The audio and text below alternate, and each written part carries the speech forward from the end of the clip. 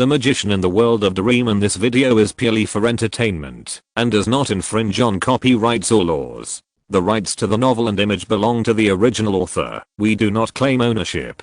Don't like waiting and want to listen to this fanfic in full now? Subscribe to our Patreon, where you'll find the best fanfics. Chapter 76, Telekinesis. Although it looks beautiful here now, Yu and Dazi has no time to appreciate it. When the collapse here began, his body and soul also began to collapse at the same time. If Yu and Dazi's body was strong enough, he could withstand this backlash. Unfortunately, his strength was too low, and he could only watch his soul gradually collapse. At this time, I have to rely on the soul-devouring monument to stabilize my soul. And it did not disappoint Yu and Dazi. It once again showed its original form, and appeared in Yu and Dazi's sea of consciousness. The gradually collapsing soul was gradually stabilized by an invisible force field. Although his body was still in the process of collapse, although the speed was greatly slowed down, the paper house outside was gradually smashed into pieces by the boulders falling from the sky. The moss also lost its light, and the cracks around it became larger and larger. The cave here has been pushed to its limit. At this time, a roar came from the depths of the cave, and the sound waves accelerated the collapse of the cave, and Yu and Dazi's pressure was much less. The beetle-like creature covered with huge armor rushed out from the depths, and the seal set in front of it was not even a layer of paper. The huge body trampled the broken earth. The pillars of this area had almost collapsed. With the help of this guy, the cave was about to be destroyed. He also took the opportunity to withdraw the spell, then quickly turned around and called Izuki to leave. There were constant sounds of boulders falling and monsters shouting from behind, and the surrounding ground gradually cracked. The two little boys rushed forward regardless, and finally rushed out of Doraemon's prop door before the cave completely collapsed. The roar of the monster continued, and although it was still very deterrent, it had gradually become low and weak. Being pressed so deep underground, even if it had such a thick shell on the surface of its body, it could not withstand the pressure of the underground. They closed the door, and what happened next had nothing to do with them. Yu and Dazi finally seemed to have lost all his strength, and lay on the ground, finally able to rest for a while. Well, let me see. A lot of the muscles in my body have been torn, and the blood and ki have been seriously damaged. My soul is fine. At least there are no cracks in my sea of consciousness. The injury of muscle tear is easy to deal with, as long as there is a healing technique. But the serious loss of blood and ki needs time to make up. After carefully feeling it for a while, Yu and Dazi gave his body an accurate evaluation. The voice of the soul-devouring monument also sounded in his sea of consciousness. Just be content. I originally expected the situation to be much more serious. If the monster had not awakened to reduce your pressure, it would be a question whether you can climb out now. But because of this, my energy consumption is much less, so I shouldn't sleep for a long time this time. Now that it's safe, I'll sleep for a while. You can take care of yourself. Then there was no more sound. Yu and Dazi supported himself on the ground with his hands, trying to climb up, but he was now too weak to use his whole body, and failed several times. In the end, Izumo carried him on his back and walked towards home. He gradually fell asleep on his back. At this time, everyone in Nobita's room finally woke up. Now everyone only remembers that Nobita gathered everyone together and said there was a paradise, and they can't remember anything else. Everyone gathered around Nobita and asked him where the paradise was. Nobita said, how would he know? He had to use a delaying tactic and asked everyone to come back tomorrow. And he looked to Doraemon for help. Doraemon nodded and said that there was no pressure, so everyone went back to their homes first, waiting to come to check Nobita's paradise the next day. Nobita was relieved when he saw that everyone had left and asked Doraemon what the prop was. Doraemon smiled and took out a camera from his pocket with his chubby hands. This camera only needs to take a picture and then pour hot water on it to become a model. With another prop, the Gulliver Tunnel, everyone will be shrunk so that they can adapt to the size of the model and make these models become real buildings. By then, it will be a brand new paradise. At 6 o'clock in the afternoon, when they were having dinner, Yu and Dazi was awakened by Dekisugi. At this moment, he was lying in the living room with a dinner plate in front of him and the TV in front of him showing today's news. After finally regaining some strength, he barely sat up, picked up the bowl and chopsticks and started eating. At this time, the news turned to international news. An area in North America had an 8.0 magnitude earthquake, which caused a land collapse and huge economic losses. Fortunately, there were not many people in that area, which was an uninhabited area, and there were no casualties. Hearing this, the two of them almost choked on a mouthful of rice. It seemed that what happened this afternoon was a bit big. Then they were relieved again. Although they were a little tired today, at least the pictures in the language were not all realized. The underground city was indeed destroyed, but everyone was still alive. And this also proved that the prophecy was not unchangeable, which was a good harvest. After eating, Yu and Dazi seemed to have recovered a little bit of strength, and now he could barely walk. Chumushin also knew that his physical condition was not good, so he took his bowl and chopsticks and went to wash the dishes himself. After all, his parents would not be back until after 9 o'clock in the evening, and now there were only the two of them at home. The body did have many hidden injuries, but the key to a magician, the soul, did not suffer any major damage. As long as the soul is fine, the rest of the injuries can basically be recovered over time. A week passed in the blink of an eye. Nothing strange happened this week, except that last week Nobita used a model camera to build a temporary town, which was then trampled into pieces by his mother and almost caused casualties, and Nobita used a series of props to commit suicide. As for the rest of Nobita's suicidal behaviors, I won't go into details. Yu and Dazi's body has almost recovered, and after a week of quiet cultivation, his magic power has once again broken through a level and reached the second level 9 seal magician. At the same time, his defensive magic device, the embrace of the goddess of dawn, has finally returned to a complete state, unlike before when it was tattered and embarrassed to show it in front of others. And after it was restored to its original state, this thing also has 2 more small functions, storing items and invisibility. But the things inside had long disappeared, which made Yu and Dazi, who wanted to get rich, a little disappointed. Tonight, the two people who should have gone to bed at 9 o'clock were still sitting quietly on the ground at 10 o'clock.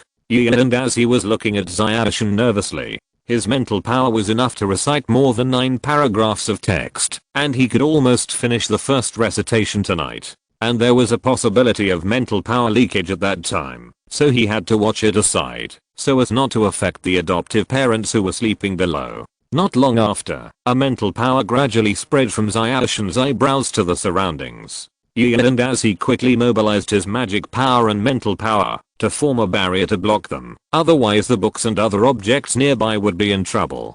Dazi carefully felt it, and Zyashin's mental power was stronger than his own. After all, he couldn't just let the mental power go out. The current induction technique and soul interference all require magic power to cooperate. Zyashin can directly sense the surrounding environment through his own thoughts, or carry out soul attacks. Moreover, after forming the telekinesis, he can also use a mind to move objects, which can be regarded as strengthening the combat effectiveness. Unfortunately, simply practicing mental power cannot bring direct benefits to the body, and the power of telekinesis is not that great, probably only the power of an ordinary adult. Of course, this is actually very good. After all, it is a superpower. Not long after, Zyashin took back his telekinesis, and Yu and Dazi also withdrew the soul barrier.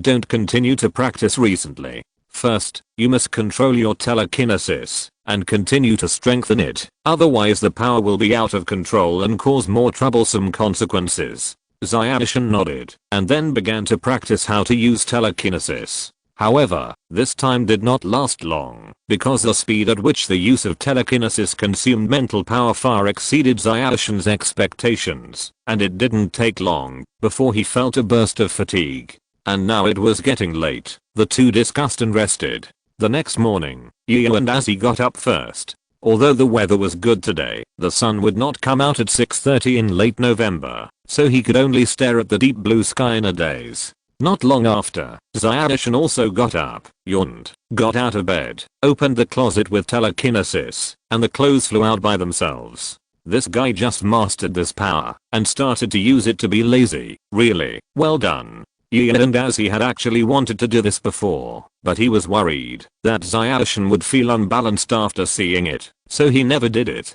Now he can finally be lazy openly. So he also used the levitation technique to make his clothes fly to his hands, began to change clothes quickly, and then went downstairs to wash up. Not long after, the two of them began a day of reading.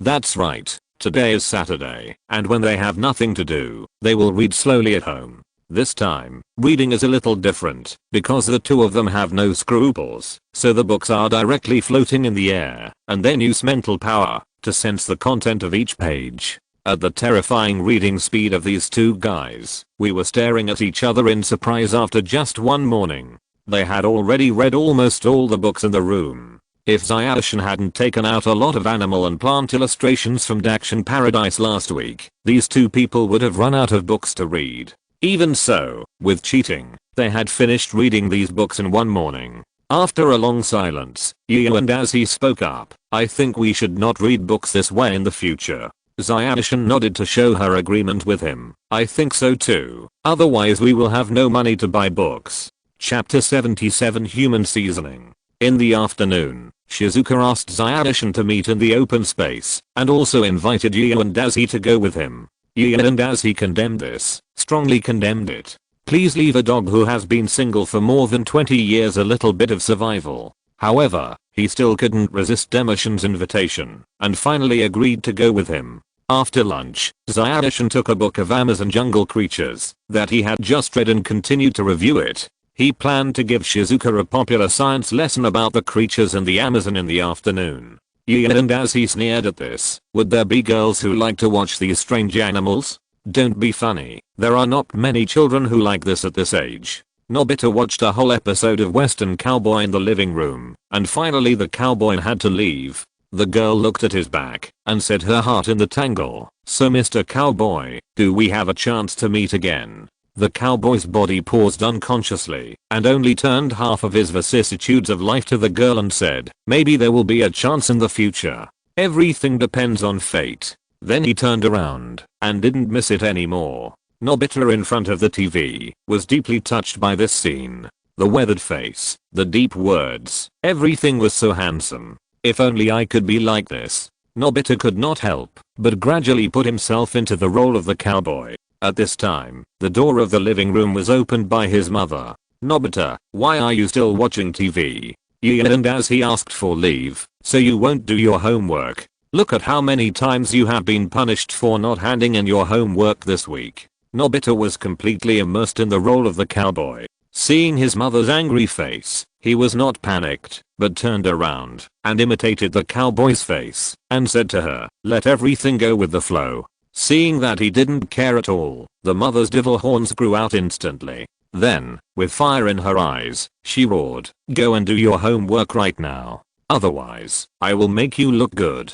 Nobita saw that the situation was not good and immediately gave up the cowboy's posture, crawled out of the living room, went back to his room, sat down and started studying. After his mother came up to inspect, she nodded and left with satisfaction. Nobita breathed a sigh of relief, and after making sure that he was far away, he turned around and asked Doraemon, hey Doraemon, why are the cowboys on TV so handsome and the heroines will listen to whatever they say? Doraemon raised his hand to his mouth and thought for a while, and said, maybe it's because they are more profound. Nobita felt that Doraemon was right, and then he began to try to make himself more profound. But no matter how he imitated, all he got was Doraemon's laughter. Finally, Nobita couldn't help it, and stood up, and said to Doraemon, don't laugh, do you have any props that can make me more profound? But I guess you don't have any. Doraemon finally suppressed his smile, and then waved his hand and said, I do have this prop.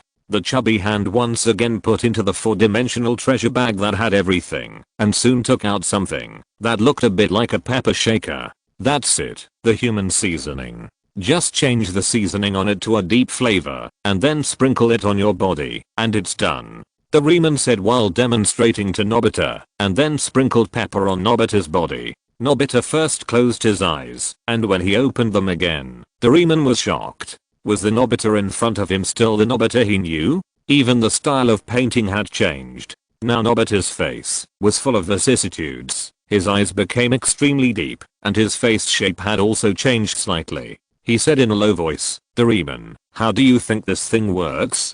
Doraemon was so scared that he almost lost his grip on the bottle and then stammered, "It works great. But this bottle of seasoning only lasts for 10 seconds, so it's almost over now." As soon as Doraemon finished speaking, Nobita's style of painting changed back to the original, still with the dull look. Doraemon said that he now wanted to sprinkle the whole bottle of human seasoning on Nobita to make him more mature. Nobita took the human seasoning. "In that case, let's try other flavors. Let me see." Then try the domineering flavor first. Then he sprinkled the seasoning on his head. In the blink of an eye, the temperament of the domineering president came out. Nobita said with a sly smile but a bit deep, "Then, Doraemon, give me this prop first." Doraemon was frightened and began to struggle whether to lend it to Nobita. Nobita saw Doraemon began to hesitate and wanted to say something else, but the 10 seconds were up and Nobita turned back to his previous appearance. At this time, Nobita had a flash of inspiration and twisted the seasoning to a soft and sweet taste and sprinkled it on it.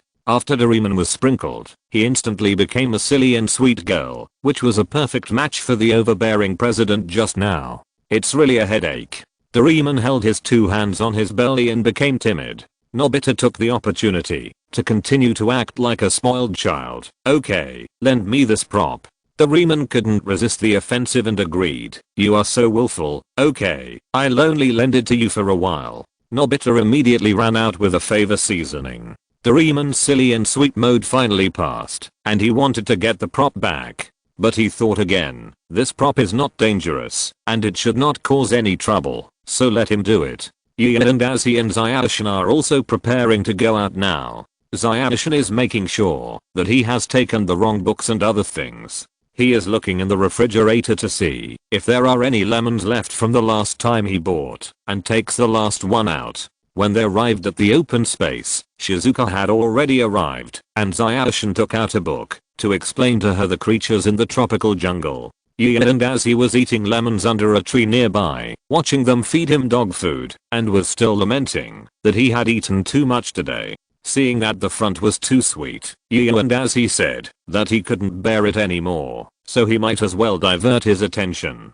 So he turned on the sensing technique to see who was around and what they were doing. Soon he sensed a familiar person approaching, holding a bottle of pepper in his hand. Nobita? Why did he come out to get a bottle of pepper? Is it that now he is not passing by to buy soy sauce, but has changed to filling pepper? Am I really old? In order to prevent himself from being fed with dog food, Dazzy had to continue observing Nobita. Nobita also arrived in front of the clearing. After seeing Deki and Shizuka happily discussing the gorilla in the illustrated book, he instantly retreated behind the wall. He stuck his head out and looked at this place, and the jealousy in his heart began to burn wildly.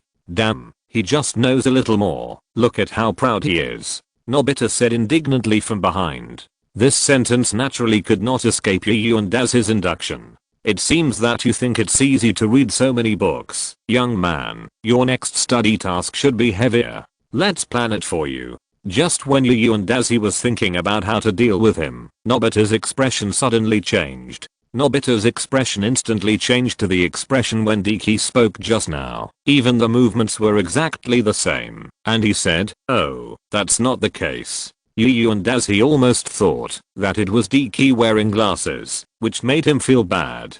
Don't laugh, don't laugh. You and Dazzy at the back frantically reminded himself not to disturb the two in front. Nobita, you are so talented, you almost suffocated him to death. Then Nobita took out a bamboo dragonfly, approached them from above, and finally landed on the tree. Because of the angle, he did not find Yu and Daisuke, and then Nobita aimed the human seasoning at Shizuka. Although he didn't know what it was, with Nobita's personality, the words he dared to use on Shizuka were generally not bad, so he didn't stop him.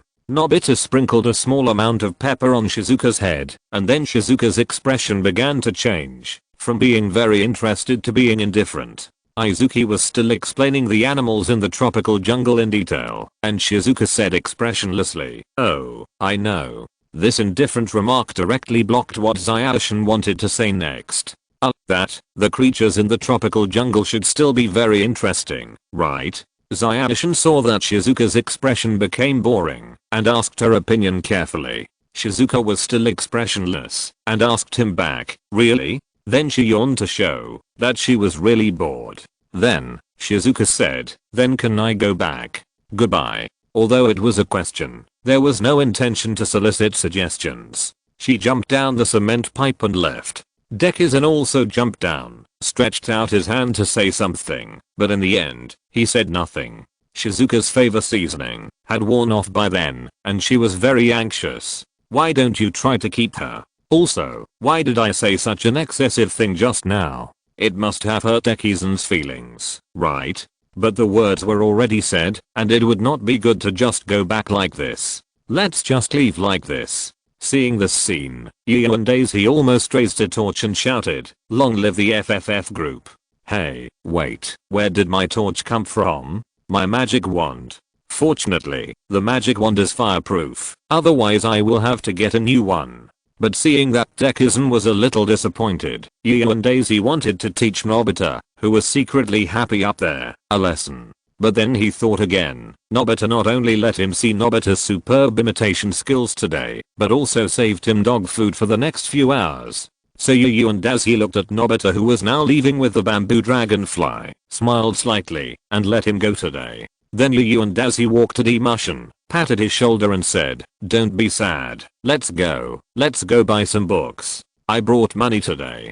Demushin was stunned for a while, before he smiled again. "Well, let's go." Chapter 78 Personality Transformer.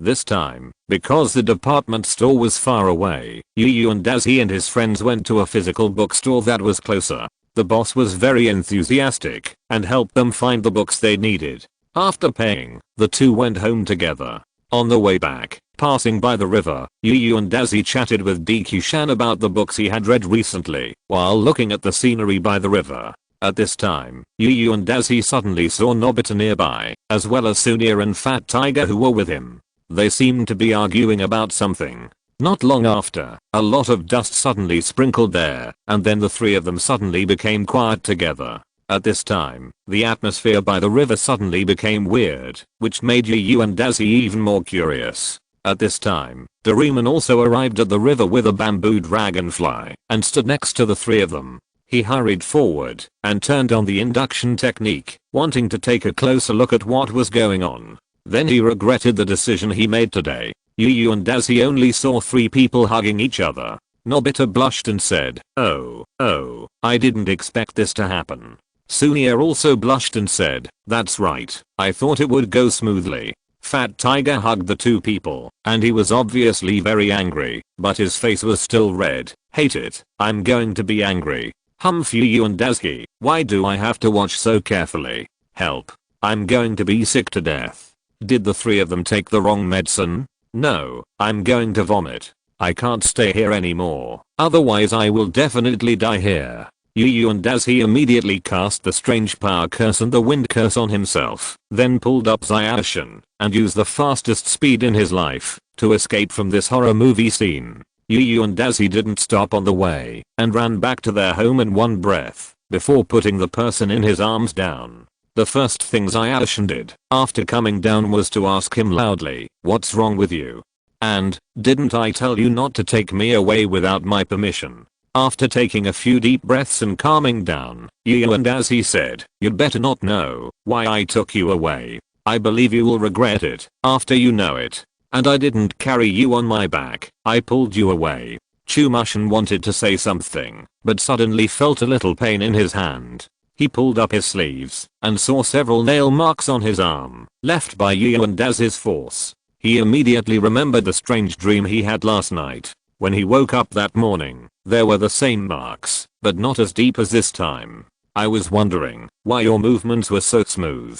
It turns out that this is not the first time you have done this." After saying that, Chumushin looked at Yu and Daisy angrily. He immediately pointed to the direction he had just come from and said, "Oh, I think I left my book behind. I need to go look for it." After saying that, he threw down the book in his hand and ran back the same way, leaving a message, "I won't be back before dinner, don't look for me." Chumushin quickly put away the book and looked at the direction where Yu and Daisy left. He was angry but helpless, so he had to put away the book and return to his room. Yu and as he came home sneakily at night, Zayanishin should have calmed down after reading books for the whole afternoon.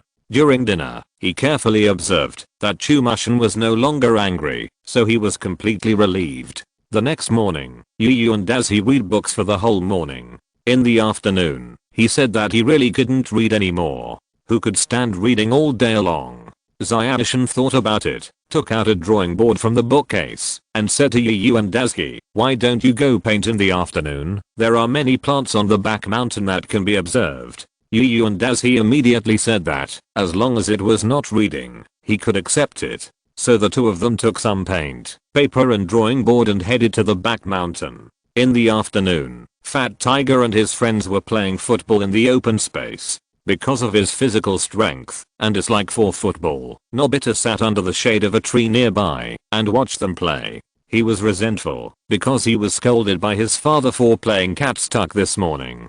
Pulling Doraemon, he asked, "Doraemon, why do you think this world defines that boys shouldn't play games like catwalks? Why do boys say that they should play football or baseball? Is it not okay for people like me to like catwalks? This world is really unfair." Doraemon thought for a moment, then looked into Nobita's eyes. That may be because most boys' personalities are naturally more suitable for games like baseball. After all, most boys have a heart that doesn't want to stop. And when this mentality becomes mainstream, boys like you who are naturally gentler will become unacceptable and will naturally be excluded. After listening to this, Nobita suddenly thought, "Doraemon, if the personalities of people in this world are reversed, will boys like to play catwalks more? Doraemon, do you have such a prop?"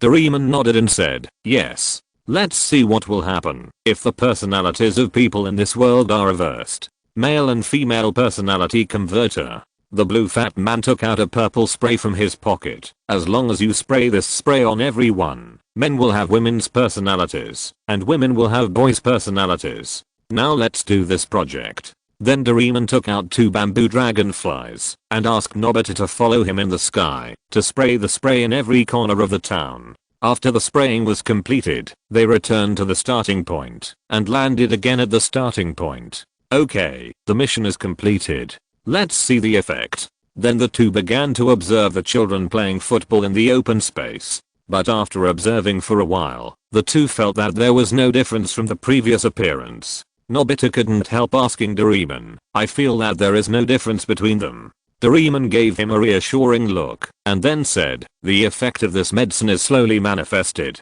so you have to wait patiently. You can see the effect in a while." Nobita had to continue to wait patiently. Not long after, some effects really appeared. When the boys below were playing football, Sunia suddenly fell down, then lay on the ground, and tears gradually filled his eyes. The others gathered around and looked at him. Zairofu wiped his eyes with his hands and said in a feminine voice, "It hurts." Then he began to sob gradually. Seeing Zairofu like this, Fat Tiger, who was standing next to him, said angrily, "You are like this because of a little injury. Are you still a boy?" Zairofu couldn't help crying when he heard Fat Tiger scolding him like this. When the others saw Zairofu crying like this, they all turned their guns on Fat Tiger and accused him of saying too much. When has Fat Tiger ever suffered such injustice? These people dared to scold me. Are you guys too proud or am I, Fat Tiger, unable to lift the knife? Believe it or not, I will cry on the spot for you to see. Fat Tiger kept his word and cried. Zairofu, who was watching Fat Tiger crying on the field under the shade of a tree, couldn't help laughing out loud. After laughing enough, Nobita walked up and said, "Classmates, you get hurt because of playing rough games like football. Why don't we play skipping rope?" Nobita took out the red rope he brought with him and began to perform the new type of skipping rope he had just invented in front of everyone. Just when Nobita was performing enthusiastically, Sunia smiled with a dark circle under his eyes and said, "Nobita, why are you still playing such a feminine game? Let's go play skipping rope." The boys behind agreed in unison, and then everyone left. Nobita looked at their figures going away with a look of disappointment on his face. He didn't expect that no one would like skipping rope, even if he became a girl. At this time, Shizuka next to him came over. After Nobita saw Shizuka, he went up to her and showed her his skipping rope. But after Shizuka changed her personality, she no longer liked these things. Instead, she looked at the football in Nobita's hand and called a group of sisters to start playing football. Nobita saw that the girls now played football more fiercely than the boys before and looked at the skipping rope in his hand again and threw it on the ground angrily. No one liked this thing at all. Back in time, Yu and Azi and Demushan were walking down the street, chatting about what to paint in the afternoon. A light mist gradually descended from the sky. Because the color was too light and there was no smell, the two did not notice it. After walking a little further, the steps of Yu and Dazi and Zyashin gradually began to change, from the normal steps with the toe slightly pointed outward to cat steps. The two did not notice the changes in their feet at all. After all, the effect of the drug was gradually taking effect. If they had not realized that they were being poisoned, they would not have felt it at all. Passing by a shopping street, they walked by with their drawing boards. At this time, Yu and Azi suddenly found that the hairpins in the store seemed a bit beautiful. Zyadishan also saw it and looked at the hairpins inside in a trance. Why don't we go in and take a look first? We can talk about sketching later. Zyadishan thought about it and finally smiled and nodded. So they walked into the jewelry store. The boss inside was a young woman. When she saw the customers coming in, she immediately said in a rough voice, "Welcome, both of you. Is there anything you can do for me?" Yu and Dazi was startled. He always felt that this was not the girl he had imagined, but it seemed that this was how it should be. It was so contradictory. Zyadishan had the same feeling and was a little confused, but the two of them quickly chose to ignore it and began to carefully observe the hair accessories. Finally, after they carefully selected, they took two hair accessories and put them on their heads. They took them away after paying a few dozen yen. Before leaving, Yu and Dazi seemed to hear the boss say in a rough voice, "Boys nowadays are really troublesome. It takes so long to choose a headdress." Yu and Dazi, I always feel that something is wrong. Chapter 79. Bowing to the crossdresser. Wearing a cartoon headdress, he walked on the street with Dekisugi. Others just glanced at Yu and Dazi and looked away. In their eyes, it was normal for boys to wear hairpins. But because the two men's mental strength was far superior to that of ordinary people, although they wore this thing, they always felt that something was wrong, but they couldn't tell. The two had to speed up their pace and leave this area, and came to the remote back mountain. They found a relatively flat place, sat down here, and looked for the scenery they liked to draw. Yu and Dazi wanted to just draw casually, but suddenly saw that the flower in front was not bad. Yu and Dazi began to draw carefully, trying not to miss any details, and drew the water drops on the petals, the veins of the leaves, and the lines of the stamens. In this process, he went through countless revisions. When he finally felt that it was acceptable, the sunset had already shone on them silently. Yu and Dazi looked at Dekisugi next to him, and found that he was almost the same. Although he drew very well, he struggled for a small detail for a long time. Both of them were a little surprised, because they had taken sketching classes before, but they had never painted so carefully. Of course, the quality of the painting was not as good as this one. But they didn't plan to paint it like they were going to an exhibition. On the way down the mountain with this brand new painting, Yu and Dazi kept thinking about what was wrong. Not long after, Yu and Dazi suddenly saw a small spider on the road ahead. Ah! Help, there's a spider. After seeing it, he subconsciously jumped onto Demushan's body, and Demushan also panicked, picked up Dazi, and ran down the mountain, not caring about the painting he had just painted. When they came to the entrance to the mountain, they realized that something was wrong with this. In order to pick up Yu and Dazi, Demushan also used his mental power, slowly putting Yu and Dazi down. The feeling of disharmony in their minds became stronger. They were both not afraid of spiders before. Why did they suddenly panic today?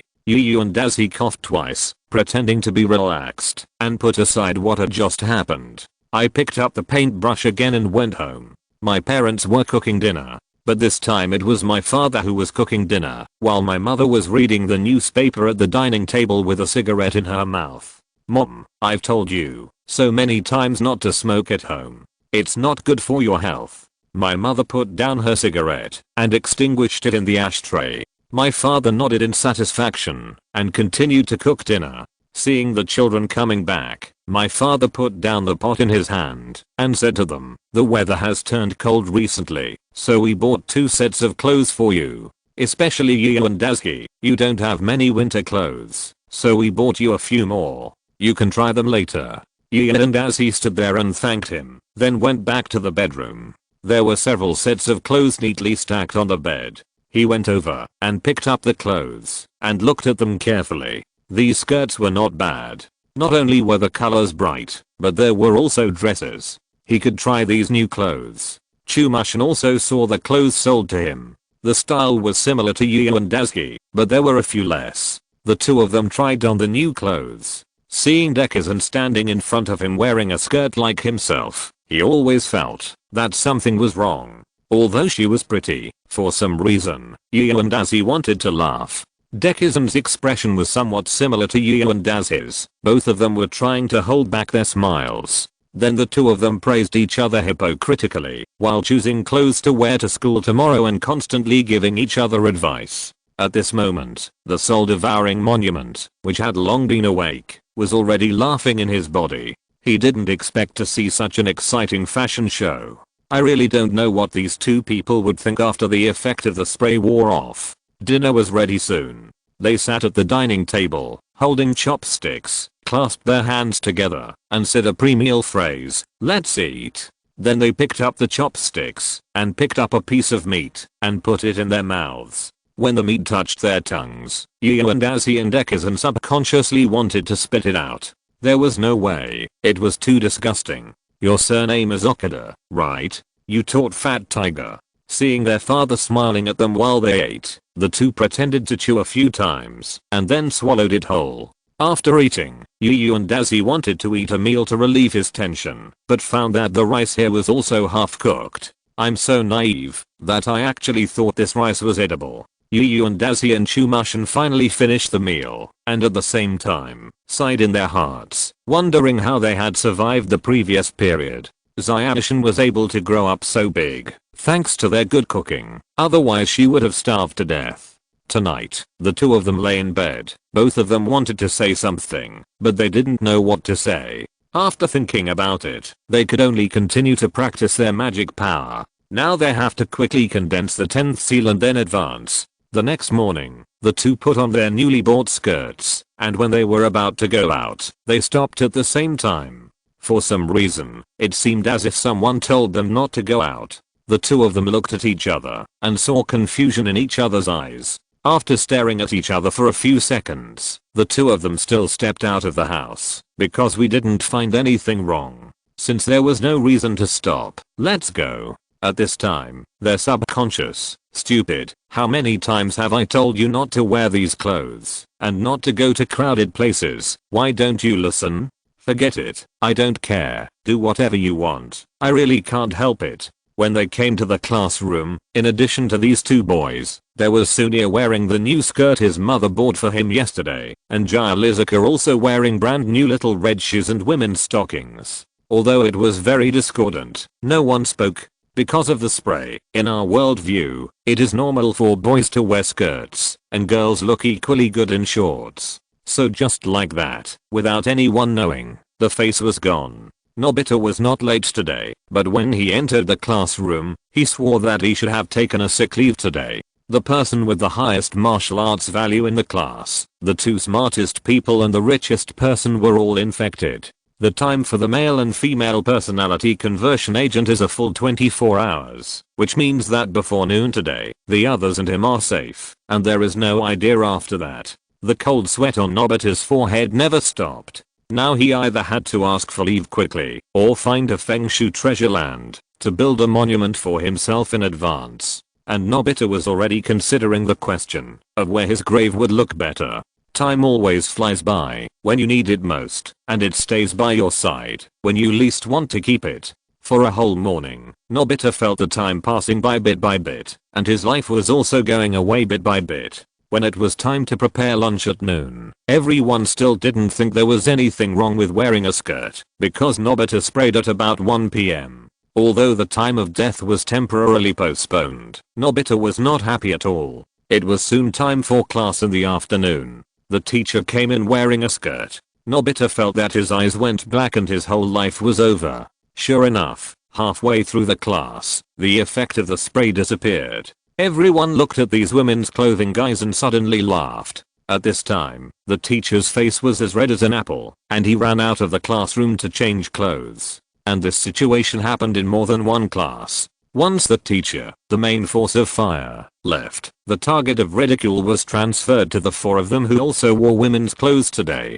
Shizuka was fine. After all, the shoes were not so eye-catching. But the three of them felt as if their faces were burning, and the blush spread from their faces to the roots of their ears. Someone in front even pointed at Dekisugi and laughed and fell off the chair. At this time, the three superpowers in the class looked at each other and saw anger, shame and a firm determination in each other's eyes. Although there were no words, they made the same decision. These people either died or completely forgot what happened today. Killing is not okay, so the only thing is to brainwash them one by one. Everyone's abilities are more or less related to the soul, so brainwashing is still not stressful. They gave each other an affirmative look, then turned around and ignored the ridicule and began to think about when to take action. At this time, Yu and Dazi suddenly thought, why would they wear women's clothes for no reason? Moreover, this incident today is not an isolated case, so there must be a person behind the scenes.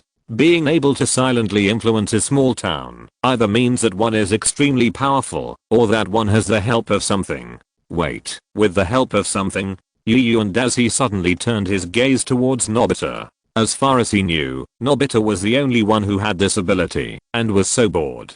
And he really remembered that there was really this thing among Doraemon's props. He still remembered that it was all over the town in that episode. Under Yu and Dazi's gaze, Nobita gradually buried his face, and the cold sweat on his face never stopped. Seeing his performance, Yu and Dazi was sure that it was this kid. This kid is really brave. There are only 3 people with superpowers in the town, and he offended them all at once. Yu and Dazi told Dekisugi and Shizuka that Nobita was the culprit, and they also turned their eyes to Nobita. Seeing his guilty look, they also identified him as the culprit. Everyone's kind eyes were fixed on him. At this time, Nobita felt like several mountains were pressing down on him. The souls of people with superpowers are far superior to those of ordinary people. The result is that, if we have bad intentions towards others, the other party will clearly feel the malice from the world. Nobita is now bearing 3 times the pressure. He collapsed on the ground and couldn't stand up. Seeing him like this, Yu and Dazi hurried over and gently helped him up. At the same time, he leaned close to his ear and said, "Now we all know that you did it. Wait, we will come to talk to you." Chapter 80 The Strong Nobita. After school in the afternoon, the superpower trio prepared to go to Nobita's house to find Nobita and Doraemon and have a good chat. But now, they are too embarrassed to go out and meet people wearing women's clothes. What should we do now? That's right. Yu and Dazi clapped his hands and remembered one of the 2 small functions of his golden cloak after it was repaired, invisibility. The 3 of them waited for all the classmates to leave before Yu and Dazi took out the embrace of the goddess of dawn. He injected magic power into the cloak, making it huge to 4 meters long, and completely wrapped the bodies of the 3 people. He injected magic power into it again, and the cloak first emitted a faint light, then the figure gradually faded, and finally completely disappeared from everyone's sight. Yu and Dazi said to the people behind him, "Let's go directly to Nobita's house. I remember Doraemon should have something to change clothes. Then ask him to help us erase the memories of those people, otherwise we will dismantle it." Shizuka behind him expressed his full agreement, while Shizuka felt that it was a bit violent.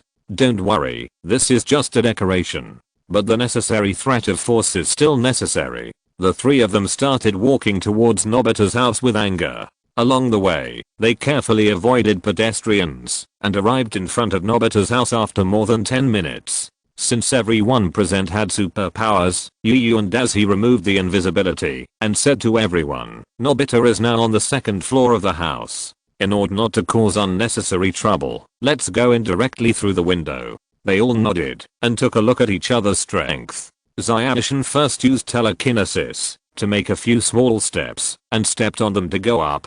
Shizuka used dark power to turn into a rope, grabbed the window, and then pulled himself over. Yu and as he attracted the sky pattern and flew directly into Nobita's room with the power of air. A few minutes ago, Nobita told Doraemon what happened in class today. Doraemon knew that several big guys in the class had suffered such a great humiliation and knew that he was the culprit. He hurriedly wanted to take a time machine to escape and come back after the storm passed. But Nobita next to him hugged him tightly, crying loudly, "Doraemon, please don't leave. If you leave, I will really be finished."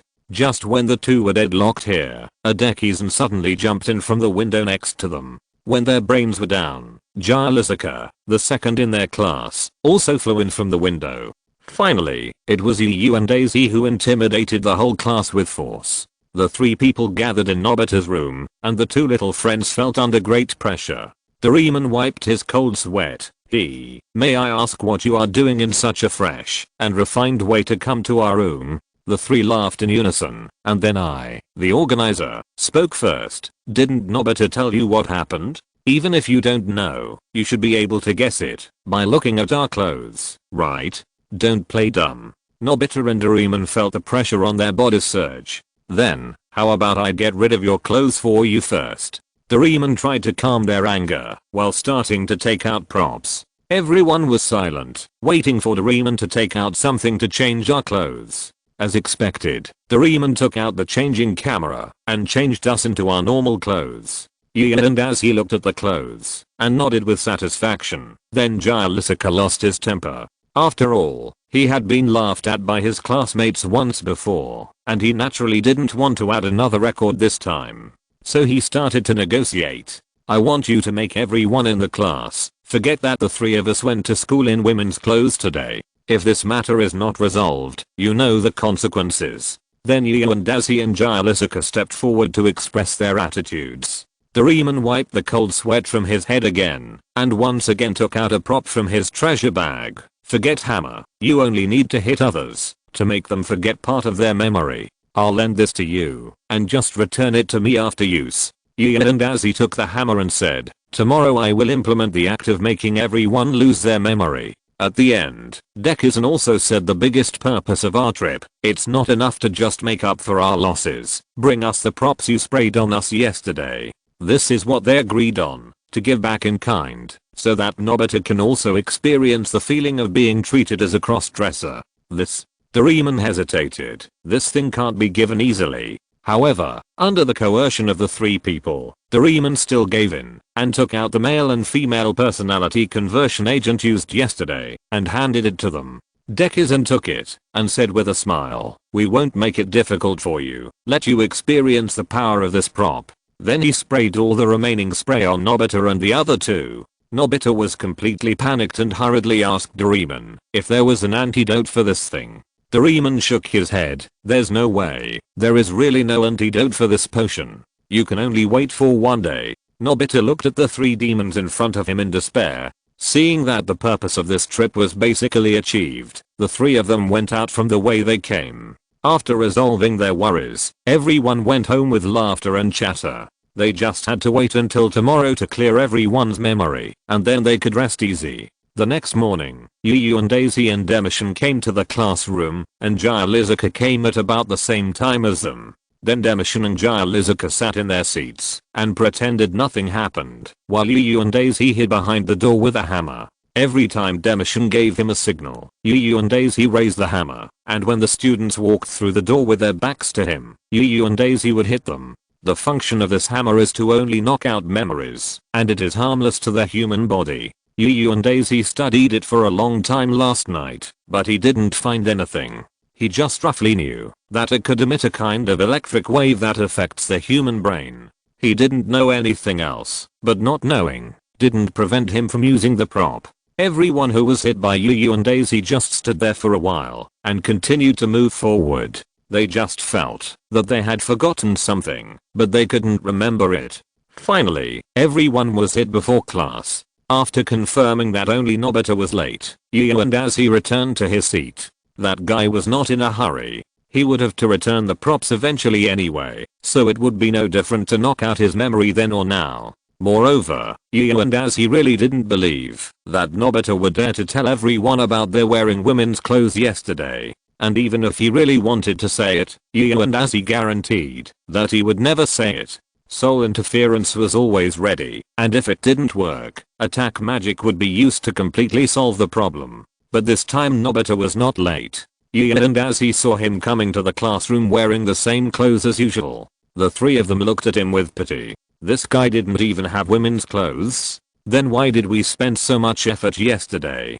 It must be Doraemon who reminded Nobita. I will go to settle the score with him in the afternoon. Yu and Azzy thought silently in his heart. The first thing Nobita did when he entered the classroom shocked everyone. Nobita took out the homework from his school bag, threw it on Zayatashin's desk, and said, "This is my homework, don't bother me if you have nothing to do." Yu and Azzy was watching him from behind. How come this guy suddenly became so confident after becoming a woman? Nobita walked to his seat and sat on the chair with his legs and feet folded. Seeing Yu and Azzy looking at him, he immediately yelled at him, "What are you looking at? Haven't you seen a boy before? If you look again, I'll poke you blind. You are awesome, you are the boss." Yu and Azzy retracted his gaze and pretended to be reading a book. Nobita was satisfied to see that this guy was so tactful, so he nodded and continued to sit in his seat and play with a pencil. Fat Tiger couldn't stand it anymore. Nobita was too arrogant today, so he stood up and wanted to warn him. But Nobita just kept staring at Fat Tiger with no intention of backing down. Fat Tiger was already on the verge of shooting, so he said, "Nobita, you are too arrogant today." I thought Nobita would give in, but he stood up and slapped the table in a voice 8 points higher than Fat Tiger's. "That's all I have. If you have any opinions, keep them to yourself." In the end, Fat Tiger lost to Nobita in momentum, and it was not easy to do it here, so he had to sit down. Seeing that Nobita was so strong today, Yu and Azzy once suspected that this was a fake Nobita. But he carefully observed Nobita's soul and felt the same as before, so he was sure that it was the same person.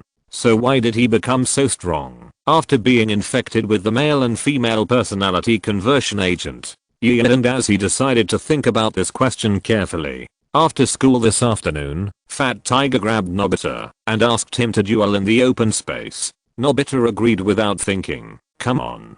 I'm not afraid of anyone in a duel." Because it was not our duty today, everyone quickly arrived at the open space. The two people in the center of the field, Nobita and Fat Tiger, were confronting each other. The atmosphere around here became solemn again. "Nobita, I didn't expect you to actually accept my challenge. I admire your courage. To show my admiration, I will do my best." Fat Tiger had a smirk on his face. This was the first time that he was humiliated by Nobita. "You usually act submissive in front of me even with Doraemon, but you dare to yell at me today. I'll teach you a lesson." Nobita was not frightened by Fat Tiger's words at all. Instead, he began to mock Fat Tiger as a boy. "Why do you have to be so hesitant? You are not even as good as a girl." After hearing Nobita's words, Fat Tiger immediately rushed over and wanted to throw Nobita over his shoulder. Nobita was not afraid at all and faced him head on. I also wanted to see how much Nobita had changed.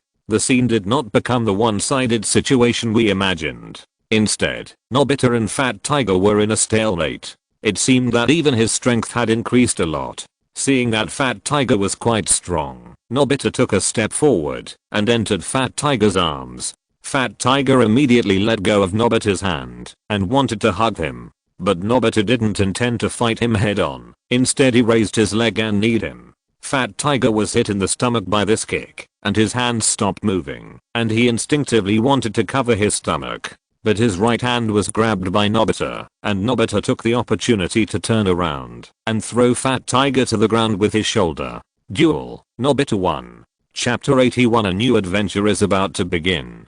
Seeing Nobita knocking down Fat Tiger, Yu and Azzy and the other three were stunned. After being in the class for so long, Nobita had defeated Fat Tiger several times, but each time it was with the help of Doraemon's props. However, this time, Nobita could actually kill Fat Tiger with his bare hands, which was really unheard of.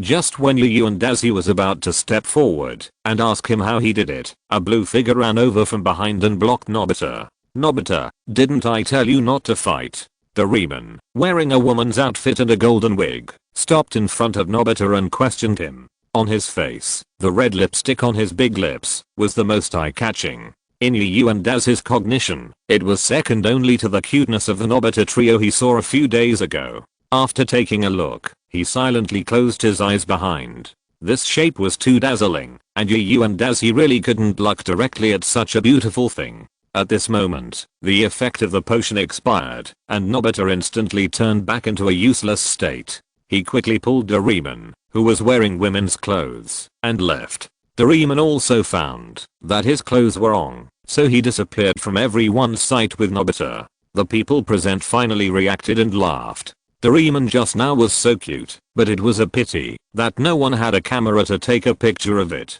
Fat Tiger also stood up slowly, looked at the backs of the two people going away indignantly, and then said, "Damn it. I will definitely not lose to you next time I meet you." He stood there for a while, and finally picked up the school bag that fell on the ground in loneliness, and slowly left the open space. So why did Nobita become like a man, but Doraemon was very normal? Zyadishan kept thinking about this question on the way. And as he patted Mushin's shoulder and said, "Don't worry, I'm going to tutor Nobita today. I'll just ask Doraemon when I get there." Then the two separated at this intersection. Mushin was going to tutor others, and and Dazi was going to Nobita's house. After a while, he arrived at Nobita's house. His aunt was still very happy to welcome him. After all, the tutoring that and Dazi gave Nobita was effective. At least his grades were better. Then she turned around and scolded Doraemon because Doraemon used his mother's cosmetics without permission.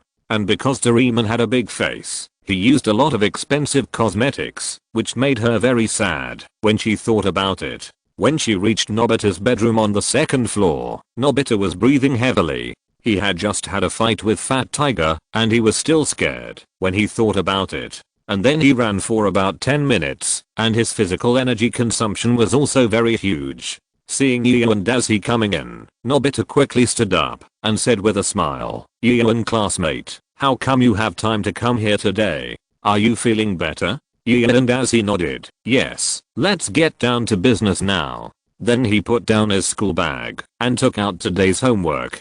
Nobita knew that the previous leisure days were gone, so he had to take out his homework with a sad face and started to write under the strict guidance of and Dazi. Not long after, Doraemon also came up and was scolded by his mother. Seeing him back, and Dazi came up to ask about the prop.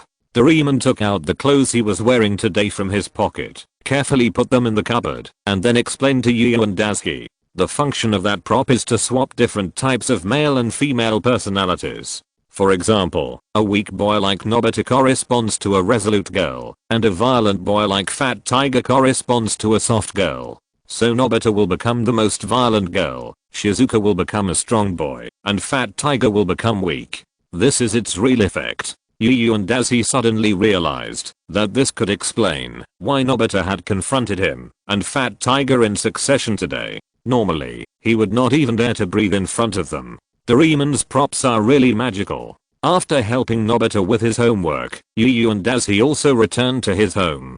Zyadishan also came back soon after, and the two began to cook dinner and explained the principle of the prop to Zyadishan by the way. However, after experiencing this incident, because Nobita was afraid of being retaliated by Fat Tiger, he was calm for 2 days, until Thursday afternoon. When and Dazi went to tutor Nobita, he found that Nobita had started a new round of suicide. Although he didn't use Doraemon's props this time, and he didn't do his suicidal behavior to his classmates, and Dazi still had to admire Nobita's courage and kindness. "So are you sure you want to keep such a pet at home? I remember that it is forbidden to keep pets in your home, right?" and Dazi looked at the small white dog in Nobita's room with a gloating look on his face. Nobita nodded helplessly and said, "I can't help it. I met it when I passed by yesterday, and I saw that it seemed that it hadn't eaten for a long time, so I gave it a sausage, and then it kept following me.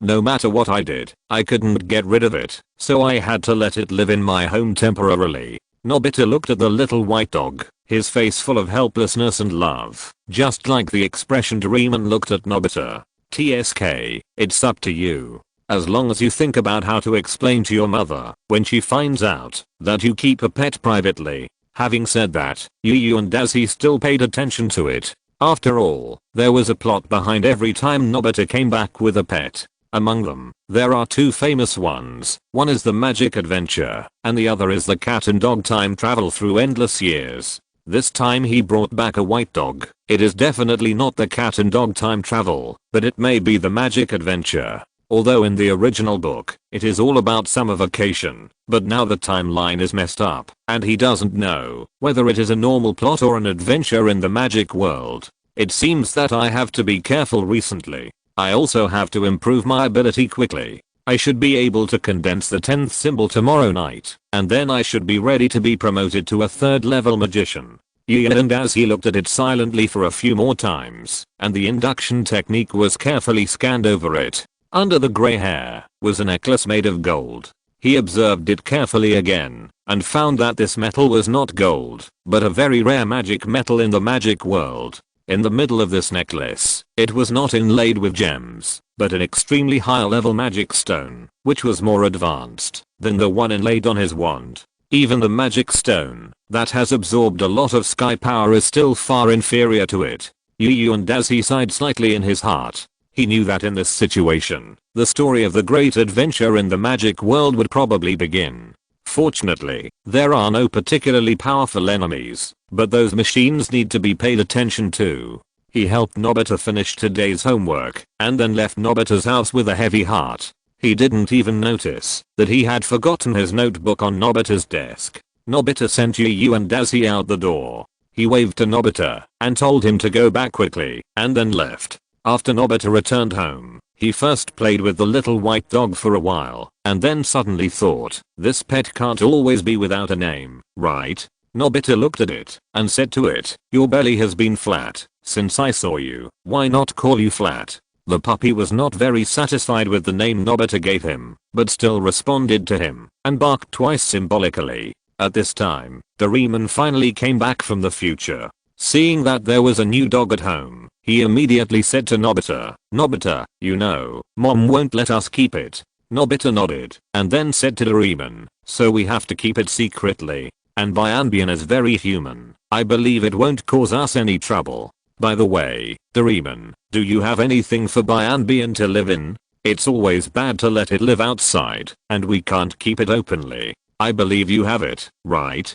Doraemon nodded, and then said, yes, but have you thought about it? Nobita didn't retreat at all.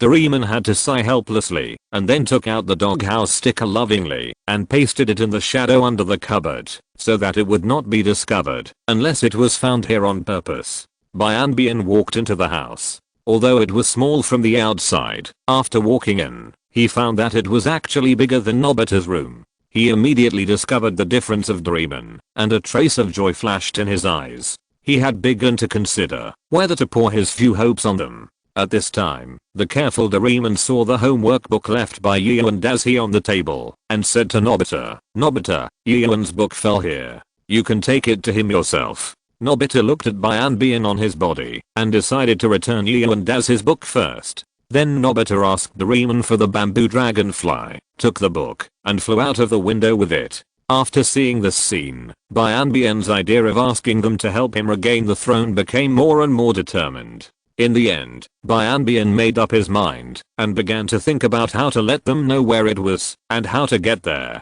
At this time, Yu and Dazi had also returned home, and started to practice sitting on the bed. Not long after, a person suddenly appeared by the window and scared him. It was Nobita who came to deliver his homework book. Yuan classmate, I'm returning this homework book you left at my house. Remember not to be so careless in the future. After saying that, he flew out of the window again. Now he is still thinking about Bianbian. Yuan as he thanked him again, and watched him go away, then continued to practice magic. I don't know when the plot will start this time, but he doesn't have much time left. Not long after, Demoshin also came back after tutoring others. He greeted him, and then the two of them prepared dinner together. After dinner, Yu and Dazi told him to intensify his mental training during this period instead of reading books all the time.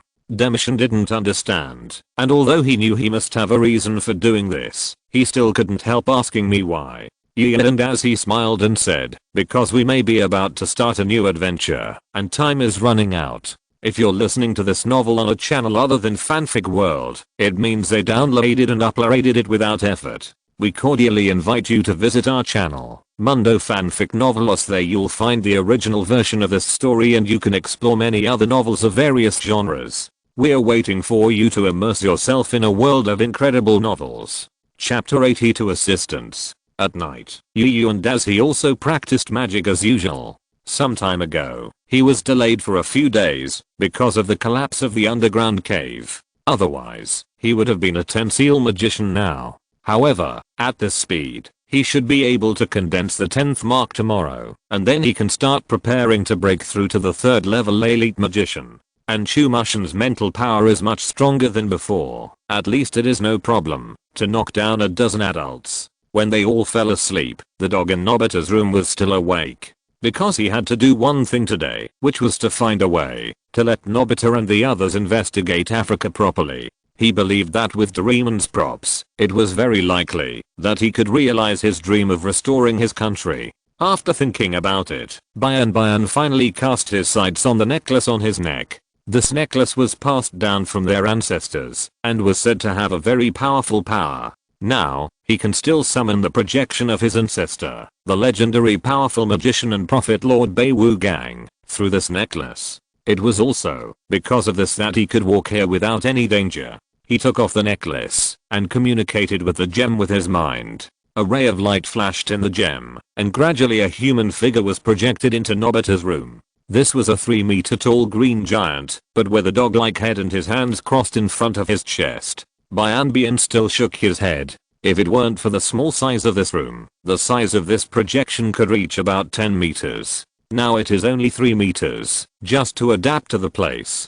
The appearance of this projection was also accompanied by the surge of sky power, forming a strong wind that swept the entire room. Books, curtains and other objects were blown up by the strong wind, making noises. Nobita and Doraemon were also awakened by the sound. As soon as they woke up, they saw a human figure wrapped in light standing in front of them. After Nobita slowly fumbled for his glasses and put them on, he saw that it was a giant with a dog's head and a human body, surrounded by green light. Doraemon also opened a closet with sleepy eyes and woke up immediately after seeing this giant. Just as the two of them were exclaiming in unison about what was going on, the giant in front of them finally spoke. Chosen humans, my treasure is buried deep in Africa, under a piece of land that has never been set foot on by humans. Come and find it, endless wealth is waiting for you. After saying this, the giant's phantom disappeared, and the surging wind around also stopped. The room is now very quiet. If it weren't for the wind blowing the books to prove that what happened just now was true, Nobita and the others would even think that this was an illusion. In the end, Nobita decided to ask Doraemon, "Hey, Doraemon, is there really land in Africa that has not been set foot on by humans?" Doraemon touched his round head with his hand. "Even if you ask me this, I don't know. I'm not a robot specializing in geological exploration. I have little knowledge in this area." Nobita supported his head with both hands, thinking about what to do with the situation just now, and Doraemon also fell into deep thought. Soon after, the two made the same decision. Since we don't know, let's go and explore. They grinned at the same time, happy for their tacit understanding. After laughing for a while, Doraemon began to search his 4-dimensional pocket. Soon after, Doraemon took out his own prop, a civilian satellite. Nobita and Doraemon launched the satellite into space, and then Doraemon took out a machine connected to the satellite's camera to present part of the Earth's appearance. "Okay, Nobita, you still have classes tomorrow, so go to bed first. I will look at the picture sent down by the satellite here, and I will notify you if I find anything." Nobita nodded and went back to bed to sleep. In the dog house under the closet, Bian watched all this quietly with a smile in his eyes. Then he walked out and sat next to Nobita and began to look at the photos transmitted by Doraemon. The next morning, Nobita was called to school by Doraemon. After Nobita got up, he saw a pile of photos stacked nearby, which almost scared him to death. Doraemon was still working, and the transmission of photos did not stop. After arriving at school, Nobita was not late, because he was woken up by Doraemon today. Then Nobita walked to Yu and Daisy and said, "Yu and classmate, I want to tell you that I saw a giant yesterday and he asked me to go to Africa to find its treasure." He knew in his heart that it was the prince who started to make efforts to speed up Nobita's treasure hunt. Yu and Daisy also decided to give it a push. After all, there should be some magic props there. Isn't that great? You have to work hard and remember to call us if you find it. He smiled and responded to Nobita, and in one sentence he had already included himself on the list of exploring Africa. Nobita wanted to say something else, but the teacher came and everyone returned to their seats. After class, Yu and Daisy told Dekisugi about this and asked him to be ready as he might leave in the next few days. Nothing special happened today. After returning home in the afternoon, Yu and Daisy found that the magic power gathered during the day was enough to carve the 10th seal. So he said hello to Zyashin, climbed up to the roof, and started to carve. After Zyashin agreed to him, he took out his homework and started to study. Since he also decided to explore the magic world, he probably won't have time to study in the next 2 days, so he should finish his homework quickly. At this moment, Nobita also returned home, and their room is now full of photos. If Doraemon hadn't been cleaning up, who knows how many photos there are now. Nobita put down his school bag and asked Doraemon, "How much have you explored now?"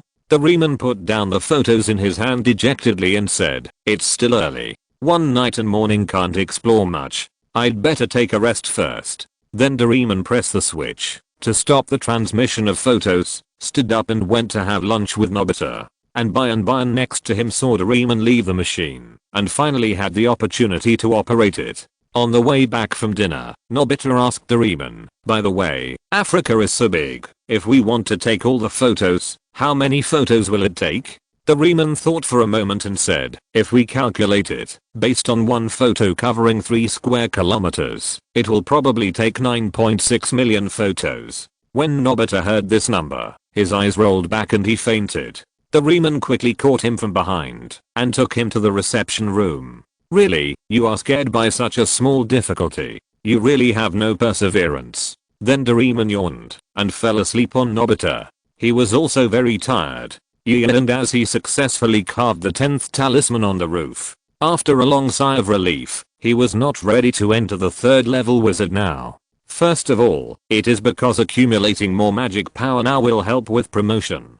Second, every time a major stage is promoted, some energy that is harmful to the human body will be released, and he needs to find a remote place. After stretching, he returned to the room and saw Izuki-chan doing his homework, and Yu and Daisy also picked up his textbook to study. Nobita and Doraemon slept in the living room for a long time and woke up when the sun set. He was about to go back to do his homework while Doraemon yawned and went back to the machine to continue looking through the photos. When the two walked to their bedroom and opened the door, they were overwhelmed by the photos pouring out. The two struggled to move the photos away, and Doraemon was still wondering why there were all photos here when he had clearly stopped transferring photos. When the two saw a dog inside who was concentrating on looking at each photo that was transmitted, the doubts in their hearts were solved. What? It turns out that Bian is playing tricks. After the two went in, they were about to turn off the machine and take a good look at the photos that were transmitted.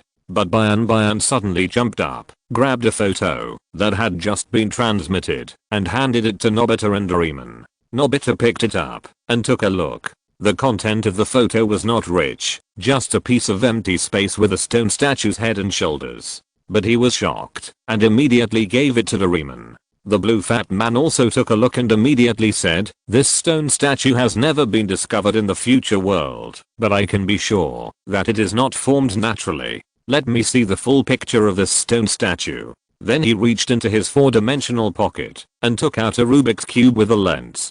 6-sided camera. Doraemon didn't have time to explain the use of the props and picked up the Rubik's Cube and turned it frantically. At the same time, he said to Nobita, "Hurry up and pick up this photo and point it at the camera. Hurry up." Nobita picked up the photo and pointed it at the camera, asking Doraemon if it was okay. After Doraemon adjusted the camera, he aimed the most central grid of the 9-square grid on the screen at the head of the stone statue in the photo. After adjusting the focus, he pressed the shutter, After the photo was processed with a dripping sound, a photo spit out from the gap at the top of the Rubik's Cube. Nobita Doraemon picked it up and was immediately frightened and exclaimed in amazement. In the photo, a stone statue with a dog's head and a human body stood on a stone base. It was wearing very ancient clothes, with its fists clenched in a cross in front of its chest, and looked at them with a serious face. How is it possible?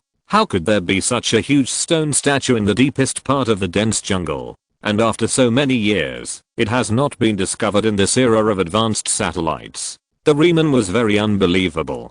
Is there really such an ancient and mysterious area now? After the initial shock, the two immediately began to think about how to know the general situation here. But whether it was Nobita or the robot from the future, they didn't know what the situation was in this area. At this time, Nobita suddenly remembered that Yu and Dazi told him that he would tell him after finding it. And he also thought that Demushan might know about this kind of thing. So he immediately took Doraemon to Demushan's house, of course, mainly to find Mushan. After they left, Bian finally lay on the ground weakly. If I hadn't adjusted the position, you don't know when you will find this place. I'm really tired. I haven't eaten yet today.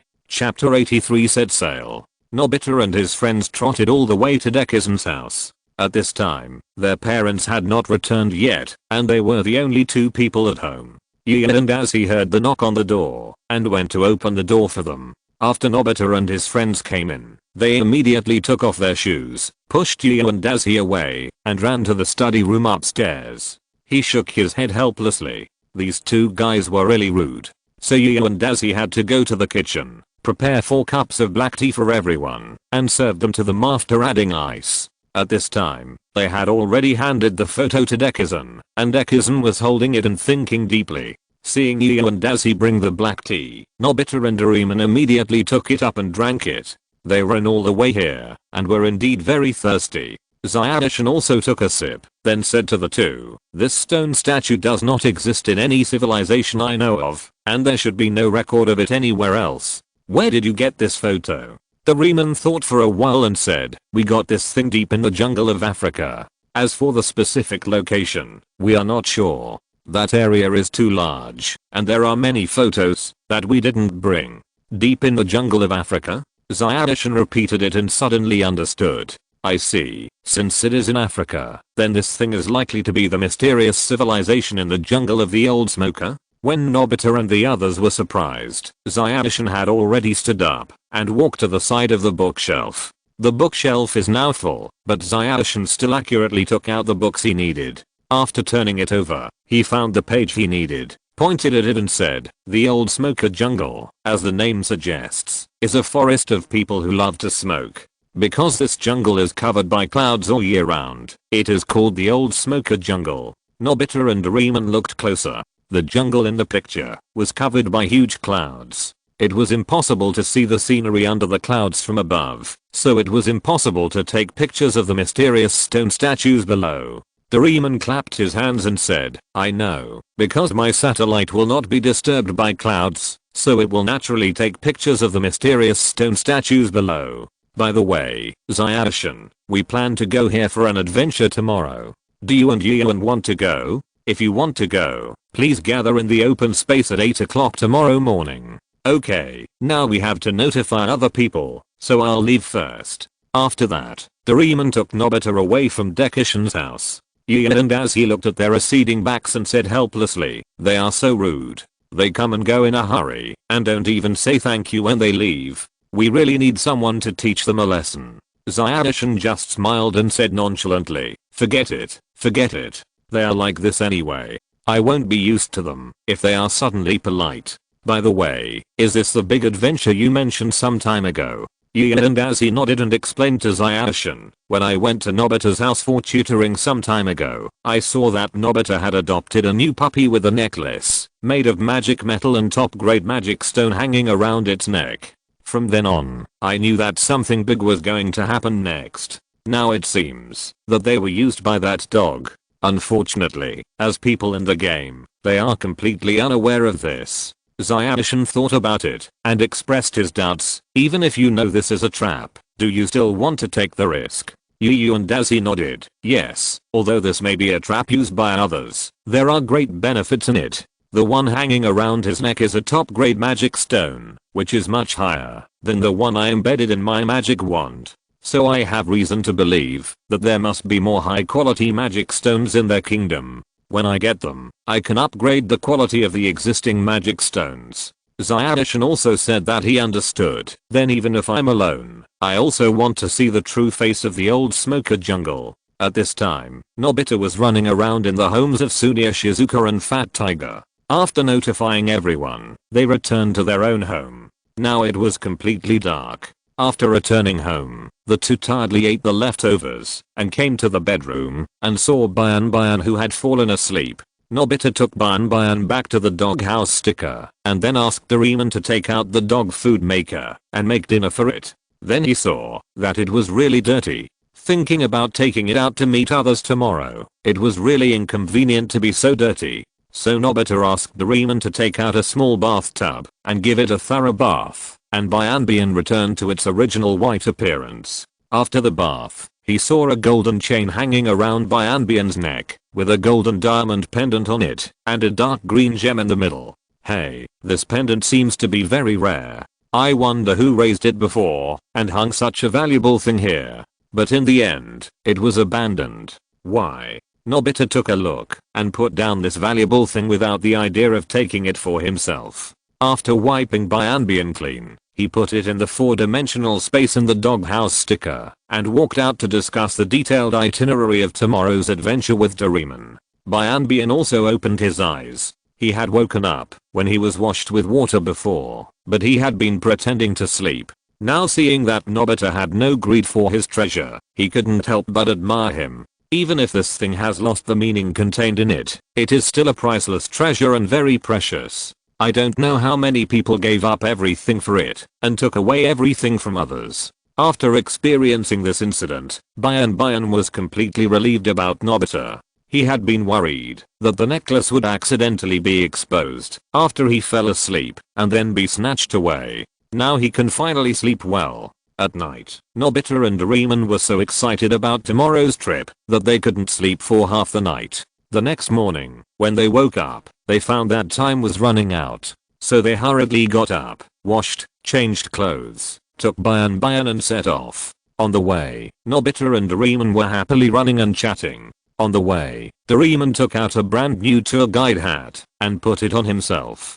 Soon after, the two came to the open space, and others had been waiting there for a long time. The first thing the two said when they saw everyone was, "Sorry we are late." Fat Tiger stared at them fiercely and asked them to come and gather immediately. The two agreed and stood in the middle of the team. Ahem. Fat Tiger cleared his throat and looked at us like a general looking at his soldiers. Now everyone, count. Everyone counted in turn until they reached the number 7. Fat Tiger looked around and saw that there were only 6 people in front of him. So why did he count to number 7? But Fat Tiger thought about it again. In addition to the 6 of them, there was also himself, so there seemed to be nothing wrong with reporting number 7. But I always felt that something was wrong. Doraemon didn't delve into it further. He walked up to the people standing there and said, "Okay, everyone is here now. Let me tell you about the overview of this expedition.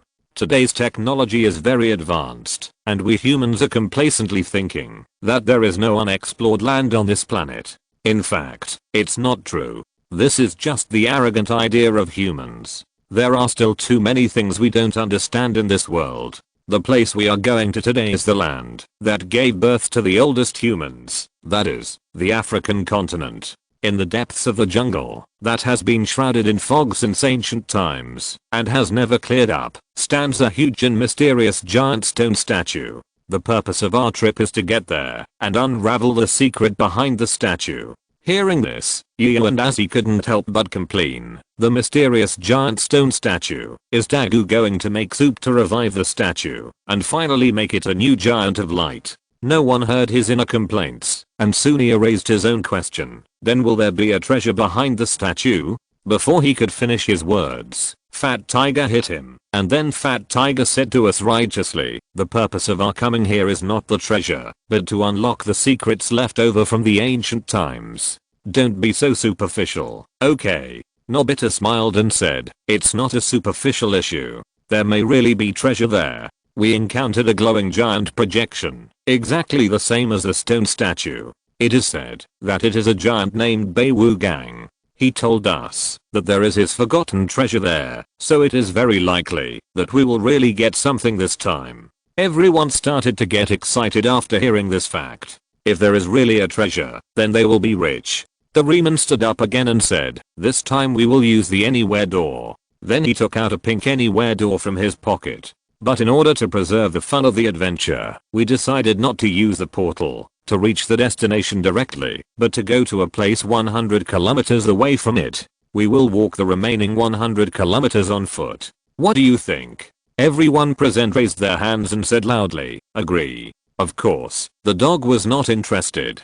After all he wanted to do now was to go back and save his people. But on the bright side, at least he was very close to his hometown, with only 100 kilometers left. He had floated tens of thousands of miles, so why was he afraid of the 100 kilometers? Thinking of this, Bien felt full of energy and just wanted to open the door and return to his hometown. Doraemon also set the destination and turned the door handle. The world behind was full of green, an endless sea of trees. The others couldn't help but rush in together, and then they were all tripped by the roots of an ancient tree. Gian and Dazi and Zyashin saw this scene from behind and couldn't help but cover their eyes. These guys they are just starting off badly. Bien also walked in with a look of loss and confusion in his eyes. Only 7 of the 10 heroes in the prophecy appeared. Why didn't the other 3 come? Was the prophecy wrong? Dazi and Zyashin finally walked into this door. No matter what, they finally set foot on this mysterious land. A new adventure has begun. Chapter 84. The worried duo. Feeling the warmth of the land, it was a softness that the cement road had never had. Similarly, it was not like the almost lumpy land on the back mountain that had been trampled by people. The forest here was dense, uninhabited all year round, and the environment was very primitive. Yu and Dazi looked around and found that every tree was covered with moss and some unknown parasitic plants. The sun seemed a bit luxurious here, only sparsely scattered in the dense forest. Most of the plants on the ground were new to them, and some of them were seen in the illustrations of Zyashin's family. He approached these plants and looked at them carefully and began to think about whether it would be feasible to transplant these plants back home. After struggling for several minutes, Nobita and Doraemon finally stood up. Looking at this sea of trees, everyone was also amazed. Moreover, the various plants and animals that had never been seen before, the novel things were challenging everyone's curiosity. After seeing that everyone had entered this piece of land, Doraemon walked to the back, put away the door, and began to lead everyone forward. It is usually very dangerous to walk in the front, because there are likely to be wild beasts or poisonous insects in the dense forest ahead. Because Doraemon is a robot, he has a certain resistance to them, so he has the ability and confidence to walk in front. If someone else were to change, the risk factor would be greatly increased. Yu and Dazi and Zyashin looked at each other. Zyashin went ahead, and he came to cover the rear. This is the safest way to do it here. Since coming here, Yu and Dazi's induction technique has not been turned off. Animals keep appearing around here, and everyone is watching carefully. There are red-headed birds, frogs and some cute apes. During this period, many people wanted to contact them, but they were all prohibited by Yu and Dazi and Emission. Because everyone has no idea whether these small creatures are aggressive or poisonous. Although they are just here to play, it is the African jungle after all, and the necessary vigilance must not be lost. Not long after, a river appeared in front of them, blocking the way forward for everyone. Just when everyone was worried, Bien on the side suddenly shouted. Everyone looked in its direction, and found a fallen tree in front of them, just across the river. Everyone cheered, not expecting such a coincidence to happen here. Dazi and Zyashin both felt something was wrong. How could a tree fall for no reason, and just happen to be here? So they both applied their induction skills to the tree trunk, and found traces of people chopping with blunt tools at the broken end. This situation was not formed naturally, which means that there were primitive people living nearby. But at least within the range of their 2 people's warning, there were no traces of humans. so there was no need to worry about being attacked for the time being, so they didn't remind them and followed everyone to the tree trunk and looked at it carefully. It was unknown how long this tree had been cut down, and it was also covered with moss. Since they didn't know how much weight it could bear, Zyadishan suggested going one at a time. However, these children had no such awareness at all, and all rushed up. Hearing the creaking sound of the tree trunk unable to bear the weight, the two of them were very worried that the tree trunk would break. Although they and Doraemon were there, they could rescue them in time even if they fell, but there was still a certain risk. In the end, the tree trunk supported it, and everyone else crossed the bridge safely. The two of them hurriedly walked up and crossed the small stream, which was not very wide. Continuing forward, the land in front was somewhat flat. There was also a small path in the bushes that was not obvious, probably because people or animals often stepped on it. Everyone walked to the path, probably because there were people here, so at least there were no poisonous insects on the road. The trees at this time were already sparse, and there were unknown red flowers hanging on them. It was a pity that there were no fruits, otherwise you and Daisuke, a foodie, would really like to taste them. Speaking of which, it was no longer Doraemon who was leading the way in front, but Bian. And as he saw that it had been sniffing the smell, probably to find the shortest way to return to the kingdom quickly, Doraemon was also following behind. Although he didn't know where Bian's destination was, he could still feel that the general direction was the old smoker jungle, so he followed it without hesitation. After walking for more than an hour, they finally had a disagreement on the road. It was too boring to walk all the time, and there was no passion for adventure. Of course, it was so safe thanks to Bian avoiding large wild animals along the way, otherwise it was not possible to solve the problem by walking alone. The first person to leave the team without permission was Shizuka. He saw a colorful flower in front of him and went up to smell the fragrance of the flower. And as he saw it and immediately wanted to stop Shizuka's behavior. But Zyadishan stopped him. It's okay, it's a colorful arrowroot, non-toxic, let her smell it. He was relieved because he had never seen this kind of flower before, so he was worried that it was poisonous. Shizuka was carefully feeling the fragrance of the flower, and then she felt something biting her skirt from behind. She turned around and found that it was a growing okapi deer. Seeing that it was an animal, Shizuka had no intention of going forward. The okapi deer saw that his prank was successful and hurried to his mother and gently rubbed his head against her neck. In this way, the mother and son gradually disappeared in the dense forest. After walking for a while, Sunia saw a big white bat with a golden hairstyle and followed it. The big bird stopped on a branch, and Sunia shouted to it, "Your hairstyle is cool." The bird just looked at Sunia in confusion, not knowing what he was talking about. Sunia did not linger, and hurried back to the team, and continued to move forward with everyone. Not long after, Fat Tiger also saw a group of monkeys, so he rushed up the tree, and stopped among them. The monkeys had never seen such a strong monkey before, and immediately surrounded him, and lay on him, wanting him to be the Monkey King. After seeing this scene, Sunia, who was below, smiled secretly and said, "This picture is really seamless." Haha. Nobita and Doraemon in front also saw the pangolin. Nobita playfully touched the big pangolin's head with his fingers, and it was immediately scared and curled up. Even the small pangolin behind it didn't want it. The small one saw that its mother didn't want it, and immediately ran to the side. And Bian stepped forward, blocked the pangolin's last retreat, and called out to it. The little pangolin was so scared that it curled up into a ball just like its mother.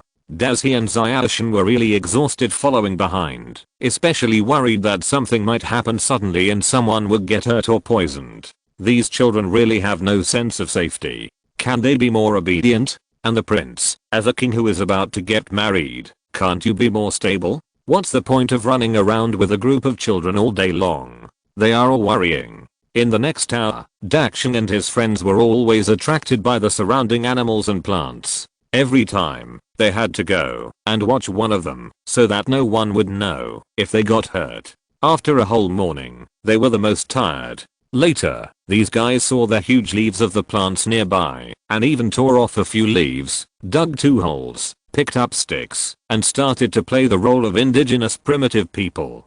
Bian also found 2 long vines and hung leaves on his neck and forehead. Dazi and Xiaoshan did not participate in the activities, but watched them from the side. From here, Yu and Dazi sensed a wild beast, only 100 meters away from here. Yu and Dazi quickly told Xiaoshan that there were wild beasts here. So when they laughed wildly, Xiaoshan used his mental power to form a barrier to prevent the sound from spreading. Yu and Dazi stood aside and used the wind to blow away the smell of everyone. Seeing that they had laughed enough, Yu and Dazi urged everyone to leave quickly. After walking a distance quietly, they saw a clear lake in front of them. This place is located in Africa, and the weather is hot all year round. So everyone got playful and asked Doraemon to take out the dress-up camera and change clothes for everyone present. Everyone changed and put on summer swimming clothes. Shizuka entered the lake first and sat on the rock to bask in the sun. The others walked to a rock above, and Fat Tiger was ready to jump from it. Doraemon saw that Nobita could not swim, so he gave Nobita a life buoy and then came to the top of the rock to look at Fat Tiger and Sunia. Dazi and Xiaoshan finally entered the lake. They were really exhausted this morning, and there are indeed no dangerous creatures here. The 2 of them entered the water after repeated confirmation. The cool feeling is really relaxing, which makes him more pleasant than the last hot spring trip, because there are no naughty kids pulling his bath towel here. He didn't rest all morning, so he can relax his mind now. Just as Yu and Dazi was feeling the long lost coolness, he was awakened by the woohoo sound of Tarzan. He immediately opened his eyes and then saw a fat man falling from the sky on the water, splashing huge water and instantly soaking the part of Yu and Dazi that was exposed above the water. Yu and Dazi closed his eyes and spit out a mouthful of water, thinking to himself, take back what I said just now. There are still many naughty kids here, and they are equally annoying. After everyone had fun, Doraemon took out the change camera again, changed us into our usual clothes, and then continued to move forward.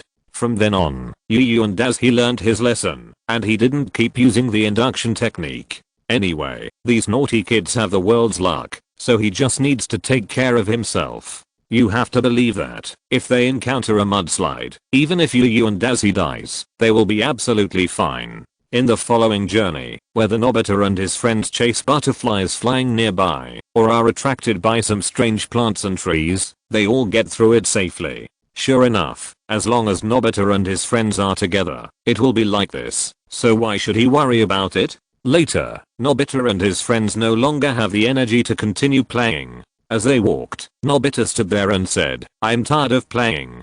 We have been walking for so long, we should have walked halfway, right? Yu and Dazi and Dekisugi hit him mercilessly. According to our calculations, we have walked about 6 kilometers now, and we have already walked 1/10 of the way. After hearing this, Nobita immediately lost all his strength and sat on the ground. I'm so tired. Thank you all for supporting me for so long. This is the last chapter. After all, it will be over in the morning, so there will be no second chapter in the morning. The second chapter will have to wait until the afternoon. Chapter 85 Life Force. Seeing Nobita sitting on the ground, Doraemon, who was walking to the front, came over to help Nobita up, then took off his hat and started fanning. The temperature here is about the temperature of late spring and early summer in Japan, and it is still very hot after walking for so long. That can't be helped. After all, the scene in the jungle here is almost the same, no matter where you go. It's just all trees. It's natural to be tired. Everyone walked forward and complained, and Sunia said the most crucial sentence. Why can't I see even a wild beast in the jungle? After hearing this, Yu and Dazi, Xiaoshan and Gao Gao, who were slightly more mature in consciousness, couldn't help but sweat on their backs. Are you tired of living? If you want to die, don't take us with you. All people who travel or live in tropical jungles are afraid of wild beasts. How many people hope to avoid them? You actually want to confront the overlord of the jungle head on. You are so powerful, why don't you go to heaven? The 3 people were crazy about Sunia in their hearts, and at the same time, hope not to encounter wild beasts. At this time, Fat Tiger came out and stopped their complaints loudly. Why are you talking so much nonsense? Look at Bian. He has been moving forward from the beginning to now, and has never given up. Can't you learn more from him? Nobita ignored Fat Tiger's complaints and suddenly shouted, "By the way, Doraemon, I remembered. Take out the anywhere door quickly. I forgot something very important. I have to go home immediately." Doraemon took out the anywhere door helplessly, adjusted the coordinates to Nobita's room, and then asked him, "What's the matter? So anxious to go back?" Nobita quickly opened the door, walked in, took out a machine from the room, and put it back in Doraemon's pocket. Then Nobita said to us, "I'm really sorry, because mom doesn't know that we have a dog, so this dog food making machine can't be seen by mom." Fat Tiger folded his hands and said very dissatisfiedly, "Really, this way there is no atmosphere of adventure at all. Forget it, let's set off now, you have missed the itinerary." Then everyone took the original road again. But the good times didn't last long. Sunir suddenly remembered that he had something to do. He immediately said to Doraemon, "Oh no, I forgot to preset the video of today's advanced French course. Doraemon, give me the anywhere door. I'll come back after I set it up." Doraemon took out the anywhere door and was about to set Sunir's home as the target. But Shizuka suddenly said, "Wait, Doraemon, I have to go back too. I want to go to the bathroom now." Doraemon had to set the coordinates of the anywhere door to the open space at the departure time, and then let the two of them go home by themselves. We had to wait for them to come back here. After waiting for more than 20 minutes, Sunir came back first, and Shizuka also returned to the team soon after. Fat Tiger saw that everyone had returned, so he said loudly to the others, "Listen here, I have never heard of anyone going back home to go to the bathroom or preset a videotape during an adventure. If anyone borrows the anywhere door to go back later, I will beat him up so as not to ruin the atmosphere of the adventure again."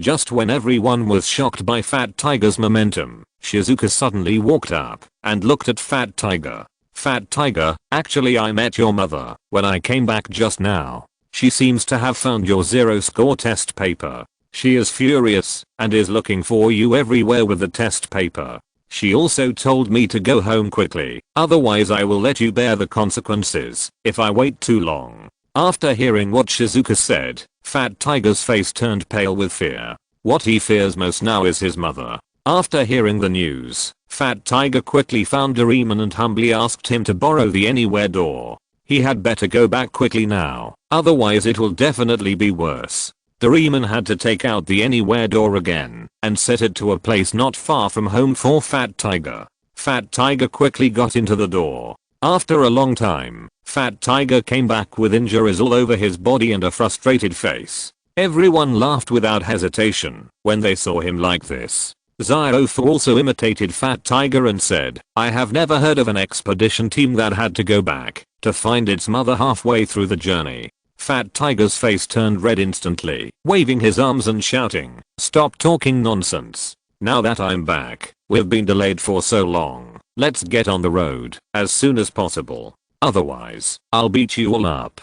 Everyone hurriedly set off. No one had the energy to observe the fresh plants or animals along the way. They walked for a long time today and everyone was very tired. Are you kidding me? We are so tired. Why does that puppy still look so energetic? Ziofu looked at Bianbian who was still rushing in front and couldn't help but sigh. And as he looked at it and thought to himself, of course, after all, he is a prince and a master of swordsmanship. How can he practice swordsmanship without some physical strength? But he was not in a hurry to expose Bianbian's identity. Anyway, it didn't matter whether he knew it or not. Just go out to play and have fun. Why be happy? Those naughty kids are out of energy, so they are happy. After a whole morning of worrying about them, Yu and Azi and Zyashin had to keep following them while watching out for wild animals. They were really worried about them. Just when he was secretly happy, Shizuka suddenly covered her stomach and said to us, "Well, it's almost time for lunch now, right? I'm a little hungry." Calculating the time, it was already past 12 o'clock, and they didn't rest much along the way, so it was indeed time for lunch. So when Shizuka asked this question, Nobita and Doraemon, two footers with poor physical strength, instantly became excited. "But we didn't bring any lunch boxes here, so are we just going to find some fruits here to eat? That's not safe." Sunir asked his own question from behind, and Dazi and Zyashin nodded. Even if it was a known non-toxic fruit, it couldn't be guaranteed to be safe. After all, who could guarantee that there was no poison on it? And hunting animals? And as he smiled, they didn't have the courage, nor were they so ruthless. According to his estimation, these people were reluctant to kill even a rabbit. It's okay, I have a way. Then he took out a phone from his pocket. Look at me, this is a delivery phone. After you call this number, any food can be delivered to any place in a short time. As soon as he finished speaking, Fat Tiger grabbed the bell on Doraemon's neck and shouted at him, "No. If you use this, and a man carrying a delivery box appears in the forest, how can there be any atmosphere of adventure? No. Give me a different prop." Everyone thought about the scene Fat Tiger described, and felt that what he said seemed to make sense. This really ruined the atmosphere. Yu and Daisuke and Emu-chan also agreed with this. Doraemon thought about it, then opened Fat Tiger's hand, and said with a smile, "No problem, leave it to me." Then he fumbled out a small box from his pocket. Plant transformation kit. With this, you can transform plants to get the food you want. After the introduction, the blue fat man looked at everyone. "Well, now please tell me what you want to eat." Nobita, "I want curry rice." Shizuka, "I want pancakes." Sunia, "I want crab fried rice." Fat Tiger, "I want ramen." Izuki, "Sushi set is ready." Gian and Eiji, "Just the same as Izuki."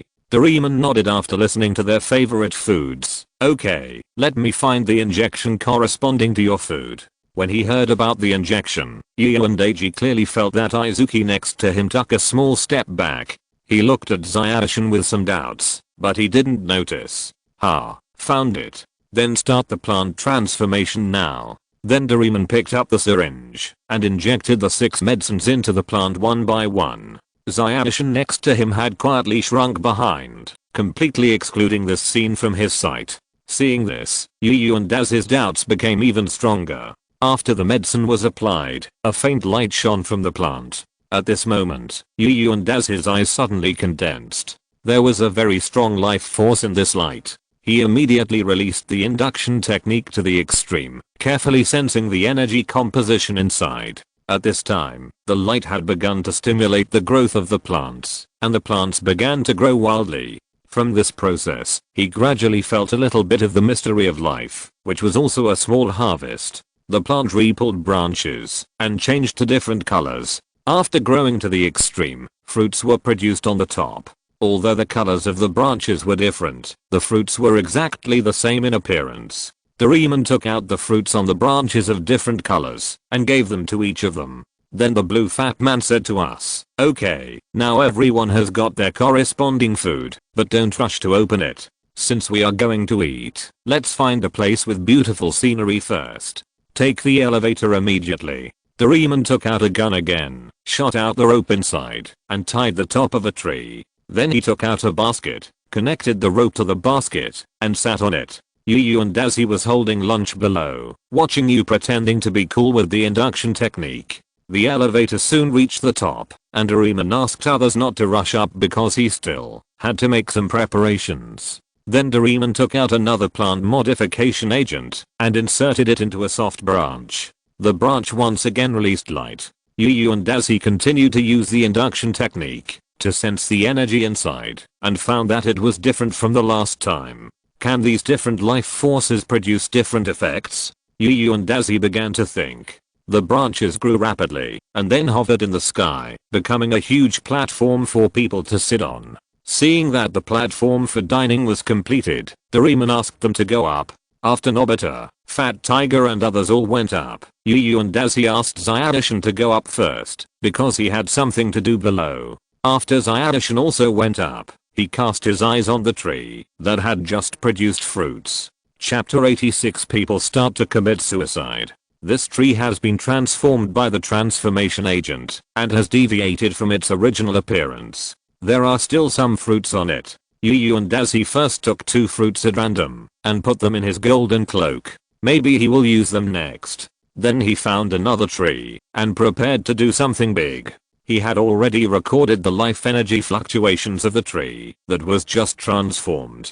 Now he used magic to activate the life pattern, simulated the energy just now, and injected it into the trunk. Soon, a faint light came out from the trunk, and then it began to grow wildly. In less than a few seconds, it became the same as the tree that was transformed by the potion just now, with new branches, flowers, and fruits after the flowers fell. Yu and Dazi gently picked the fruit and opened it. Inside lay 2 muffins with honey and jam. He leaned in and felt it carefully. Not only was it fragrant, but it was also hot. This is too unscientific. It can actually produce muffins in plants. It's okay to produce muffins, but it's still hot. He looked at the fresh muffins borne in his hands and complained fiercely. But if you think about it carefully, both me and Doraemon seem to be very unscientific. When you think about it this way, it suddenly becomes very scientific. Yu and Dazi thought, while burning the pancake in his hand to ashes. Just as he was complaining, the basket of the elevator had come down, and Doraemon on it began to call him back to the tree and prepare to eat. Yu and Dazi didn't hesitate much, got on the elevator and went up. At the same time, he carefully felt his own state. Just in those few tens of seconds, I consumed the magic power of 4 talismans and 20% of my mental power. It seems that it is still a bit difficult to eat fresh pancakes in the wild. Soon after, the elevator also reached the top, and Doraemon stretched out his chubby hand to pull him up. Yu and Dazi was a little excited to hold Doraemon's hand. After all, this was the first time he held Doraemon's hand since he came here. His hand was as soft as Yu and Dazi thought. At the same time, when he grabbed him, Yu and Dazi felt that his hand seemed to be stuck. It seems that this is why he can pick up props at will. With his help, Yu and Dazi came to the top of the round restaurant, which was already full of people. He sat next to Dekisugi and opened the fruit shell in his hand. Inside was a sushi set. There were 2 sets of shrimp sushi, eel sushi, sea urchin sushi, tuna sushi, and salmon sushi, a total of 12. Yu and Dazi picked up the salmon sushi and put it in his mouth. The taste was better than what he had eaten in the restaurant before. Everyone had picked up their lunch and started eating. Everyone ate while watching the scenery. Nobita took out a fresh ham sausage, peeled it and handed it to Gian. The little dog ate it with relish. Yu and Dazi couldn't help but sigh. The former prince felt at this point and ate these foods that he used to disdain. It was really fate. In history, the winners are kings and the losers are bandits. Who cares what the loser will end up like? Fat Tiger ate ramen and couldn't help but sigh that this ramen was really delicious. Better than any ramen he had eaten before. Everyone smiled. Sunir agreed. That's right. Eating such delicious ramen in the jungle of Africa and looking at such beautiful scenery is really worth the trip. Doraemon also added, and it can make Fat Tiger calm down. That's great. Everyone smiled and looked at Fat Tiger. After eating almost everything, Gian stood up, looked into the distance, and then shouted hard in one direction. Everyone followed Gian's gaze and looked over. In the distance was a circular stone mountain with no green on the cliff. The top of the mountains was not exposed, but connected to the sky, covered by layers of clouds, making it impossible for everyone to spy outside. Everyone also put down their food and stood up, shouting excitedly at the sky in the distance. Is that the old smoker jungle? Great, the legend is true. Wait, we will be there soon. Then we will definitely be able to solve the secret of Beiwu Gang's treasure. Yu and Dazi also stood up. The height of this tree is enough to look down on the forest. Standing here, you can really see far away. He moved the sky and let a breeze blow. Standing on it and feeling the breeze on his face was his favorite thing in his life. Everyone looked into the distance fearlessly, letting the wind mess up their clothes and hair, and raise the spoons in their hands. Go to Beiwu Gang's treasure at full speed. Then Doraemon took everyone down one by one and started the afternoon journey. But what Yu and Dazi didn't expect was that the power he had just accumulated was actually used up in just 1 hour. Everyone's face gradually showed fatigue, and there was a trace of boredom. Because no matter where you go, there are trees, it is indeed easy to make people tired. At this time, Sunir said, we have basically experienced everything today, except for the wild animals in Africa. Doraemon, can you make the wild animals appear? Doraemon also felt that such a monotonous journey was a bit boring, so he nodded and said, of course it's no problem for such a small thing. Watch me.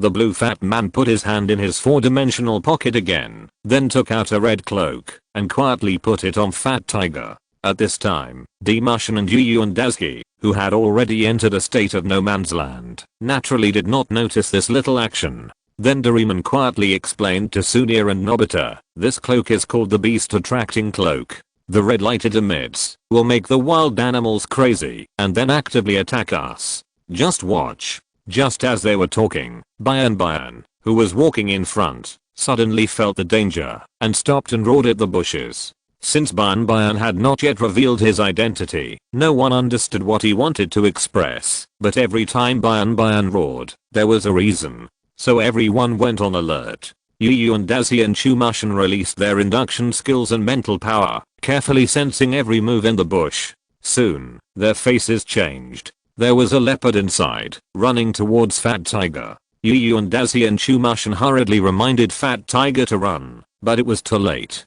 As soon as the voice fell, the leopard flew out of the bush and pounced on Fat Tiger, who was still in a daze. Fat Tiger came to his senses and was so scared that he hugged his head and squatted down. The leopard's claws brushed past Fat Tiger's head, narrowly avoiding this fatal blow.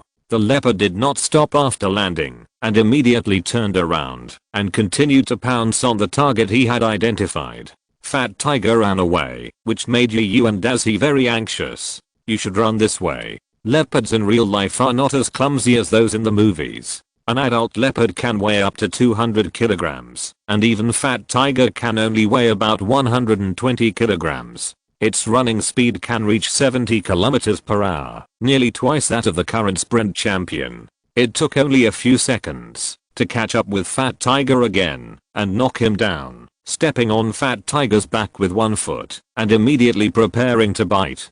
Daisuke and Zayashin were ready to expose their abilities to save Fat Tiger. Just as they were about to do it, a meatball flew into the leopard's mouth. It chewed it humanely, and the style instantly became Q version. Great, I finally caught up. Fortunately, I didn't put Momotaro meatballs too far away, otherwise it might really be an accident. Doraemon wiped the cold sweat from his head and said to Fat Tiger. Nobita and the others also came over to touch the leopard's body, and Nobita even rode on it. Daisuke and Zayashin also went over to touch it. After all, it was almost impossible to get so close to a leopard in Japan. What no one expected was that the leopard actually avoided them. Although the leopard has become docile, it has already instinctively sensed that these two guys are very dangerous, so it doesn't want to be touched by you. Fat Tiger didn't appreciate it at all and ran to the side and said to us loudly, "Who asked you for help?" "Just now, I was planning to." Then Fat Tiger looked around and saw a thick brown wooden stick on the ground, so he picked it up. "I plan to pick up this stick and hit him on the head and then do this, that." Fat Tiger was still immersed in his own fantasy and didn't notice that everyone's eyes became terrified. I saw that the wooden stick he picked up became soft, and then a huge snake head stretched out from it and looked at him with an expression on his face as if saying, "What's wrong with you, little brother?" Fat Tiger finally realized that something was wrong, looked up, and faced the snake head. The three parties present were silent for a few seconds. The python's body quickly wrapped around Fat Tiger and then began to shrink rapidly. Doraemon hurriedly looked for props. Yu and Daisuke saw that the python had shrunk its body to a certain range, and Doraemon had not found the props yet, so he had to take action. Although under normal circumstances, pythons subdue their prey by squeezing their bodies, forcing the prey's heart to stop blood flow, causing blood to stop flowing and causing death. However, a python of this size, let alone a child, even an adult, would definitely not last more than 10 seconds under its squeezing, and would die due to broken bones. When Doraemon finds the props, even if it is subdued in time, it will cause serious damage to Fat Tiger's body. Yu and Daisuke immediately use the most effective method, using soul interference to block its control over the body, so that it could no longer continue to compress its body. Doraemon finally took the belated shrinking light, and before Doraemon turned it on, Nobita suddenly reached out to Doraemon and said, "Hey Doraemon, let me try this time." Doraemon gave the shrinking light to Nobita, and Yu and Daisuke was speechless. At such a dangerous moment, you are still playing games here. If it weren't for me, Fat Tiger might be dead. Do you know? Nobita turned on the shrinking light, and the python shrank along with Fat Tiger. And as he also took the opportunity to remove the soul interference, Dakshin picked up the python and put Fat Tiger down. The python saw that it had finally regained control of its body. Although it didn't know why it became smaller, it still crawled away quickly, and it didn't want to stay even a moment longer.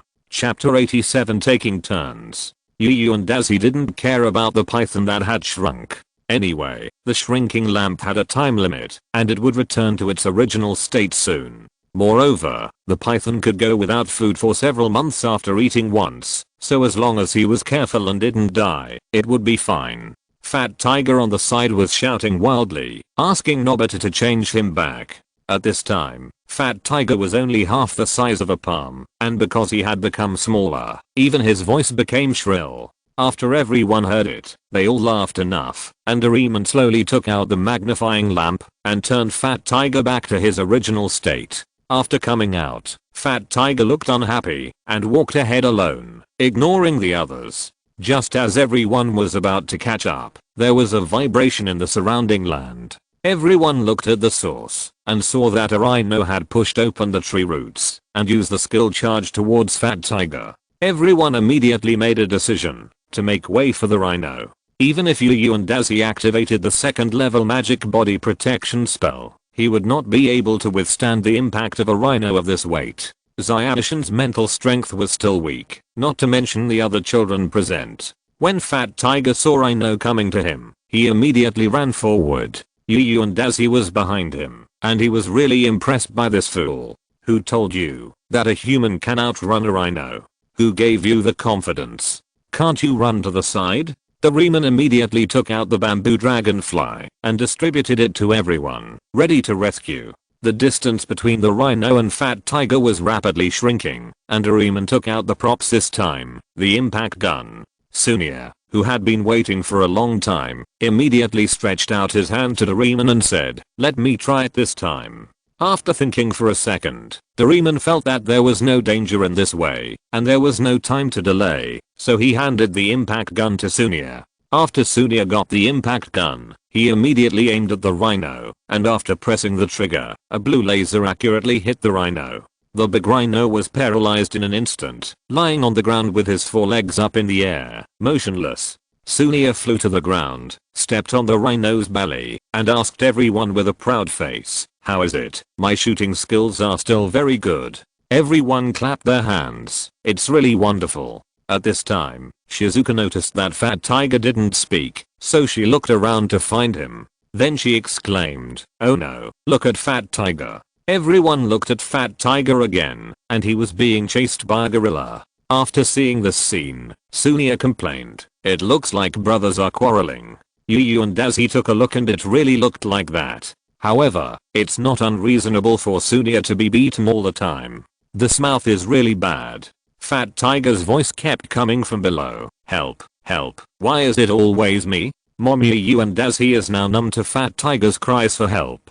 Being chased like this, but not dying no matter what, he really has the aura of a protagonist. Everyone accelerated the bamboo dragonfly again to catch up. At this time, Doraemon took out a pair of Superman gloves from his pocket and handed them to Shizuka. "Shizuka, do you want to try it?" Shizuka hesitated for a moment, then thought, since others have tried it, why not try the feeling of the future props herself? In the end, she didn't resist the temptation and took the Superman gloves from Doraemon and put them on. After doing all this, everyone flew aside and watched. Shizuka flew between Fat Tiger and the gorilla, stopped the gorilla, and said to it, "Sorry, Mr. Orangutan, your opponent is me." Although the gorilla didn't understand what she said, it was even more angry that a female dared to challenge its authority. The gorilla began to wave its hands wildly, trying to tear Shizuka into pieces. Shizuka dodged left and right in the air and didn't forget to use her hands to block the lifted anti-gravity skirt. After seeing this scene later, everyone applauded for Shizuka. This scene of Beauty and the Beast was really wonderful. Then it was not over yet. Seeing that he could not defeat the girl after a long time, the gorilla was very angry. He jumped with all his strength, trying to kill her by holding her in his arms. but Shizuka had already flown to a higher place with a bamboo dragonfly and dodged it nimbly. Because of its own weight, the gorilla had a huge impact when it fell to the ground. Everyone clearly felt the ground shaking, and the gorilla also fell into a short dizziness. Taking this opportunity, Shizuka flew down and grabbed the gorilla's feet. The gorilla finally woke up from the dizziness and found that the female creature was between its feet. Seeing that she seemed to be pretty, it couldn't help but have wild thoughts. At this time, Shizuka smiled sweetly and said, "I'm sorry, Mr. Orangutan. I'm sorry to wrong you for a while." The gorilla immediately felt something was wrong, and then his body suddenly became airborne and began to fly in circles around the girl who looked very weak. During this period, her silver bell-like laughter was also heard, but it was a pity that it was not in the mood to appreciate it. Not long after, the grip on its legs suddenly disappeared, and it flew out directly due to inertia. In the air, it covered its face and recalled its life, thinking that its life was over. However, unexpectedly, it was caught by someone when it landed. It couldn't help but open its eyes to see which angel it was. But unexpectedly, after opening its eyes, it saw that beautiful smile again and heard her say welcome back. Although I don't know what she said. Anyway, just run. So the gorilla bounced off Shizuka's hand and ran away at the fastest speed in his life. Looking at the gorilla's back, Shizuka smiled and said, "Don't do bad things casually in the future, Mr. Orangutan." After hearing this, the gorilla didn't even look back, but ran faster. Everyone pointed at the gorilla's back and laughed without hesitation. What danger? Go to hell. At this time, Fat Tiger, who had already climbed up a tree, was trembling. The African jungle is so dangerous. I want to go home, Mom, but unexpectedly, although he had climbed up the tree, he did not take off the cloak on his back. So naturally, he attracted a lot of monkeys living in the tree. Seeing the fierce size of the monkeys nearby, Fat Tiger wanted to fight to the death with the other side. But seeing that each of the monkeys on the other side was almost as tall as himself, forget it, he can't afford to offend. Running away is okay. So Fat Tiger climbed up and jumped off the tree again, shouting for help at the same time, followed by a large group of monkeys. Seeing this scene, everyone knew that the work was coming again. Doraemon calmly took out an air cannon and handed it to Zyashin. Zyashin saw that everyone was playing, and he was also curious, so he took the air cannon and put it on his hand, aiming at the monkeys behind Fat Tiger. After each shot, a group of monkeys fell down. In less than a minute, most of the monkeys were cleared, and the rest had already scattered. Zyashin returned the air cannon, while Nobita, Sunia and Shizuka on the side began to praise Zyashin's shooting skills. Zyashin just touched his head and smiled and said it was nothing. It was because the other party didn't run around. Everyone here was having fun, but Fat Tiger didn't know and continued to run forward. Doraemon also felt that he had played enough and it was time to take back the cloak. So they continued to chase Fat Tiger, preparing to take off the cloak when he was not paying attention. At this time, Fat Tiger had already run to the river in one breath. Finally, he had time to look back and found that the animals behind him had not caught up. He breathed a sigh of relief and sat on the ground. Before he rested for long, Fat Tiger saw everyone approaching in the sky. When he was about to stand up and wave to them, there was a sound of water splashing on the ground. He turned his head mechanically and saw crocodiles behind him, staring at him covetously. Fat Tiger knew that he was about to start a new escape life, so he quickly got up and continued to run, but he was horrified to find that his pants were bitten. Doraemon saw that Fat Tiger was once again caught up by the beast, but with the experience of this afternoon, Doraemon said that he behaved dignifiedly and was not panicked at all. He took out the wind god fan from his pocket slowly and handed it to Yu and Ashi. Yu and Ashi said nothing, and after taking the prop, he approached the crocodile group from the side. He aimed at all the crocodiles in a direction that would not hurt Fat Tiger and fanned hard. In an instant, a huge storm arose on the river, blowing all the crocodiles away. Fat Tiger saw that there was no threat around him and sat down on the ground dejectedly. Everyone hurriedly flew over to comfort him, and Doraemon took the opportunity to take back the cloak. This matter must not be known to him, otherwise he would definitely be furious. Everyone also tacitly did not mention this matter, comforting Fat Tiger's injured heart. After Fat Tiger was almost calm, we looked at the sky. At this time, the light of the setting sun had already fallen on everyone, and everyone felt that it was almost time to go back. After confirming that everyone wanted to go back, Doraemon took out the anywhere door and recorded this location, planning to continue the adventure tomorrow. Then he adjusted the coordinates to the open space, opened the door and let everyone go back one by one. I'm back. Doraemon raised his hands high after returning, very happy. Sunia also put his hands behind his head and said, "Today is really fun." Dazi and Zyashin also nodded. Today was indeed mainly for fun. Shizuka also said, "I have never had this kind of experience. Is this an adventure?" Nobita walked up to Shizuka and said, "Of course, if you want, we can go to many places for adventure in the future." After that, Nobita looked at Shizuka with a smile. Shizuka blushed and smiled back at Nobita. And as he sniffed at the side, and there was a sour smell in the air. Just when the two were enjoying each other's company, a roar from behind ruined the atmosphere. What kind of adventure is this? What kind of Africa is this? Fat Tiger slammed the portal shut and said loudly, "This is so boring. I will never play such boring games again. Looking for non-existent treasures, looking at old stone statues. Don't mention such things again." Then he went home. Looking at Fat Tiger's receding back, Zyashin began to wonder if he had gone too far today. But the others didn't care. Forget it. We had a lot of fun today anyway. Everyone went home with a smile. And as he also patted Zyashin on the shoulder to indicate that he should go back. Chumashin nodded and then followed Yu and Dazhi. Only Bayan looked at Fat Tiger's receding back, his eyes full of worry. Chapter 88. It's time to leave. On the way home, Demishin asked Yu and Dazhi, "Did we go too far in treating Fat Tiger like this?" Dazhi thought about it and shook his head. "No. Although we did scare him today, his life will not be in danger with us here. So this is just a joke. You don't have to take it to heart. And think about how he usually treats Nobita and the others. Every time he beats Nobita and the others with his fists, forcing them to accept their shortcomings. This time, just treat it as retribution for what he usually does." After hearing what he said, Zyashin was silent for a long time, nodded and said nothing. When they got home, their parents had prepared a sumptuous dinner at home and were waiting for them to come back. They were surprised to see these dishes, because the last time they made such good things was when Yu and Dazhi came to Zyashin's house. "Is there something good this time?" Dazhi and Zyashin sat down in their original seats and exchanged glances to ask each other if they knew about this matter. The adoptive mother came over and handed them a glass, then filled it with juice, and then filled the cup on her seat. The adoptive father poured sake into the ceramic cup in front of him, raised the glass, and said to them, "Come on, everyone raise your cups. I'm going to announce something now."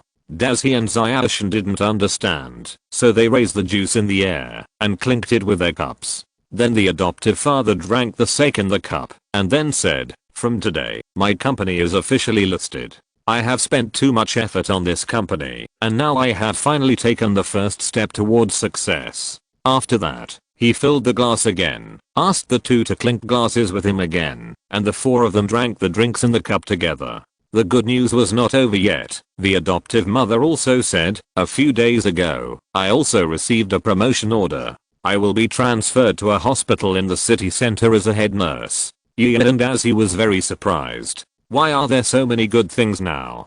He looked at Zyashin, but he was not happy at all. And as he was very strange. Obviously, all good things were good. Why did he suddenly become a bitter face? Then he turned to look at his adoptive parents, but found that they did not look excited, but had some apology in their eyes. After a moment of silence, his adoptive father spoke, "Because we both have our own things to do in the future, I cannot leave easily after the company goes public. And my mother is now transferred to a distant place, and she may not be at home usually, so you two must pay attention to safety at home.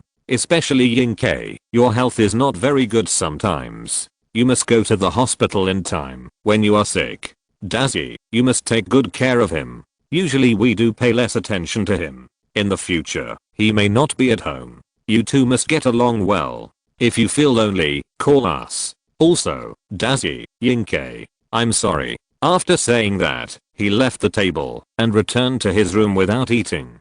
Chumashin did not want to eat either and returned to his bedroom alone. Now only Yu and Dazi and his adoptive mother were left at the table. Seeing this scene, his adoptive mother sighed and left the table. Yu and Dazi looked at the table full of food and lost his appetite. After playing all day today, hearing this news, when he returned home, no matter who it was, it would not be easy.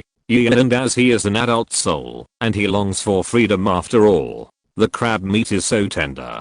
Without parents, it would be good for me. Sushi is also good, which is a good thing.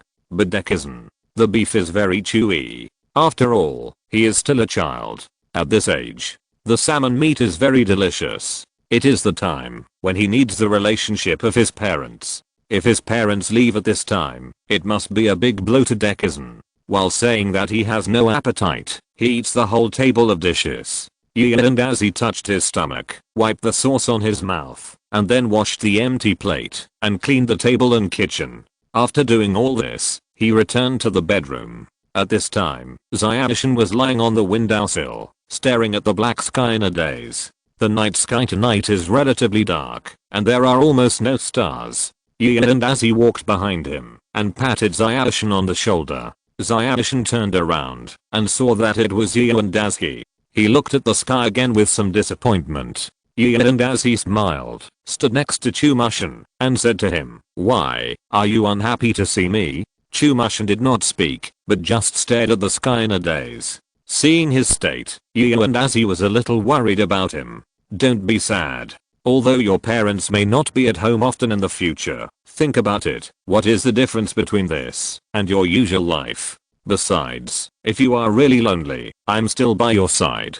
I know this very well. Zyadishin turned her head and looked at him calmly. When my father agreed to keep you, I guessed that he would make this decision. He has always been worried about the company's affairs, but he is also worried about me. Since you are here to accompany me, he can run the company with peace of mind. Otherwise, why would he adopt a child of unknown origin? And as he was a little surprised. He didn't expect Zyadishin to have known it for a long time. Then you are mentally prepared. Why are you still so sad? Chumashin lowered his head. I don't know. I feel sad whenever I think about being separated from them. Don't worry, I will be with you. Chumashin was silent for a long time before he gave his pinky to Yu and Dazi. You said it. Don't regret it. Yu and Dazi smiled and hooked his pinky with his. Don't worry, a gentleman's word is as good as a horse. People in the dark world cannot make promises easily. Everything that is said will be witnessed by heaven and earth. The two made a vow without knowing it. After making a vow, they will be bound by themselves and cannot break their vows. After getting Yu and Dazi's guarantee, Chumashin felt much better and then said, I'm hungry. Is there any more food next? Yu and Dazi thought about the 5 people's dinner that he had already finished and shook his head. The smile that finally appeared on Chumashin's face disappeared just like that. Yu and Dazi took out the golden cloak. Do you remember the fruit tree I picked today? Zyadishin nodded. He still remembered this subversive thing. He put on the golden cloak and stood up, saying to Zyadishin, come, let me show you a magic trick. Now is the time to witness a miracle. Then he took out 2 coconut-like fruits from the cloak and handed them to Zyadishin. Demishin recognized that this was the fruit for lunch today and immediately opened it. Inside lay 2 muffins drizzled with honey. Then, I'll start eating. After reciting the words that must be said before every meal, Zyadishin prepared to pick up the chopsticks and prepare to eat. Wait, where are my chopsticks? Zyadishin moved his empty right hand and looked at his dinner helplessly. Seeing this, Yu and Dazi had to use magic to activate the element rule pattern, and the ice element gathered in his hand to form 2 knives and forks. He also used temperature to fix the surface temperature of the knife and fork at 30 degrees Celsius, while the core remained below 0, and then handed the knife and fork to Zyadishin. With the magic power he injected, it will definitely not melt within at least 10 minutes. The other lunchbox contained ramen. Yu and Dazi thought about it and decided that, since it was already out, it would be a waste not to eat it. After his body was strengthened by the power of nature, he was very good at digesting food. so it was no problem to eat a little more. Moreover, this world should not let down the food, so he followed the same method and made another pair of chopsticks and once again fought against the ramen. After eating the ramen, Yu and as he drank the soup, and then even the chopsticks were not spared, stuffing them into his mouth, and then he was satisfied. Then he took the remaining fruit shells and knife and fork from Zyashin, cast the fireball spell to burn them into ashes, and finally sprinkled them into the potted plants in the bedroom as fertilizer. After doing all this, Yu and as he clapped his hands in satisfaction, making the best use of everything. After solving the problem of dinner, Zyashin picked up a book that he had read a long time ago and read it again. Dazzy also sat next to Zyashin and found a book to read with him. Yu and Dazzy, you ate all our dinner. Get down here and make it again. The roar from below shook the whole house. Yu and Dazzy quickly dropped the book in his hand and ran downstairs to start cooking. After everyone fell asleep, a small shadow ran out of the window of Dakshin's house, jumped from the roof to the ground, and then ran to the street. After stopping there for a while, it sniffed the smell and ran in one direction. At this moment, Fat Tiger had fallen asleep, and the quilt and pillow were kicked everywhere. A white figure came in, covering his nose with disgust. This guy's feet really stink. He casually found a pen and paper on the desk and drew a crude map on the paper. He picked it up and looked at it. After confirming that it was correct, he nodded and hid aside. After a while, a green light shot into the air, and the shadow of Baywood Gang appeared again in this ordinary town, and the elemental vortex it brought up blew the nearby books into a mess. Fat Tiger was sleeping soundly when he suddenly heard a powerful voice calling him from outside. He slowly opened his eyes and saw a giant figure with a dog's head and a human body standing in front of him. He had never experienced such a scene before. He was frightened and crawled backwards immediately. After being trapped in the corner, he pointed at the shadow in horror and said, Don't come over. Why are you looking for me? Bayan controlled the shadow from behind and said, You agreed to go on an adventure to Africa, but you stopped because you suffered a little setback. Is this what you call the spirit of adventure? With such a cowardly performance, can you still be considered a man? A real expedition team will be heroes who dare to try their best to jump over the abyss ahead. Fat Tiger was obviously not confident enough, because I think this is boring. The stone statue immediately retorted, This is not boring at all. Baywu Gang's treasure has been sleeping for endless years. Don't you cherish an opportunity in front of you? You are the warriors I chose. Go, brave boy, take this treasure map and get Baywu Gang's treasure with your own hands. The shadow gradually dimmed, leaving only a piece of paper with a map drawn on it. Fat Tiger held the paper and repeated his words stupidly. Then he became confident. Don't worry, I will solve the mystery and get the treasure through my own efforts. Bayan in the shadows finally breathed a sigh of relief after seeing what he said and quietly left Fat Tiger's room while he was not paying attention. Walking on the street, Bayan greedily breathed in the fresh air. Fat Tiger's house was so smelly that he almost fainted. If you're listening to this novel on a channel other than Fanfic World, it means they downloaded and uploaded it without effort. We cordially invite you to visit our channel, Mundo Fanfic Novelos. There you'll find the original version of this story and you can explore many other novels of various genres. We're waiting for you to immerse yourself in a world of incredible novels. Chapter 89, The Nature of Humanity. The next morning, Yu and Dazzy got up at 6:30 as usual. The weather had been very cold recently, and he gradually began to struggle with his biological clock. However, Yu and Dazzy's willpower in this regard was far superior to that of ordinary people, and he still turned on the computer successfully. He changed his clothes and sat on the roof. The weather had turned cold, and a gust of cold wind blew, making him shiver. Finally, Yu and Dazzy couldn't help it and used the temperature rule pattern to make the temperature here suitable for thinking about life. After thinking for a while, he immediately jumped up from the roof and returned to the room to wake up Chumushin, who was still sleeping. Because his induction technique sensed that his adoptive parents were packing up below, they would probably leave soon. So Yu and Dazzy woke Zyashin up and went to have a good chat with his parents. Zyashin didn't even change his clothes and hurried downstairs and threw himself into his parents' arms. Chumushin's parents gently touched his head and talked about some things that they couldn't let go. Yu and Dazi listened, most of which were instructions related to life, and words like getting along well with Yu and Dazi. Seeing that they were almost done talking and about to leave, Yu and Dazi also walked over to say goodbye to them. Parting is always inevitable. When the parents closed the door, Zayanshin was still a little disappointed. Yu and Dazi put his hand on Demishin's shoulder. Let's go and have breakfast. He was no longer frowning and went to have breakfast with his roommate. This time, the parents left them a lot of pocket money when they left, which seemed to be to compensate the two children.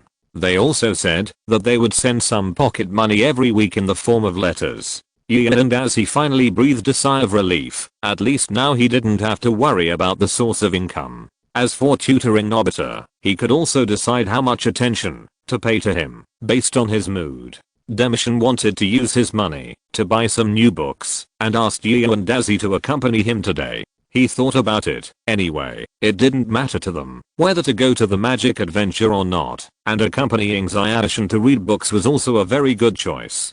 But just as the two were about to go out, Fat Tiger's voice came from outside. Hey, Chumushin, Yu and Dazi. Let's go on an adventure in the African jungle today.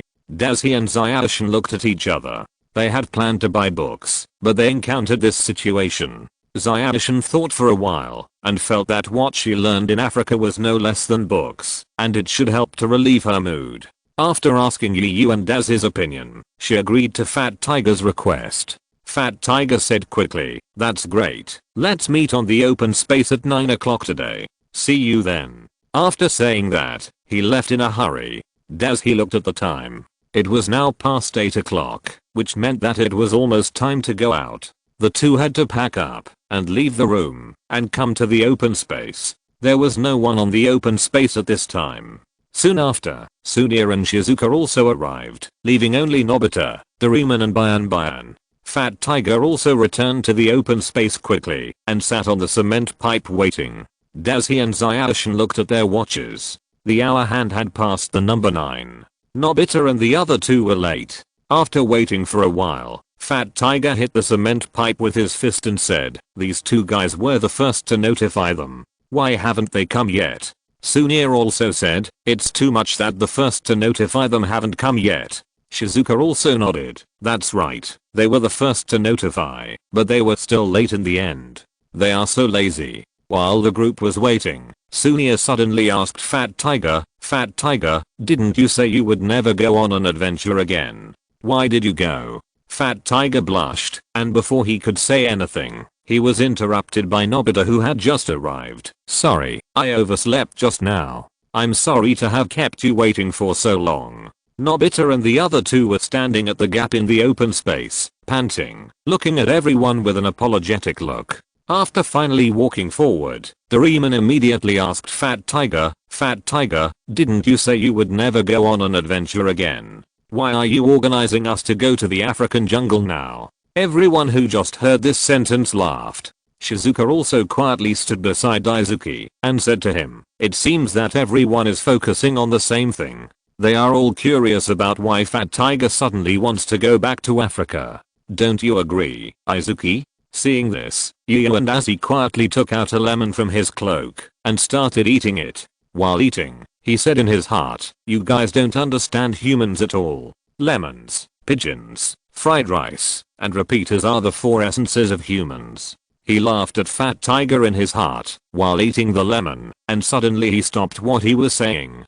Because Yu and Dazi suddenly found that the golden lemon in his hand seemed to be one of the 4 essences, and he immediately fell into deep thought. Regardless of the 4 essences that had been gathered here, Fat Tiger took out the map in his pocket and showed it to everyone. "That's because I received such a map last night. It was given to me by the legendary god Lord Beiwu Gang himself. Besides, exploration is not about giving up when encountering a little setback. A real expedition team dares to try their best to leap, even if there is a bottomless abyss ahead. This is exploration. This is heroism." Everyone heard Fat Tiger's impassioned speech and wanted to see if Fat Tiger was replaced by aliens. Is this the manuscript that Fat Tiger should read out? Director, you got the wrong script. Seeing that they didn't speak, Fat Tiger cleared his throat and continued, and Beiwu Gang's treasure has been sleeping for endless years. Now that it is placed in front of us, shouldn't we cherish it? We are all warriors chosen by the god Beiwu Gang. This map is the best proof. Everyone took the paper from Fat Tiger and began to study this so-called treasure map. Although they thought it was a bit suspicious to see a map from ancient times drawn on a piece of paper with a gel pen, since Fat Tiger decided to go back for the adventure, no one said anything. Only Yu and Dazzy went over to look at the map, and after a while he said, "The god you mentioned has poor drawing skills, but it's barely passable." He took the opportunity to take a closer look at Bayan and found that Bayan blushed and stuck out his tongue. Yu and Dazzy chuckled. This crudely made map was indeed made by Bayan in a last-minute rush last night. The drawing was really not very good. Doraemon also took out the hat from his pocket and put it on himself, and then took out the door. Since everyone wants to go back for the adventure, let's continue the adventure from where we came back yesterday afternoon. No one raised any objections to this. Just when Doraemon was about to open the door, Fat Tiger suddenly raised an objection. "Wait, Doraemon. Take out your bamboo dragonfly, air cannon, impact gun, shrinking lamp, Momotaro balls, Superman gloves and wind god fan." Doraemon didn't know what Fat Tiger wanted to do, but he still took out all the props Fat Tiger mentioned and put them on the ground.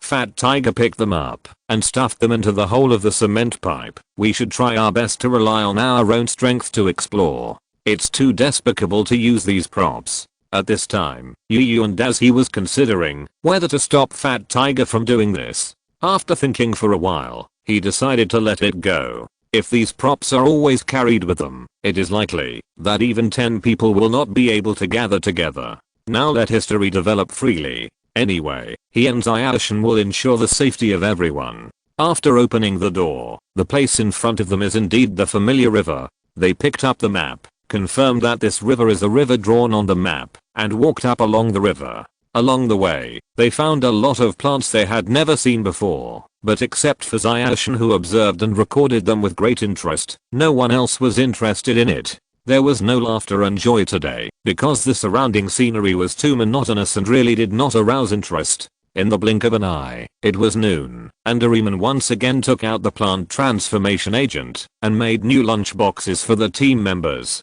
However, there was no restaurant this time, and all the remaining lunch boxes were taken by Fat Tiger, who said that he was not full at all and wanted to eat more. So this time, Yu and Dazzy had no chance to get the remaining lunch boxes, which made him a little regretful. Originally, everyone wanted to wait for Fat Tiger to finish eating before setting off, but Doraemon suddenly had a flash of inspiration and took out a ship from his pocket. He took out a ship.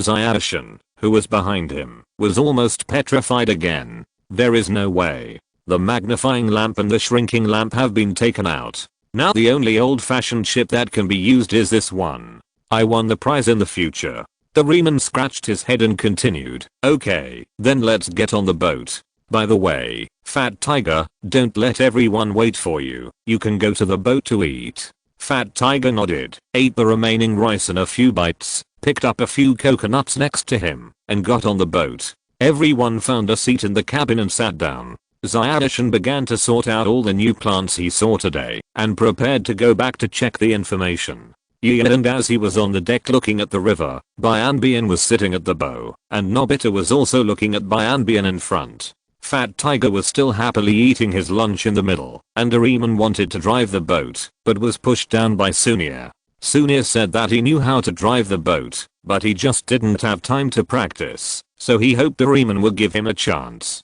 Seeing that he was so excited, Doraemon gave him the helm and returned to the deck to stand with Nobita. Only Shizuka stood at the stern, silently admiring the scenery. The temperature in the tropical jungle today was not very high, and the sun shining on him made Yu and Dazzy feel warm.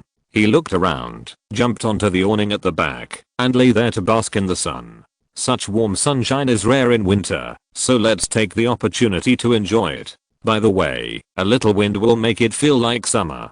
Shizuka stood at the back, looking at the slightly turbid river water behind her, listening to the sound of the wind blowing the leaves around her, and thought silently in her heart, such a harmonious picture, but I can't feel at ease. There is always a sense of crisis, that something might happen at any time. Chapter 90 Best Actor Award Nomination Fat Tiger. At this time, Fat Tiger had finished 3 box lunches. He looked at the empty shells, and touched his stomach with satisfaction. Then, he fell into emptiness, not knowing what to do next. Fat Tiger suddenly thought that, since there was nothing to do, why not try to be a captain? So he wanted to go to the cabin. Sunia was humming a little song in the cabin, and said at the same time, I don't know how to describe this feeling. I feel like I have become Livingston. A boy in an orange long-sleeved shirt appeared from the door at the back, and said to Sunia with a smile, Sunia, you have been driving since the beginning. You must be very tired after so long. How about I take over the driving? Sunia turned around and said, it turned out to be Fat Tiger. Then he waved his hand with a look of disgust. Forget it, it's too early for Fat Tiger to want to drive this ship with his IQ. Something will definitely happen. Fat Tiger's smile froze on his face, and he walked over and knocked Sunia on the head with a fist. The sound was heard clearly by everyone outside. Sunia had no choice but to walk out of the hatch slowly with a cartoon-like big bag on his head. Yu and Daisuke, who used the induction technique to check the situation, nodded with satisfaction. At the beginning, he wanted to try whether Sunia would have a cartoon-like big bag on his head. Unexpectedly, he forgot about it, and you still didn't avoid it. Fat Tiger stayed in the cabin with satisfaction, steering the boat, and continued to sail on the river. Seeing a big rock on the river, Fat Tiger quickly turned the rudder. A big rock is found ahead. Emergency avoidance. The boat drew an arc and bypassed the rock. How is it? My driving skills are not bad. Fat Tiger in the cockpit was asking everyone proudly, hoping to hear everyone's praise. But there were so many people on the boat, no one paid attention to him. At this moment, Doraemon, who forgot to close the anywhere door, did not realize that his anywhere door had been moved. Not only that, Mr. Shensheng is now using a saw to disassemble the anywhere door. While disassembling the pieces, he said, people nowadays really have no sense of public morality. They litter all day long and don't think about the feelings of the residents nearby. Phew, finally finished.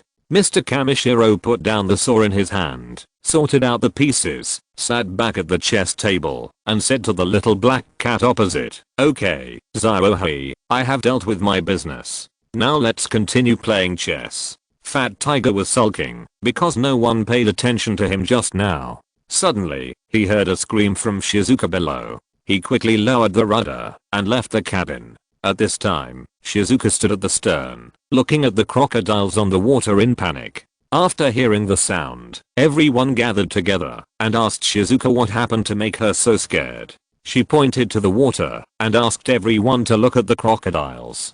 Doraemon was panicked at first, and then relaxed. It's okay, Shizuka, our ship is big and strong. As long as the ship doesn't sink, the crocodiles can't get up. Everyone also breathed a sigh of relief. It's better to have less dealings with crocodiles. Although Yu and Daisuke was not afraid, it was better to do less than more, so he would save as much magic power as possible. Moreover, he had planned to advance last night, but he forgot about it because of the incident with Demushin. So now he had to reduce the number of times he used magic power to keep himself in peak condition. As long as the time was right, Daisuke would immediately break through and become a 3rd level elite magician. Fat Tiger also came to the stern, and he was no longer afraid after hearing what Doraemon said. He remembered the fear of being dominated by the crocodile yesterday afternoon, so he said, everyone, watch me. He picked up the coconut shell left after dinner and aimed it at a crocodile in the distance. And as he suddenly remembered that the current driver seemed to be Fat Tiger. If he left, who would be left in the cockpit? He quickly turned on the induction technique and found that there was indeed no one in the cockpit. His heart sank instantly. Without hesitation, and as he used his strange strength technique, picked up Zairohi and said, I'll take you to the cockpit, you go to the helm. Then, he increased the magic output and threw Zairohi up. Dekisugi reacted very quickly. When he was thrown into the air by Daisuke, he had already adjusted his position with his mental power so that he could enter through the window. Before Yu and Daisuke could breathe a sigh of relief, the floor of the ship trembled. He stuck his head out to the side and found that there was indeed a big hole at the edge. Yu and Daisuke's reaction was too late. He should have thought that the ship sank because Fat Tiger ran out secretly. Doraemon immediately took out the planks and nails and returned to the cabin, trying to repair the cabin. Yu and Daisuke grabbed Fat Tiger by the collar, pulled him in front of him, and looked at him with a gloomy face. Don't you know that as a helmsman, you can't leave the cabin at will, even if we are all going to die?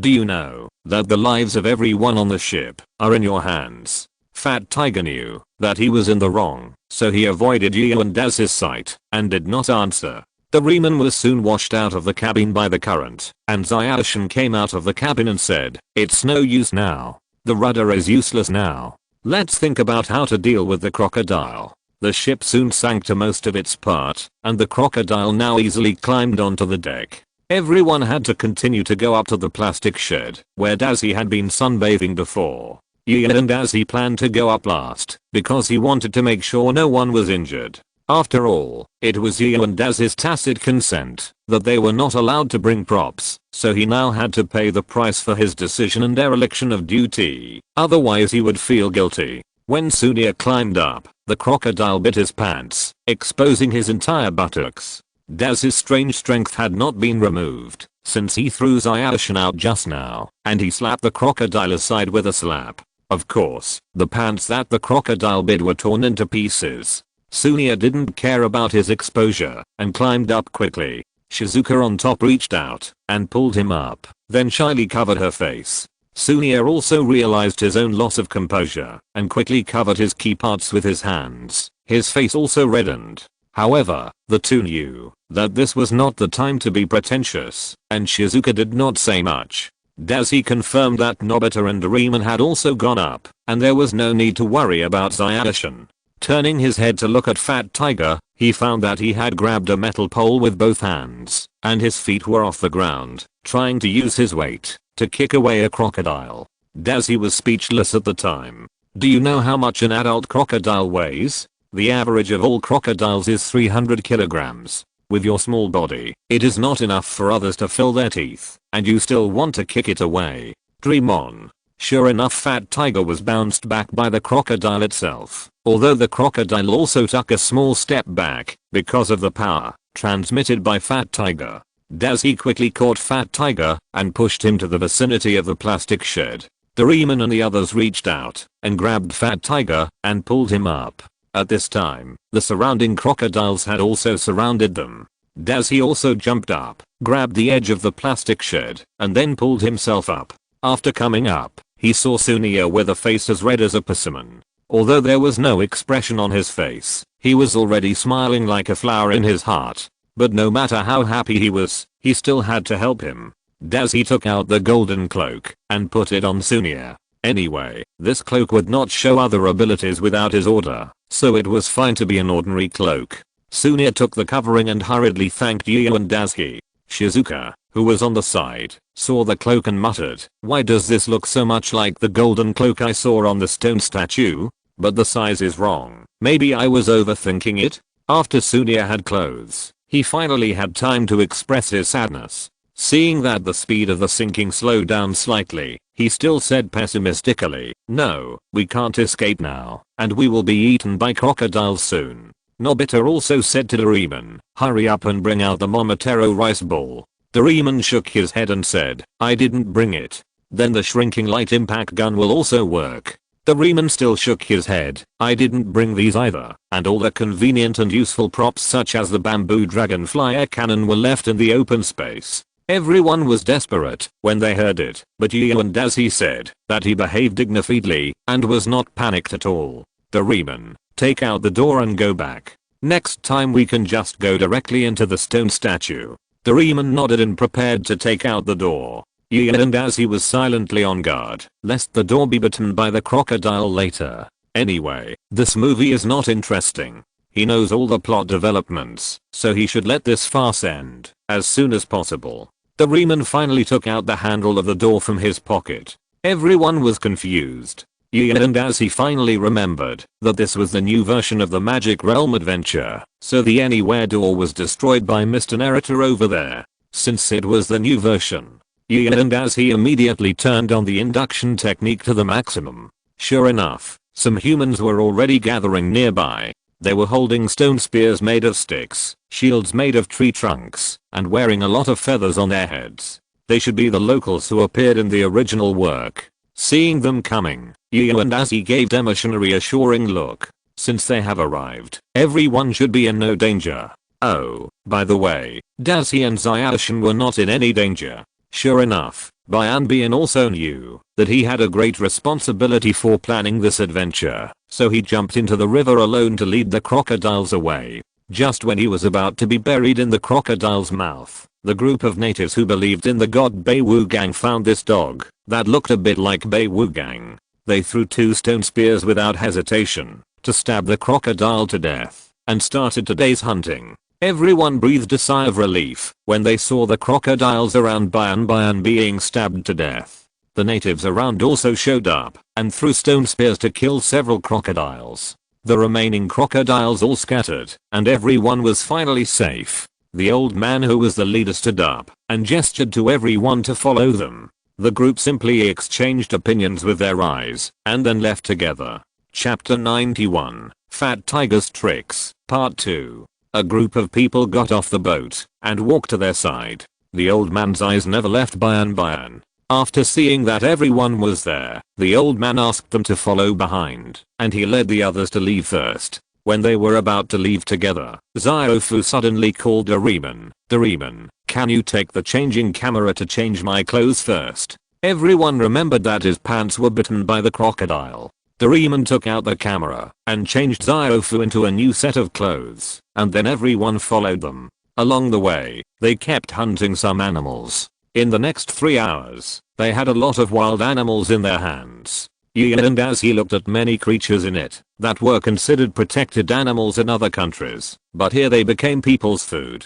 He swallowed a mouthful of saliva unconsciously in his throat, licked his lips, and wanted to taste the taste of these animals. Not only because he had never eaten them before, but also because eating these things would give him an indescribable sense of excitement, which should be the sense of accomplishment brought by breaking the rules. The sunset dyed the sky red, and they finally came to the gathering place of these Africans. There are no houses here, only tents made of animal skins and branches. When the women and children saw the young man returning with a full load, they hurried out to greet him and took off the prey from their bodies to prepare for cooking.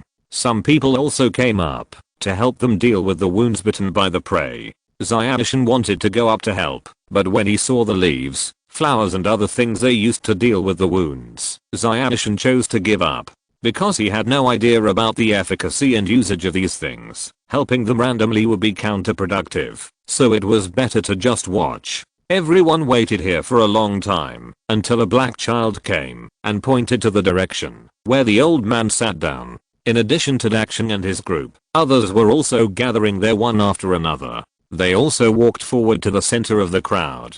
The surrounding natives had already taken out local musical instruments, using animal skin drums and bamboo to beat out a rhythmic music. The young man in the center held a maudun and danced around the fire, a unique local dance. When the old man saw them coming, he pointed to a place and motioned for everyone to sit there. Just as they sat down, just as they were confused, several young men brought up several roasted crocodiles. The crocodile's mouth and surroundings were filled with fruits, one of which was placed next to them. The old man also indicated that he had left several pieces of meat for Bian. The 2 women respectfully placed them in front of Bian and asked him to enjoy them. The old man raised the wooden wine glass and said to everyone, "Today is a sacred festival to the gods. These prey are specially hunted for today. Please don't be polite." All the natives raised their hands and cheered loudly, then tore off pieces of meat and put them in their mouths, which was considered the beginning of today's ceremony.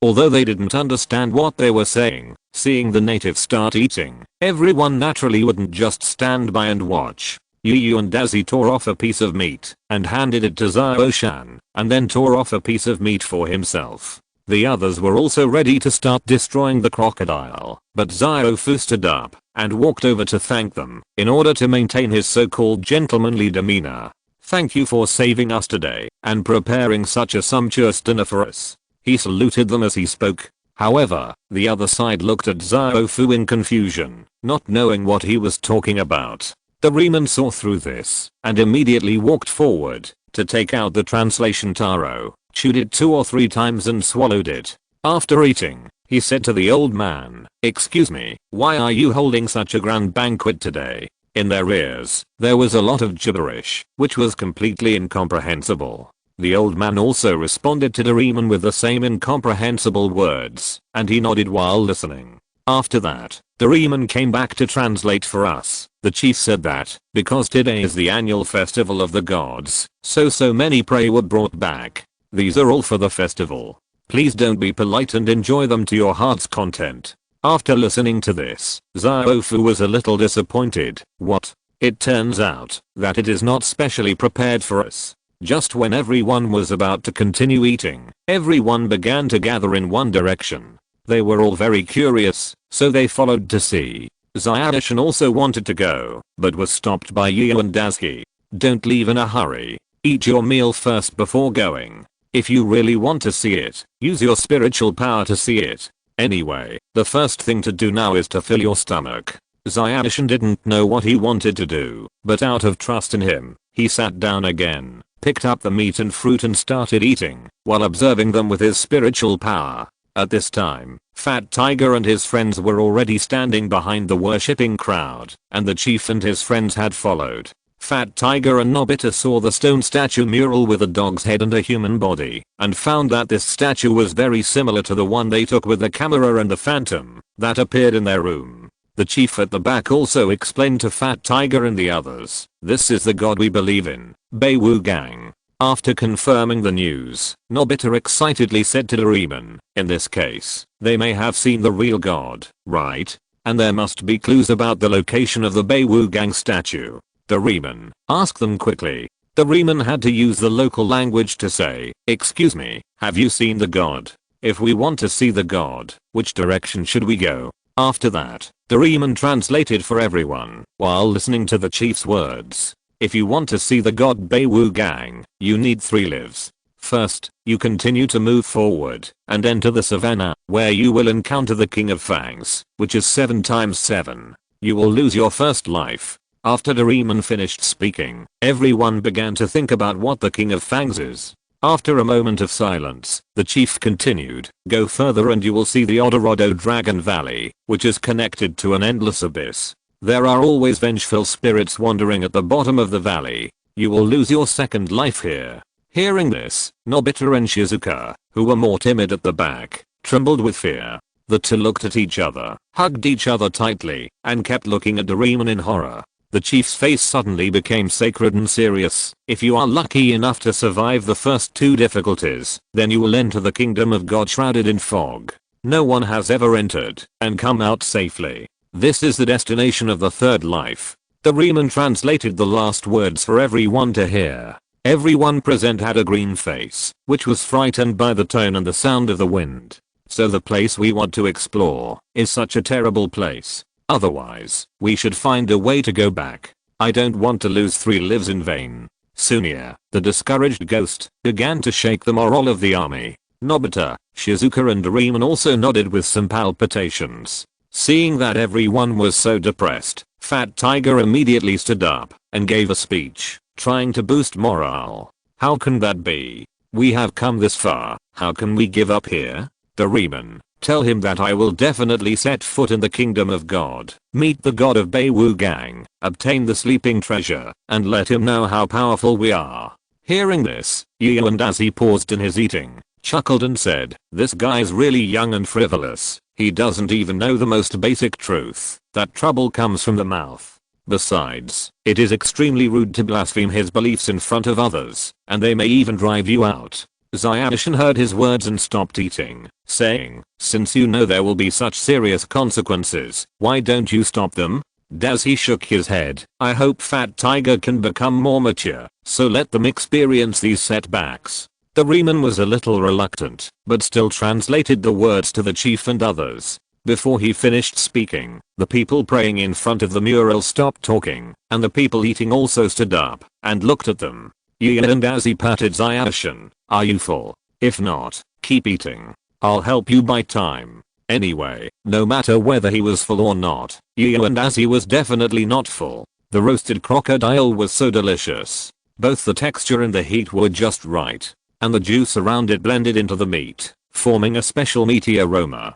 If it weren't for his image, he could have swallowed the crocodile alive. Although he was not full, he was no longer hungry. Zayashi also stood up and wiped the corners of his mouth, looking at the people around him warily. His mental power had already sensed that the people on the other side had bad intentions and were ready to fight at any time. The chief was silent for a while and said loudly, "You bunch of blasphemous sinners, leave here quickly before you bring disaster to our village. Otherwise, we will use you as sacrifices to appease the anger of the gods." The people around him all agreed and then picked up their shields and stone spears and pointed them at Dakshin and the others. Dazi and Zayashi were not spared, and the surrounding warriors gradually surrounded them. After Doraemon translated it for them, before they had time to explain, they were frightened by a stone spear and left the place tumbling.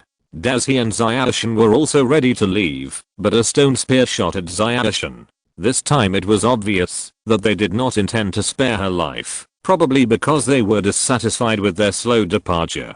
Zayashin's mental power sensed the stone spear, and she used her telekinesis to transform into a hand to grab it, and the stone spear stopped in front of Zayashi. The people around stopped what they were doing. In their eyes, the stone spear suddenly stopped while flying. This was the power of God. Gian and as he was a little angry. "You actually wanted to kill Zayashi? It looks like you are tired of living, right? Let me tell you, unless Beiwu Gang appears today, who dares to save you?" Chapter 92 Too impulsive. Gian and as he stretched out his right hand, and the wood spirit staff appeared in his hand, and he raised it. In order to avoid language barriers, Dazi used his mental power to speak what he wanted to say directly in their minds. "You guys dare to attack us here, you must pay the price." After that, he slammed the end of the wood spirit staff on the ground, and at the same time, with the help of the power of the wand, he cast a powerful range magic in the second level spell, Cold Current. The cold air quickly spread in all directions, where the wand touched the ground, and the ground was covered with a thick layer of frost. Because the temperature here is high all year round, the natives around have never worn thick clothes, and have no resistance to cold. After experiencing this cold current, the bonfire has gone out, and there are only a few people who can still stand. Most people are frozen and curled up on the ground. Gian and as he also breathed a sigh of relief. After all, this magic is not a simple offensive magic, and it consumes a lot of energy. The main function of normal times is to create a suitable venue for some ice element magicians, rather than bullying ordinary people like him. Although he used it this way, the effect is not bad. When Isaac saw how Yu and Dazi treated them, he stopped him immediately. "Quickly remove your magic, otherwise their physical constitutions may become seriously ill, and many people may even die." The noises around them gradually became quieter, and some children began to cough. Yu and Dazi saw that some people really couldn't bear the cold, and their lives began to dissipate, so he dispersed the magic power around them. At the same time, he activated the temperature rule, allowing the surrounding temperature to gradually return to normal. Under Yu and Dazi's guidance, the frost quickly dissipated, and many fallen leaves fell with the wind. Seeing that the surroundings had returned to normal, the natives hurried over to kneel and say words that Yu and Dazi couldn't understand. However, he didn't care about these, and gave himself and Zayashi a wind walk spell, and then pulled him to chase Nobita and the others who had left earlier. If he didn't catch up for too long, it might cause some trouble. Maybe they would come back to look for people again, so it was better for him to go there quickly. A few minutes later, Dazi caught up with Nobita and the others. At this time, they were exhausted and stood in the woods, discussing how to rescue Dazi and Zayashi. Dazi walked over immediately. "No need to discuss, Zayashi and I are safe. Now let's think about what to do tonight." In fact, they can go back now. Gian and as he dares to guarantee that after the natives experience the cold wave, they will definitely have the same attitude when they see him as when they see Beiwu Gang. But in order to prevent his identity from being revealed and to promote the development of the plot, he can't go back. After a collective silence for a while, Doraemon stood up and said, "Forget it, it's late today and it's all dark. It's very dangerous to move forward now, and most of my useful props are not brought with me, so let's rest first." Doraemon took off his hat and placed it on the open space nearby. He pressed the button on the top, and the hat slowly grew larger and became a huge circular building. "This hat is my treasure. Let's talk about its function after we go in. As for the entrance of this building, in order to prevent attacks by wild beasts, the entrance is set directly above. Everyone can go up from this ladder." Doraemon pointed to the metal stairs next to him. Just when Nobita was about to climb up first, Shizuka next to him suddenly said, "Wait, Doraemon, is there a private bathroom here? I want to take a shower. I'm so dirty now." Everyone almost couldn't stand still. Dazi and Zyashin looked at her helplessly. "If you still want to take a shower at this time, I'll break your bathtub." Although Doraemon was speechless, he still answered her seriously, "There is no such thing. There is only a private bathroom." Shizuka was very disappointed after hearing this, but she knew that this was an extraordinary period, so she didn't say much. Everyone entered the hat one by one, and the last one left was still Yu and Dazi. The hall inside was smaller than he thought. After all, there had to be space left for the bedroom. Doraemon saw everyone coming in and said to them, "Since everyone is here, let's start assigning rooms. This temporary residence has 5 rooms. Nobita and I will share one, and Shizuka will definitely be alone in one room. The 4 of you can discuss which 2 will live together." Deiji and Cousin raised their hands and said at the same time, "Let's just live together." Doraemon nodded. He had already guessed that the 2 would share a room, and he just wanted to confirm it. "Okay, then the rooms are assigned. The bed in each room is big enough, please rest assured, and there is also a separate bathroom and table." After saying that, Doraemon clapped his hands. "Okay, now do you have any questions? Raise them now, and solve them quickly." As soon as he finished speaking, Sunia couldn't wait to say, "Doraemon, do you have any food? I'm starving." In addition to Sunia, Nobita and Shizuka also agreed. Deiji and Cousin were eating all the time, and they were kicked out after eating a few bites. Among them, Sunia didn't eat a single bite, so of course he was starving. Doraemon was also in a dilemma. "I have no food here." Others were unwilling to give up easily. "Can't we use the plant modification agent to make some new food?" Doraemon shook his head. "No, it's too dangerous at night. We can't go out easily." Zyashin then understood why Dazi had been asking him to eat. It turned out to prevent this situation. But he was kind by nature and naturally didn't want to see everyone starving, so he stepped forward to take responsibility. "Leave this to me. I will take the plant modification agent out to make new food. Doraemon, give me the things. Please wait here. I will be back soon." After a mental struggle, Doraemon still took out the plant modification agent. But the things were taken by Dazi. "Let me go. Zyashin is still in danger when he goes out. I have the greatest chance of coming back safely, so don't argue with me." Demishin thought about it, knowing that there was almost no danger for him to go out, so he withdrew his hand. Doraemon looked at Yu and Dazi and said, "Remember, you must wait until the fruit is fully grown before you can pick it. If the fruit is not ripe, you can't eat it. You should know the operation method. The whole process takes about 2 minutes. I'll leave our dinner to you." Yu and Dazi nodded and turned to leave. After walking out of this small room, he took a deep breath of fresh air. The natural power outside is sufficient, which can quickly restore his magic power. He slowly found a more suitable tree and took out the injection. "This one is ramen." He sucked it into the syringe and injected it all into the plant. After a while, the strong vitality spread from the trunk, and the branches began to grow wildly. Yu and Dazi was on the side, feeling the life force carefully. First, it increased his understanding of life, and it could also allow him to make ramen fruit. In this way, he would not have the trouble of eating noodles wherever he went in the future. He flipped through the injection again, and found that there was oten in it. He immediately injected it into the plant. once again recorded the fluctuation of life force, and then he picked the 6 fruits with satisfaction.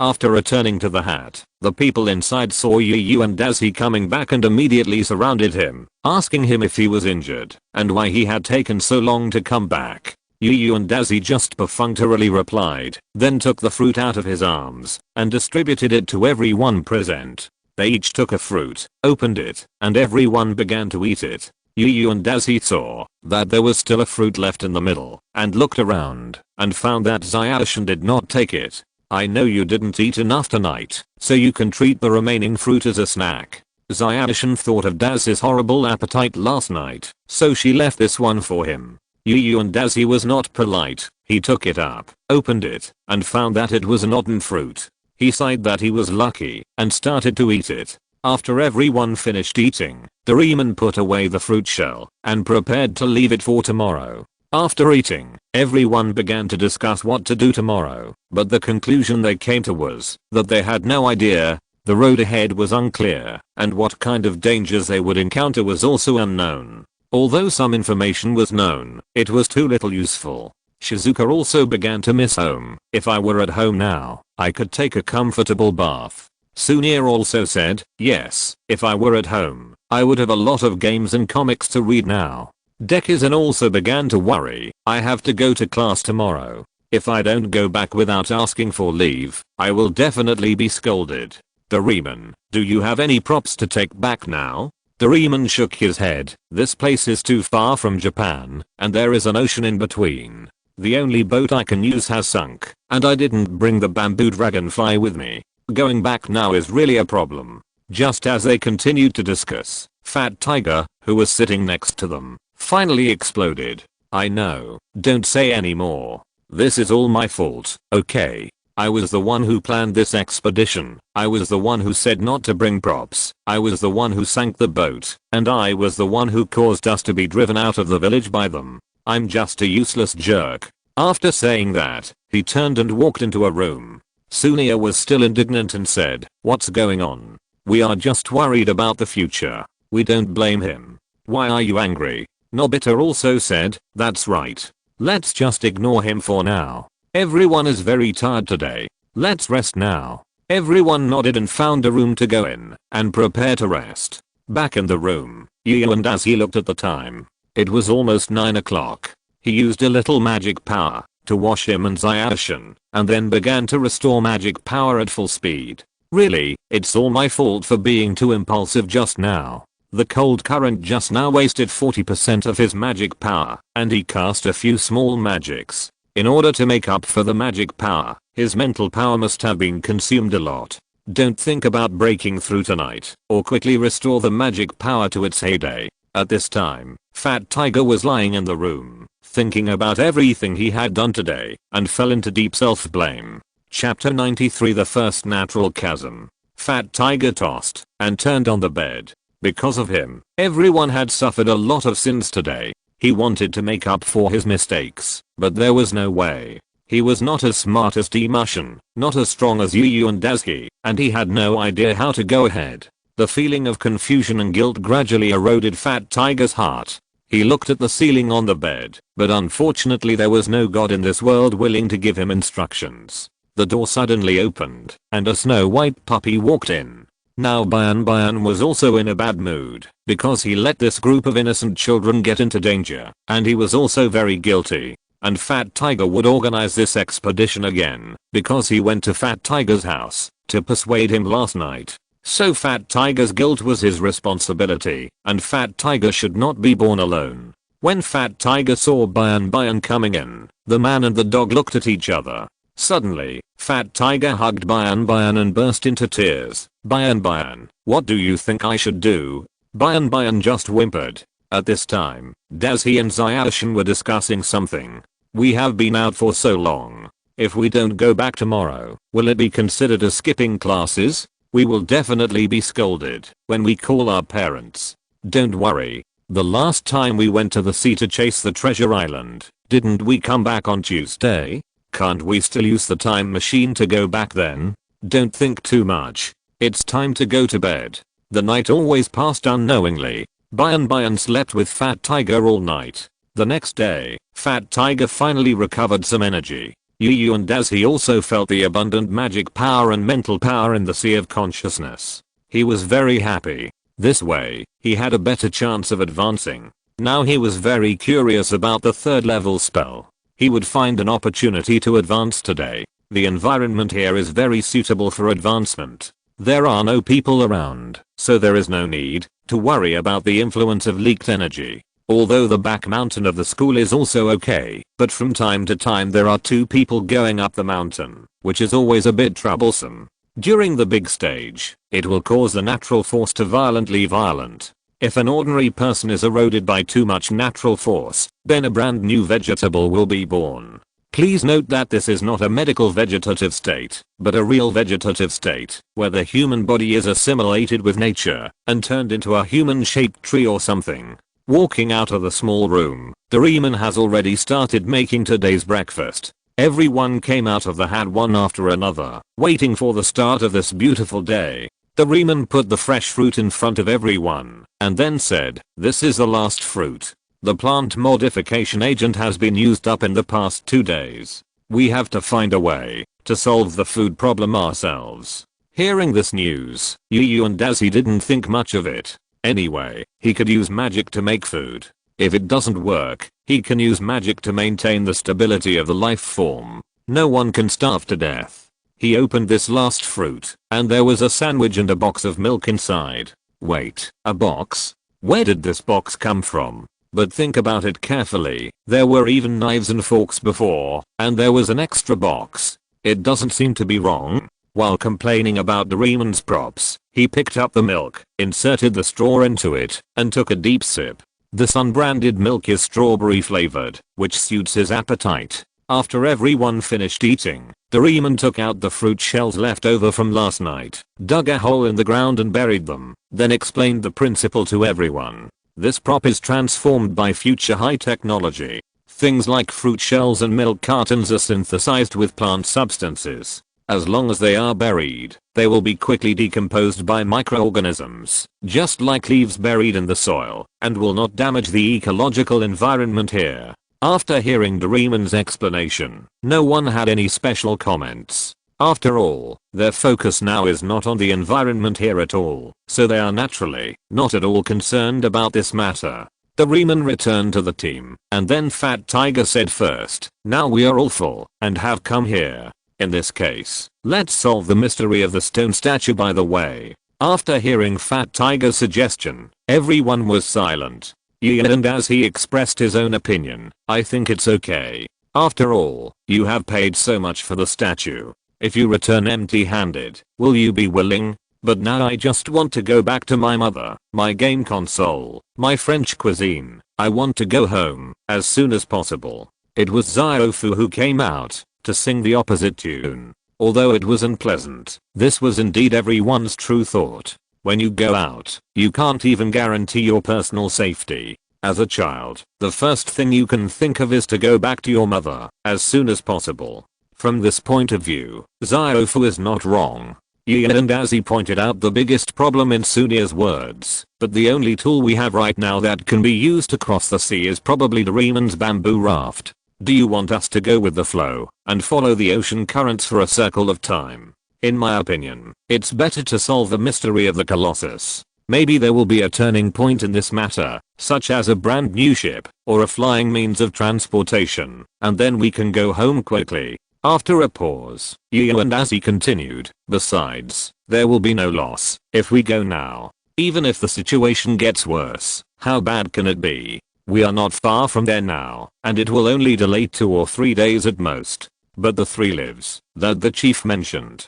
Sunia wanted to argue, but was glared back by Yu and Dazi. "If you don't want to starve to death here, you should find a way to find safe food first. Anyway, I put my hope in the stone statue. I believe that if such a magnificent stone statue can be built, there must be civilization there, and maybe all our difficulties will be solved next.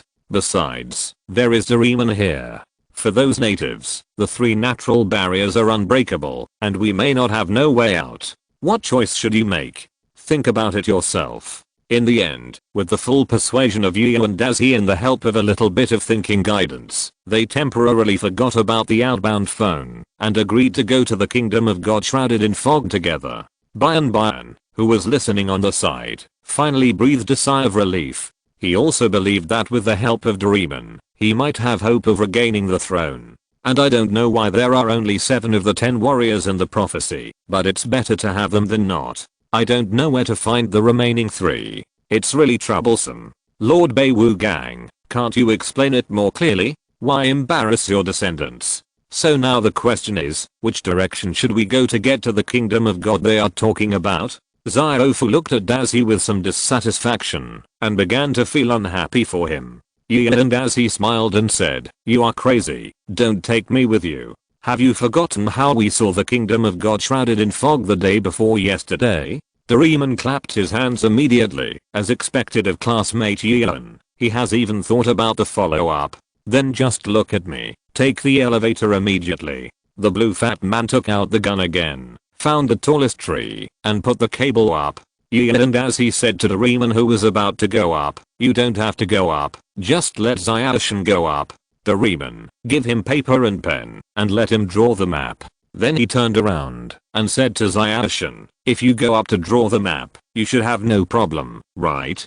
Zayashin nodded. He was still quite confident about drawing. Moreover, after the development of mental power, the painting skills have also improved a lot. Doraemon handed Yumashin a pen and a notebook and watched him go up. Everyone waited for more than 10 minutes before Yumashin came down with a brand new map.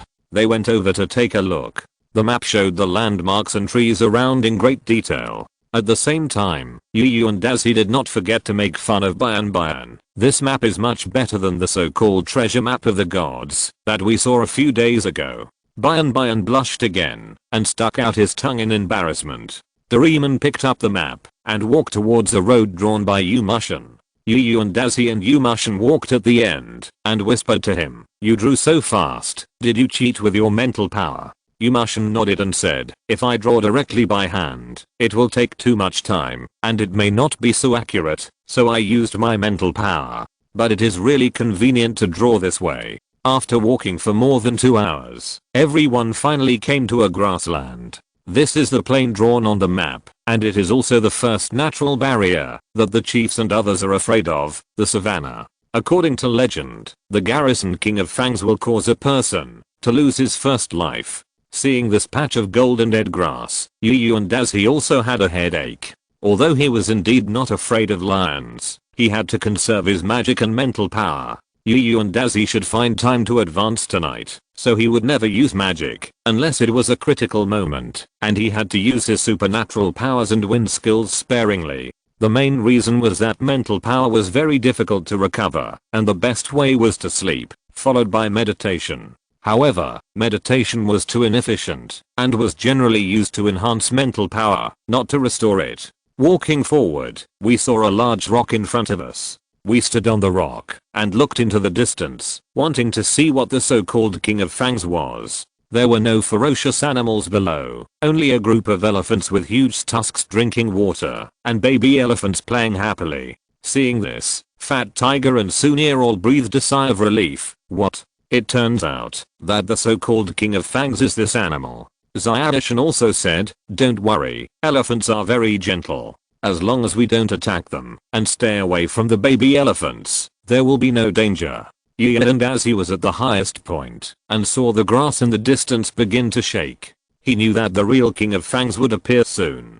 Chapter 94 Breaking Through the Chasm. As expected, the elephants felt a lion approaching, and the leader immediately roared to the sky. The surrounding elephants heard this warning sound and immediately rushed in one direction. At this time, everyone could clearly feel the ground shaking because of the elephants running. And as he saw that the time was almost up, and immediately reminded everyone, "Run, there is a lion in the bushes, come up quickly." Everyone understood the seriousness of the matter, ran back and climbed up the rock. And as he found a wooden stick and prepared to fight, the lion quickly jumped out of the bushes, but the elephants had already run away, and now they could only focus on them. After all, Compared to the elephants that had already escaped, these people seemed more delicious and weak, and they did not need to travel a long distance like chasing elephants. Everyone had reached the top of the stone, and the lioness below surrounded us. Now everyone had no way to retreat.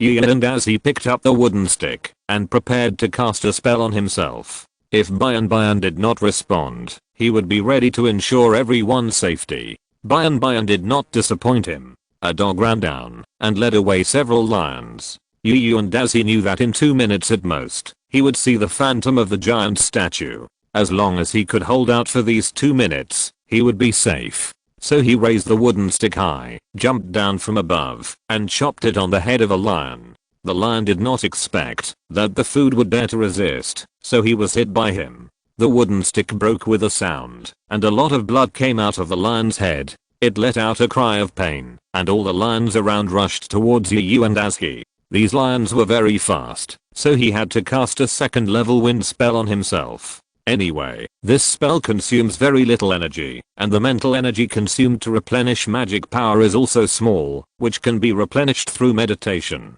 These lions can run at a speed of more than 60 km per hour, and now my wind spell limit is almost that much. But lions have small hearts, so their endurance is insufficient, and they can be weakened in a few minutes.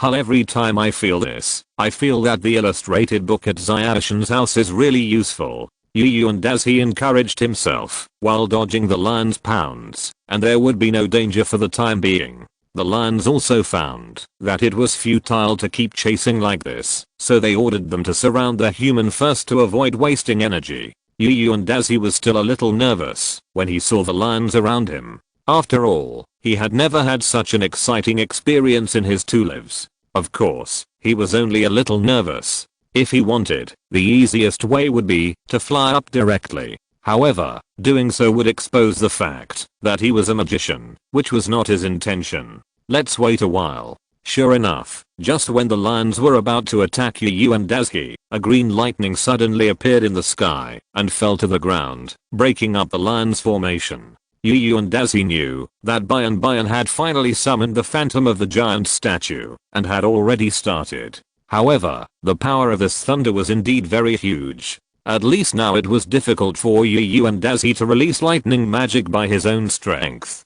Because lightning magic is also very harmful to the caster, it is not suitable for novices. The clouds in the sky gradually closed, and a green lightning fell on the open space again, and then the phantom of the giant statue appeared. The surrounding element became violent. And as he narrowed his eyes slightly. Staying here for a long time would be harmful to the body of ordinary people. He left the bottom in a flash, and returned to the top of the rock. Then he withdrew the wind walk technique, and stood beside Zyashin, watching the giant statue with him. The giant statue stretched out its arms, and aimed at the lions, and a green lightning flashed. Why is this guy's lightning green? Is it because the magic stone that provides power is green? As he began to think silently about the ability of this phantom. From this power alone, it can only be regarded as a peak of the 2nd level, but it is so easy to throw it out. The strength of this stone statue should be around the 3rd level. Just when and as he estimated the strength of the phantom had already dealt with all the lions. Finally, he opened his hands and said to them, "The chosen people, the road to the kingdom has been opened. Keep moving forward." After that, he put his hands away and continued to cross them in front of his chest. The phantom flickered in the air for a few times and disappeared into the air. This guy's really amazing. He's even more pretentious than me. And as he complained silently in the back, seeing that the lion group had been expelled, Zyashin immediately said, "Everyone, leave quickly. The lions may not go far. If they come back now, we will be in danger." Nobita also knew about this, but still said, "No, I want to wait for Bayan. He went to lead the lion group away alone, and hasn't come back yet." Sunia was more selfish. Forget it, the dog was probably eaten by the lions. Let's get on the road quickly. Nobita shook his head. Just as Sunia was about to continue persuading, Fat Tiger punched Sunia on the head. "Just now, the dog tried its best to delay time for us. Is this how you repay your benefactor?" Sunia shrank his head in grievance and said nothing more. Suddenly, there was a cry from the side, and everyone looked to the side, and Bian was looking at them from above. Nobita immediately rushed over to hug Bian and put him down after confirming that he was not injured. On the other side, Sunia looked at the other side with grievance, thinking that he was just giving the best advice, but he was beaten, and the dog in the center of the vortex actually came back by itself, as if nothing had happened. What on earth was he?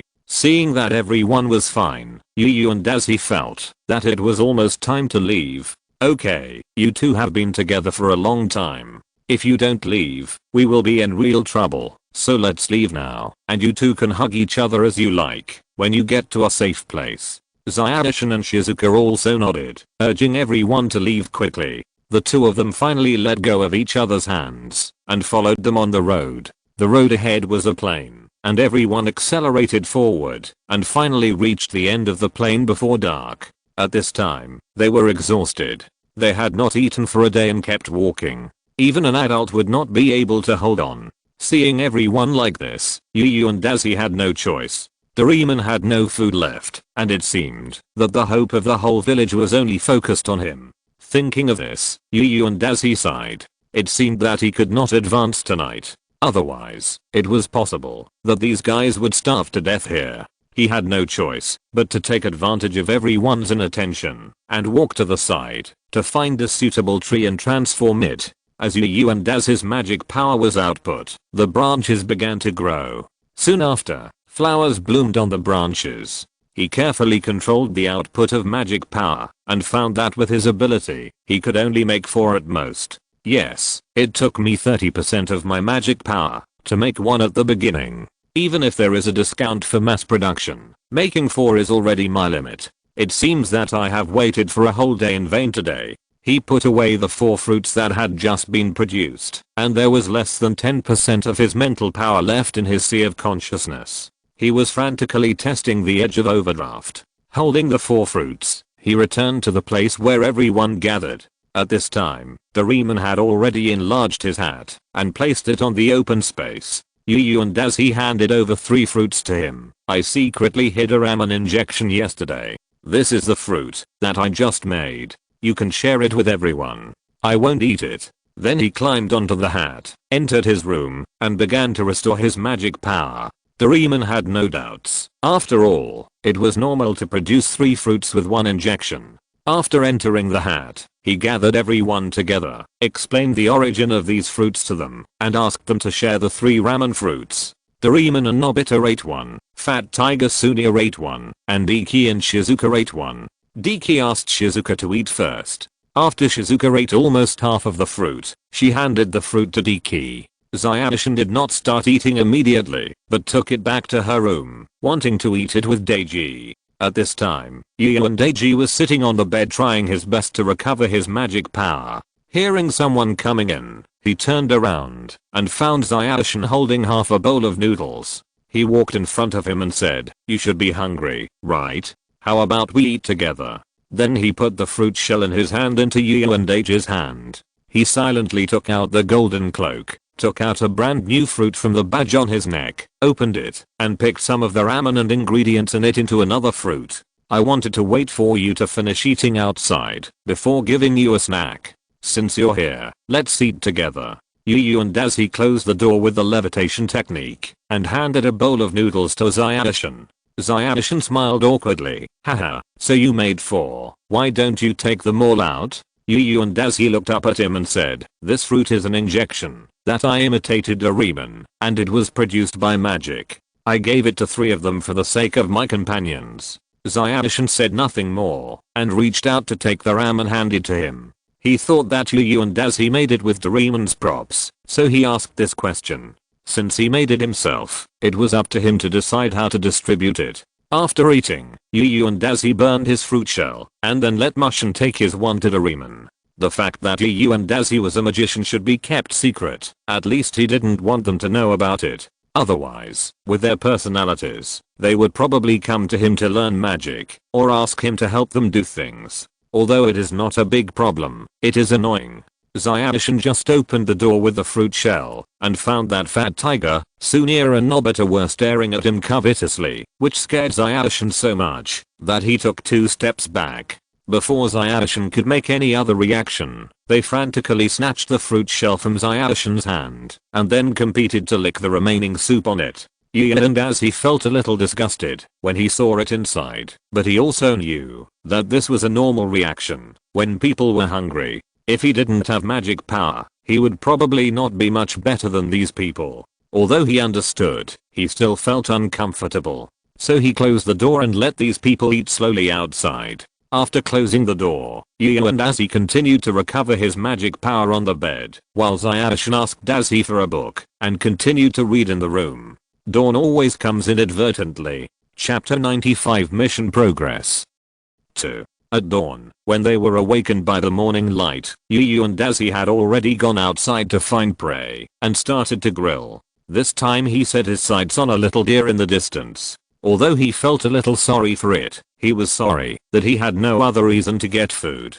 If he still said that he had hidden the plant modification agent, it would be a huge pressure on him, and it would probably cause them to distrust him. Yu and Dazi carefully felt the surrounding environment and confirmed the current wind direction so that his smell would not be detected by the cicadea. Then he cast the strange power spell and the wind spell on himself, approached it instantly while it was not prepared, and hit it on the head with a stone. Blood flowed from its head, and it was killed before it even made a sound. Yu and Dazi brought it back to Doraemon's props, lit a fire to grill it, and began to meditate. Soon after, everyone else woke up, and the elk in his hand was almost cooked, and the little mental power he had consumed had also been restored to its original state. Seeing that everyone had gotten up, Yu and Dazi gave them the meat that was almost grilled. At this time, the venison had no blood at all, so the current scene was acceptable in their eyes. The others took it without any psychological pressure and began to tear the venison, regardless of whether it was salted or not, and whether it tasted good. The fawn was not big, only more than 30 kilograms, and could only be said to be a young fawn. Excluding bones and internal organs, there was not much to eat, and the 7 people had already eaten it up. After eating, everyone had new energy and prepared to go to the misty country in one go. Soon they stood at the bottom of the mountains and rivers, and the hillside was covered with ice and snow. Looking at the mountain, everyone frowned. After all, it was so far away, and the ice and snow would reduce their speed and increase their physical consumption. No one had the experience of climbing such a mountain covered with ice and snow all year round, and there was no good method. Doraemon thought for a long time, and suddenly a light bulb flashed, and he took out a rope and a steam head from his pocket. He called Fat Tiger over and asked Fat Tiger to put on the steam head and asked everyone to stand inside the rope and close the rope.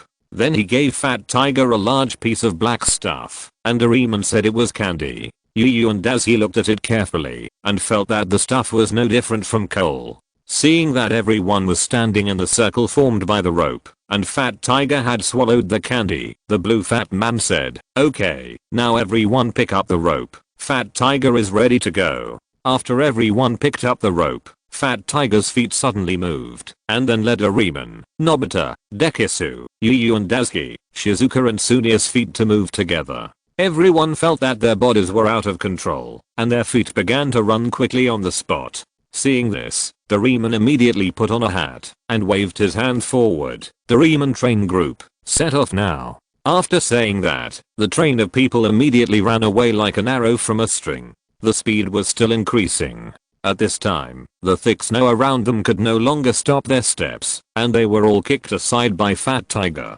The severe cold did not slow down everyone's speed at all, and the surrounding scenery began to change rapidly. Although they were running on their own feet, they did not feel tired at all. Looking at the steam head on Fat Tiger's head in front of him spewing black steam, Yu and Dazi felt like a passenger on a train. Ziofu asked Doraemon, "Doraemon, what exactly is this prop you took out? This one looks terrible. Do you have any other props to help us get on the road?" "Okay, stop complaining. This thing is called a train game cable. Although it looks a little worse, it is actually as fast as a real train. You'd better bear it in order to leave this snowy mountain quickly. That being said, the speed of this prop is really good. and with Fat Tiger in front blocking the wind, the people standing behind will not feel too cold. So everyone spent an hour in the rope. When they stopped, they were already standing on the top of the mountain. In front of them was the legendary Odorado Dragon Valley, and below was the endless abyss where vengeful spirits lingered all year round, and they would lose their second life here. Yu and as he stretched his head out from above, the abyss below was indeed bottomless. Even the sunlight could not shine to the bottom of the abyss. On the other side of the abyss was an area covered by fog, which could not be seen clearly. That should be the kingdom of God covered by fog that he mentioned. However, Yu and as he noticed the eternal fog, the fog in front of him was not ordinary fog at all, because he felt the fluctuation of magic in the fog in front of him. Yu and as he began to ponder, what's going on? The original work seems to have no mention of the origin of the fog. I always thought that it was the country's high technology that made the fog exist forever. But now it seems that this fog does not seem to be caused by technology. It feels more like a magic circle to me. If this is the case, then if you enter the fog area, you may not be able to come back. It seems that you can't fly directly over. Just as Yu and as he was thinking, Doraemon took out a basket, which was the prop that he had been using to take the elevator. I didn't bring the bamboo dragonfly. Now it seems that we can only take this down. Doraemon pointed to the toy elevator. Then who will go down first? Nobita, Sunia, Shizuka, and the other two immediately took a step back. The first person to go down is the most dangerous, so they are unwilling to take the risk. When Zyadishan was about to say that she would go down first, she suddenly saw that there was a person sitting in the basket in front of her. It was Fat Tiger, who had always wanted to make up for his mistakes. I'll go down first. Fat Tiger was ready. And as he thought about it, he remembered that Fat Tiger almost fell into the abyss here in the original work. If he hadn't grabbed a stone, he would have died without a burial place. He could grab the rope, but just in case, and because he didn't want to use magic at this time, he skipped the cable step and went directly to the next step. Wait a minute, Doraemon. Seeing that he was ready to let Fat Tiger go down, and as he spoke quickly, I remember when Nobita was in Treasure Island, he used a tool that allowed him to run on the wall. The risk of you using this tool now is too great. I think that tool is safer. Just be careful. What do you think? The others nodded. This one sounded a little safer. Doraemon just remembered that he did have such a convenient tool. He quickly took out a bucket of pink paint from his pocket. Anti-gravity paint. As long as you apply this, the gravity direction of the land on the paint will change, which will allow us to walk on the wall. Doraemon applied the paint on the ground, extending from the flat surface to the cliff, which made Yu and Daisy tremble with fear. Is this thing useful? In order to prove that this tool is useful, Doraemon was the first to walk up. Yu and as he saw that he turned a 90-degree turn on the cliff, and he seemed to have no effect at all, so he continued to walk down. Okay, everyone come up quickly. He waved to everyone below. Everyone walked towards the anti-gravity paint and turn, and from there to the wall on the cliff. It felt like walking on flat ground, and there was no change in gravity at all. Well, no problem. I have already held down Newton's urn. You continue. Everyone continued to move forward, and Doraemon painted the road in front with paint. Sunia was still saying, this thing feels so scary. If you miss a step, you will fall from here. Doraemon explained to everyone again, don't worry, the original design took into account the scenario of missing a step. As long as you still have one foot on this paint, you will not be affected by the original gravity of this planet. Yu and as he heard his explanation and thought to himself, don't say it, Newton's urn can no longer be held down. After a long time, everyone finally saw the bottom of the ground. Doraemon finally stopped. Oh no, the anti-gravity paint has been used up. Yu and as he looked ahead and saw that there was only about 20 meters left in front. It was really unfortunate. Was it because the original props were not so powerful, so the number was reduced? But this time, Dekisugi first proposed a solution. We can use the elevator. Even if something happens at this time, it may not be a big problem. Doraemon took out the basket again and placed the rope on the surrounding stone walls. According to the order, Doraemon, the heaviest object, went up first. If he is okay, the people behind him will be safe. This time, the elevator lived up to everyone's expectations and carried Doraemon to the bottom. Everyone also got on in turn and went down to this endless abyss where the legend says that there are always vengeful spirits wandering around. Although Yu and Dazi already knew the origin of the so-called vengeful spirits, thinking of the fog before, he still used the induction technique to take a look. There are no so-called vengeful spirits nearby, which is good news. Just when everyone began to observe this place, a howling sound came from a nearby cave, which scared them. They looked at the cave quickly and found a faint white light in the hole in front. In addition, the special shape of the cave here looks like the head of a ghost. At this time, the light suddenly flew out and turned into a cloud of smoke that enveloped everyone. Xiaoshan immediately used his mental power to prepare to fight, but his mental power penetrated the smoke and found that it was just a group of ordinary insects. So he immediately put his mind at ease, stretched out his hand, and grabbed a small part of the insects, and then used his mental power to drive away the rest of the insects. Turning around, he explained to everyone, "Don't be afraid, these are just some insects with some luminous fungi on them, not some monsters." In his heart, he was secretly glad that it was just a legend. And as he also walked to the back and approached Bian calmly and said to everyone, "This is a volcanic area nearby. After the water vapor evaporates, a strange sound will be formed in the cave, similar to playing a flute."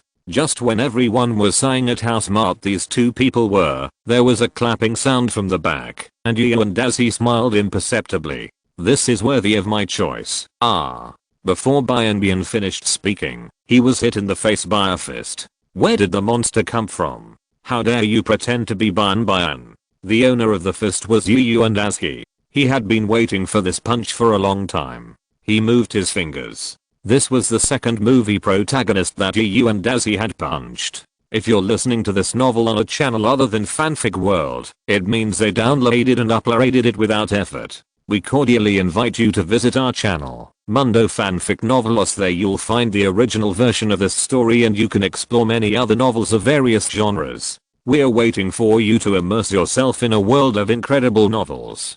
Chapter 96, The Kingdom of Dogs. Yu and Dazi punched Bian in the face, knocking him off the stone to the ground. At this time, everyone had not yet reacted to the blow of the dog's talk, and Dazi pulled their thoughts to the bottom of the valley again. This punch was indeed premeditated. If this guy had revealed his identity at the beginning and then asked for help, how could there be so many problems? At that time, Doraemon would directly use the portal to enter the inside of the stone statue and activate the giant statue. Taking a step forward, Yu and Dazi was going to add 2 more punches to vent his anger. Because he called Fat Tiger, they are now trapped here, with no way out. Although there are reasons for his laissez faire, the main thing is still caused by Bian. And Yu and Dazi doesn't know whether the follow-up will be as smooth as in the original work, and whether they will bring the portal in the future. Now he doesn't know what kind of changes his arrival will have on the plot. After all, now even the slit-mouthed woman has come out. Maybe the plot of the movie will also change accordingly. Seeing that this violent man was still going to hit people, Bian quickly stretched out his hands to cover his face and said, "Wait, listen to my explanation first, okay?" Dekisugi behind him also used his mental power to hold Yu and Dazi's hand, and his voice sounded in his mind at the same time. "Don't rush to do it, I really want to hear what happened." Yu and Dazi looked at Bian lying on the ground and thought that he was also responsible for the development of this situation, so he put his hands down and stood aside. Seeing that he had no desire to attack further, Bian covered his face and stood up and began to explain the cause and effect of the matter. "I didn't mean to scare you. In fact, I should have explained my situation earlier and then asked you to help me." Bian walked towards the crowd, but everyone's attention was not on what Bian said. Everyone's mind was full of thoughts. The dogs stood up. Seeing that they didn't react much, Bian continued, "But I think you probably won't believe what I said, so it would be better to bring you here to see it in person and confirm it with your own eyes." The prince's voice was still very nice, neither rough and sharp, nor as feminine as a woman, giving people a very warm feeling. From the voice, it can be heard that this prince must be a gentle person. Xiaoshan's tolerance is relatively strong. After all, He has seen supernatural phenomena and is immune to it. Then please tell us who you are and why you are looking for us. Bian nodded. I'm the 108th generation descendant of Beiwu gang, Prince Kendak. I went to Japan for some reasons some time ago, and thanks to you all, I finally came back here. As for the stone statue you photographed last time, and the phantom of the giant statue that rescued you from the lion group yesterday, that is the stone statue of Beiwu gang, the founder of our kingdom. Bian picked up the necklace around his neck. This necklace is a treasure passed down from generation to generation in our royal family. Its interior records the every move of the giant statue in detail, and you can rely on its power to summon the phantom of the giant statue to fight. As he spoke, Bian stretched the necklace to the side, and a green light was emitted from the gem, forming a phantom of a giant statue in the air. The surging elemental power formed a strong wind, blowing their clothes. Although this looks like a stereo camera, the principle is completely different. And the giant statue summoned can exert very powerful power. I believe you have seen it.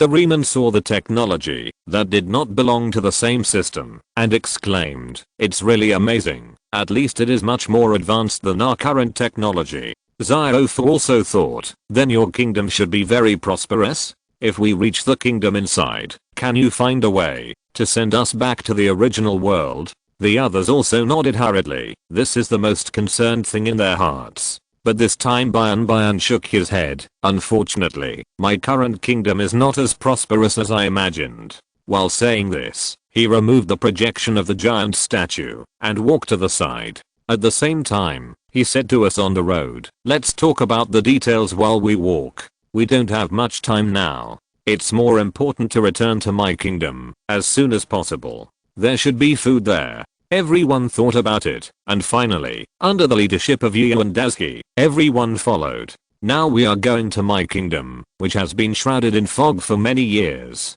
The fog is very magical, and seems to have been left behind by Beiwu Gangai himself. Until now, no one has cracked the mystery inside, and no one can enter the kingdom directly through the fog.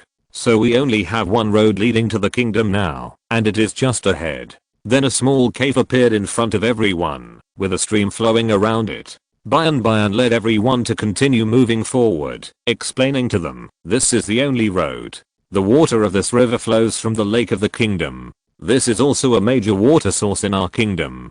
So we must be careful when passing here. We may encounter enemies ahead, and we must not be discovered by them." Chumashin thought about what Bian said, and finally came to a conclusion. A kingdom that belongs entirely to dogs is really hard for us to imagine. Bian smiled after hearing his words and continued, "Actually, it's the same for me. Before I came outside, it was hard for me to imagine that there was a kingdom outside that belonged entirely to humans. Actually, there's not much difference. It's just that a long time ago, the movement of the Earth's crust led to the formation of the Adoradon Canyon, which made our two places no longer connected. It's just that it was humans who evolved outside, and it was dogs who evolved in our valley." Hearing his words, Ziofu had a different opinion. "No, it should be the wolves that evolved over there, and dogs are a new species that evolved from humans constantly domesticating wolves. As for why you look like wolves, I think it's because you lost the wildness of wolves after evolution, so your appearance is more like a gentle dog. Of course, I'm not very clear, especially I don't know your history. This is just a guess." Bian smiled and responded to Ziofu. "In fact, it's not so important. Now that we have evolved to this point, the deeds of our ancestors can no longer be considered. Instead of arguing here, whether we are wolves or dogs, I think it's better to find a way to keep peace in my kingdom. For me, the people of the kingdom are more important than the ancestors who have passed away. Although I don't want to interrupt your conversation, I still want to remind you that there seems to be no road ahead. Bian, are you sure the direction of this road is correct?" Yu and Daisuke pointed to the fault in front and said that, "When I was washed out, I went downstream, so there was no trouble with the road being blocked." Bian stuck out his tongue, which looked a bit cute. Everyone turned their eyes to Doraemon, and he folded his hands and began to ponder. Not long after, the blue fat man had an idea and took out his own props from his pocket, a carp boat. This tool is developed based on the principle that carp will swim upstream during the spawning period. It is best to use it at this time. Doraemon put the boat on the stone and asked us to get on this red boat. Then he sat in the front and pressed the start button of this tool. Suddenly, the boat jumped into the water with a splash. The water here is very turbulent, but this carp boat is not afraid of danger. The faster the water flow, the faster the speed. Seeing this, Nobita asked Bian happily, Bian, you are very happy, right? After all, you will be able to return to your hometown after a long absence soon. Bian nodded and said, yes, of course I'm very happy. But you must not take it lightly. There are still terrible enemies waiting for me there. Just as Bian was about to explain further, a bright light suddenly appeared in front of him, drawing everyone's thoughts to the light. And as he saw that their attention was diverted and couldn't help but sigh that children's thinking is easily diverted by new things. If it were an adult, he would definitely ask about the enemies in the kingdom first and then consider what to do next. Thinking about it, the light ahead was indeed very exciting. After a few seconds, the carp boat left the dim underground cave and everyone was blinded by the strong light. It took a while to adapt to the light before they could see the outside environment clearly. Everyone is now at the bottom of the waterfall. When they continue to go upstream and enter the lake mentioned by Bian, they can see the whole picture of the kingdom. This is a green kingdom, and the ground is basically covered with green grass. The water drained from the lake forms a river, and many water wheels are built on the river. In the center is a magnificent castle, but unfortunately because the era is too long, a lot of moss has been covered on the white walls. The building below looks newly built. It can be seen that the kingdom here really puts its center on its people. It would rather spend a lot of money to help civilians build new buildings than spend money on the renovation of its own palace. Is this the kingdom of dogs? Nobita was very curious when he saw this place. Others were also carefully observing this strange civilization. It looks very old. It should be a building left over from thousands of years ago. Chumushin's focus was on the history here. The architecture should be able to tell a lot about the events of this kingdom. Yu and Daisy didn't say anything, watching the boat drifting down the river, feeling a bit like riding a roller coaster in his previous life. After traveling here for a long time with the current, Prince Bian spotted a relatively remote place and asked Doraemon to stop the boat and land here. Finally, after 2 days and 2 nights of drifting, everyone finally set foot on this magical land. Chapter 97 Conflict. When Bian stepped on this land, Yu and Daisy felt that this land seemed to come alive. At this time, the necklace on Bian's neck glowed faintly, and the clouds in the sky moved faster. It seems that the vitality of this land is inseparable from this necklace, and it should be possible to control the clouds here through the necklace, or in other words, the formation left here by the first King Beiwu gang. Its remaining power has protected this place for more than 5,000 years, relying not only on the natural moat, but also on this gem as the eye of the formation. And as he estimated that, if the gem had not left here during this period, Dakshin and his friends would never have been able to take pictures of this land. In the future, someone must have taken pictures here with that kind of camera, but they didn't find anything. Otherwise, this dog kingdom would have been exposed long ago. While Yu and Daisy continued to think about the relationship between them, Bian had found the direction and led everyone onto a path. After all, this road was hidden, with plants on both sides that were almost as high as their shoulders covering it. This is the road I found when I was very young. At that time, I was still ignorant and often made the king angry. Then I would be forced to play hide and seek with the kingdom's guards. Every time I hid here, they couldn't find me. I really miss the time back then. Unfortunately, when I grow up, I don't have many opportunities to play like this anymore. Bian looked at the familiar road with a nostalgic look on his face. Zyadishan behind him asked, so who are we hiding from? Are they so scary? Bian nodded, and when he was about to explain for Zyadishan, his ears suddenly popped up, and then Bian heard footsteps nearby. So he hurriedly whispered, get down quickly, someone is coming. Then he was the first to get down. After everyone reacted for a second, they also followed Bian's example and lay on the ground, waiting. After 10 seconds, there were bursts of strong footsteps and clanking sounds from the collision of armor joints on the corridor next to him.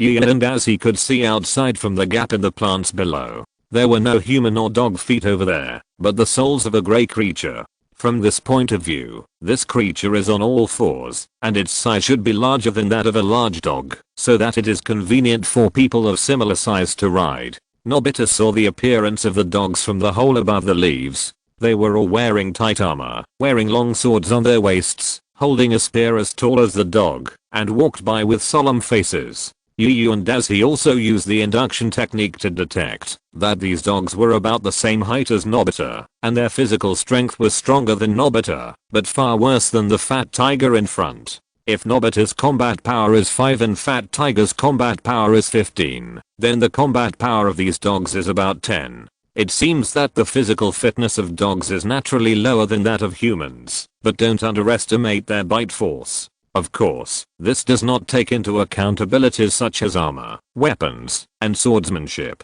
It is just a comparison of their physical strength. When the footsteps disappeared, Gian stood up again and said to everyone, "Okay, it should be fine now." Dakshin began to breathe heavily and asked Gian, "Who are these guys?" Gian was silent for a while, calmed down his emotions, and said as he walked, "These dogs are the ministers who took away my father's throne, the subordinates of Dablunta.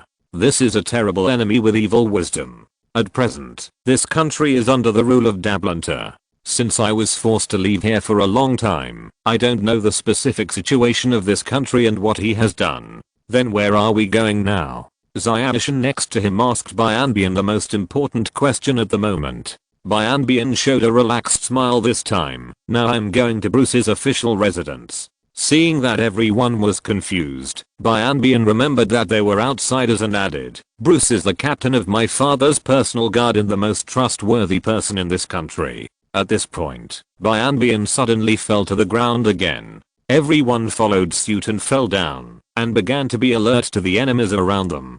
Gian blushed, and stuck out his tongue and said, "Sorry, I just fell accidentally." After listening to Bian's explanation, everyone stood up amid complaints. However, with this farce, the oppression brought by the current situation of this country has also been relieved a lot. During the period, Bian kept dodging soldiers, and walked for nearly an hour. Finally, he stood in front of an official residence. This house has grown moss. I don't know how long ago it was built. After confirming that there was no one around, Bian led everyone in. And as he adhered to the principle of reducing the loss of magic power and mental power, and also knew the events they were about to face, so he did not use mental power to explore the house. The walls inside were all made of stone. There were some paintings and two sharp blades as decorations on the blue-grey walls. However, one of the sharp blades had fallen to the ground, and there were many new cracks on the wall, which looked like it should have been chopped by a sword. There was even blood on one wall. From these traces, it can be seen that a fierce battle must have taken place in this mansion. It looks so tragic here. Doraemon came to the conclusion, after taking a quick look. Bian shouted Bruce's name unwillingly, but no one in the house responded to him. Demishan walked to a table and gently wiped the tablet top with his hand. There was a lot of dust on it. After picking up his hand, the touched tablet top was very different from other places. Based on the thickness of this dust, the people here should have been captured for more than a month. Demishan shook the dust off his hand and told the prince his inference and evidence. Bian sat dejectedly on a sofa. In fact, he had guessed it when he entered the house, but he just didn't want to believe it in his heart. It seems that he still has to face reality. Alas, I thought Bruce should be fine. It seems that I underestimated Dablunta. After sighing, Bian began to think of new countermeasures in his mind.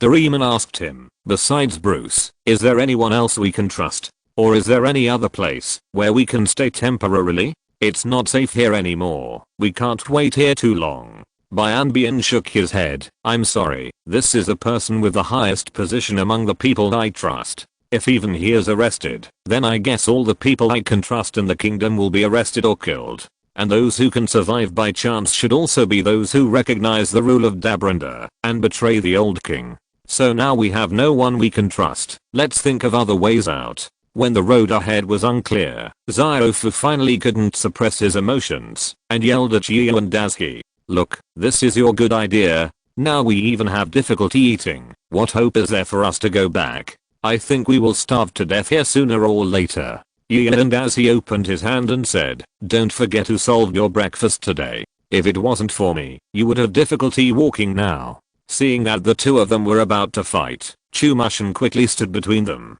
Okay, now is not the time for internal strife. Now that the decision has been made, let's think carefully about what to do. Just when everyone was silent, a woof woof shout was heard outside. Fat Tiger, who was silent by the window, noticed it immediately and hurriedly told everyone to hide. Daisuke and Sunia also temporarily put aside their prejudices. Although Sunia was a little selfish, he still knew the importance of things at a critical moment. After everyone hid, Fat Tiger observed the situation outside by the bed, while Zayashin also used his mental power to explore. At this time, two soldiers outside were chasing a brown puppy. There was a black circle on his right eye, and he was holding a wooden sword in his hand. These people, oh no, it was a few dogs, that had climbed over the broken wall, and entered the official residence. After all, the puppy was a puppy, and he couldn't keep up with the physical strength. He was soon caught by the tail by the brown dog soldier, and lifted up upside down. Great, we finally caught you. The white dog next to him put his spear on his shoulder, after seeing him being caught, and said with a satisfied look on his face, what a naughty little brat, we must teach you a lesson. At this time, the little dog said very unconvinced, you two are fighting against one, how despicable. At the same time, he kept waving his hands and feet, which only made the pain in his tail more severe, and had no effect on other aspects. After hearing his words, the white dog laughed a few times, and said to the brown dog next to him, Bernard, you didn't even listen. He said you are a despicable villain. The soldier called Bernard seemed to have a bad brain, and only reacted after hearing what others said. So he lifted the little dog in front of him and said seriously, listen, I, Bernard, am not a despicable villain. The little dog had no intention of talking at all, and opened his mouth and bit Bernard's nose. Bernard was trembling all over because of the sudden pain, and then he was furious, and pinched his tail hard, causing the little boy to loosen his mouth because of the pain. Then Bernard spun him in the air, and threw him to the ground. The puppy was knocked unconscious by the huge impact. Bernard seemed to be still angry. He put his hand on his waist, drew out his long sword and said, you dare to bite my nose, I won't show mercy this time. Then he raised the sword above his head, and prepared to chop it down. At this moment, a stone hit Bernard's head, and cracked his helmet. The impact made him lie directly on the ground, holding his head and unable to move. The one who made the move was Demishin, who couldn't bear it anymore. He used his mental power to grab a stone, and put it in his hand. He pretended to throw it, but in fact he used his mental power to control the stone to hit Bernard's face. Standing in front of the door, and looking at the two soldiers, he said, is this how you protect your people? What's the difference between you and bandits? Seeing that the creature he had never seen before dared to stop them, the white puppy immediately picked up the spear and stabbed Zayashin. Zayashin stood in front of the door motionless, without any fear. Just when the spear was about to stab him, a white figure flew out from behind, and kicked the soldier in the face, and the two flew out together. When they stood up, Bian had a sword in his hand, which was Bernard's blade. He pointed the sword at the two dogs and said, you have practiced swordsmanship for so many years, is it just to use it to bully children? I'm really happy that so many people have read my book without knowing it. However, the issues discussed in your previous book review do not seem to be very serious. Chapter 98 The Prince's Request. Others also came out one after another, looking at the two dogs below who were covering their faces. In fact, Yu and Daisuke couldn't stand it anymore, and was about to take action, but when he saw that Mushan had already run out, he retracted his magic power. Now everyone came out of the room, holding weapons such as wooden sticks in their hands, which were all things they had randomly searched in the room before. Of course, these things were just for courage, and basically had no effect. The two dogs below finally stood up. They looked at Bian, and felt that he was very familiar. At this time, the eyes of the white dog suddenly changed. he recognized Bian's appearance, which was the same as the prince who was rumored to have died. He immediately wanted to retreat because he knew very well that the prince of the country was a master of swordsmanship. Among the known swordsmen now, only the generals of the present generation can suppress him. He is not an enemy that people of their level can touch. Mushan has been using his mental power to observe the actions of the two people below. He found that the white dog was wrong and immediately thought that he might have recognized the prince's identity. So he asked Fat Tiger and Sunia to immediately go over and block the gap where they came in, so as not to let them escape. Doraemon, Nobita, Shizuka and the other two went to the other side to prevent them from running to the main gate, leaving Yu and Daisy and Dekisugi to watch them in front of this gate. "Hey, Bully, what should we do now?" Bernard asked Bully what he was doing now, taking Bully as the leader.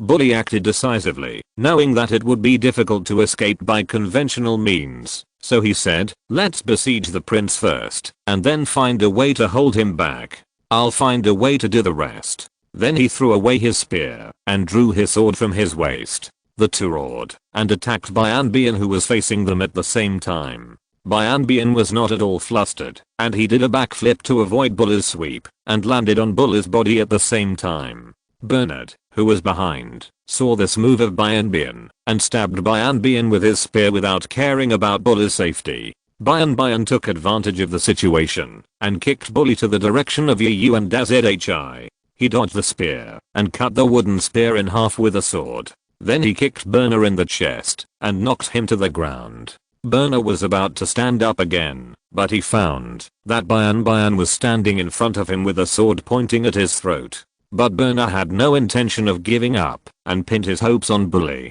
However, Bully had no intention of coming back at this time. When he was kicked in the direction of Dazhi by Bian, he ran in front of him. Because Mushan looked stronger than Yu and Dazhi, and he didn't have a weapon, he chose this person who was closer and looked easier to bully as his target. When Bian put the tip of the sword on Bernard's throat, he also put the blade on Yu and Daz's neck and shouted to Bian below, "Your Highness, if you don't want your companions to be hurt, then please let us leave here. Otherwise I will kill him."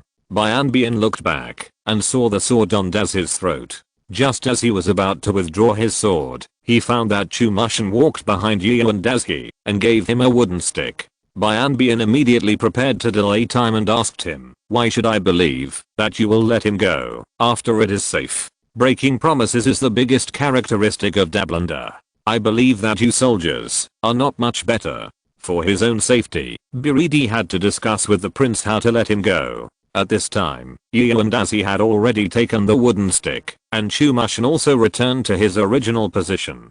He looked at the stick, which was only the thickness of a finger. It was not suitable for knocking people unconscious, but it was a very good choice for corporal punishment. He threw away the stick helplessly and asked Mushan with his eyes if there was anything better. Mushan shook his head. This was the thickest stick he could find. The others were on other people. Yu and Dazhi had to give up the idea of using weapons and added supernatural powers to himself and swung his fist to hit Bully's head. Bully's helmet shattered. Because of the blow on the back of his head, his whole body became stiff and then he fell straight to the ground. Bian also knocked Bernard unconscious with the hilt of the sword. Everyone gathered around, dragged them into the mansion, and found ropes to tie them up tightly. At this time, Bian had also brought the child lying on the ground in and put him on the sofa. Mushan finally calmed down when he saw this and asked Bian, "Everything is okay now. Can you tell us in detail about the Budalanta?" Bian nodded and began to explain in detail to everyone. This matter started 5,000 years ago. At that time, our kingdom had a more advanced technological civilization, and our ancestors used their wisdom to create jet trains, flying ships, and other terrible weapons of war. The country's technology reached its peak during that period, and it was far from what you see now. Bian paused, then continued, but the wise Beiwu gang, the founder of our kingdom, discovered that if he continued to invent weapons endlessly, it would only drag the country into the abyss of war and eventually bring destruction. So he ordered a ban on weapons research, sealed all records, and destroyed all existing weapons. So in the following time, the kingdom's technology has been regressing. Doraemon suddenly said, although your starting point is good, how can you maintain peace without weapons? And there will still be many objections to this matter within the country, right? Gian nodded and said, yes, when this order was first implemented, many princes and nobles were very dissatisfied and even wanted to launch a coup. In the beginning, they were very successful and drove the jet train and flying ship into the palace. The ministers in charge forced Bei Wugang to give up his throne. But what was unexpected was that Bei Wugang was the incarnation of God and could control the power of wind and thunder. He destroyed all weapons with strong winds and lightning and executed all rebellious ministers with divine power. From then on, Bei Wugang's orders could be implemented. As a result, the kingdom did not encounter any rebellion until his death. And as he immediately became interested, I'm sorry, I don't mean to offend, but may I ask how old was the Bei Wugang you mentioned when he died? Such a strong man should not die easily, and he can live for a long time, right? Based on Bianbian's description and the formation here, Dazzy estimated that Bei Wugang's combat effectiveness should be that of a 4th level magician. For people of this level, as long as they don't commit suicide, it's not a problem for them to live for thousands of years. But according to the speed of their succession, the average generation is no more than 50 years, which doesn't match the maximum age of Bei Wugang, so I asked this question. Well, let me think about it. It is said that Bei Wugang lived to be 64 years old and then died of unknown reasons. As for the specific reason, I don't know. But since Bei Wugang no one has possessed divine power, so the fact that Bei Wugang possessed divine power was just a strange story spread in the kingdom, and we didn't take it seriously. Yu and Dazzy stood there expressionlessly, sighing in his heart. It seems that the inheritance of Bei Wugang should have been lost for some reason, otherwise no one could shake the status of this king. However, when Bei Wugang was alive, he had already taken into account that future generations might not be able to suppress rebellions or foreign attacks, so he ordered the construction of a giant statue as a patron saint of the kingdom. And this necklace of mine was also made by Lord Bei Wugang in the same period. It is said that this necklace is the key to unlocking the giant. After 5,000 years, our kingdom has had no rebellion or foreign enemies. During this long period, although the scientific and technological strength of our kingdom has declined to this point, our peace has continued to this day. This is all thanks to Lord Bei Wugang's foresight, and the original weapons have long been forgotten.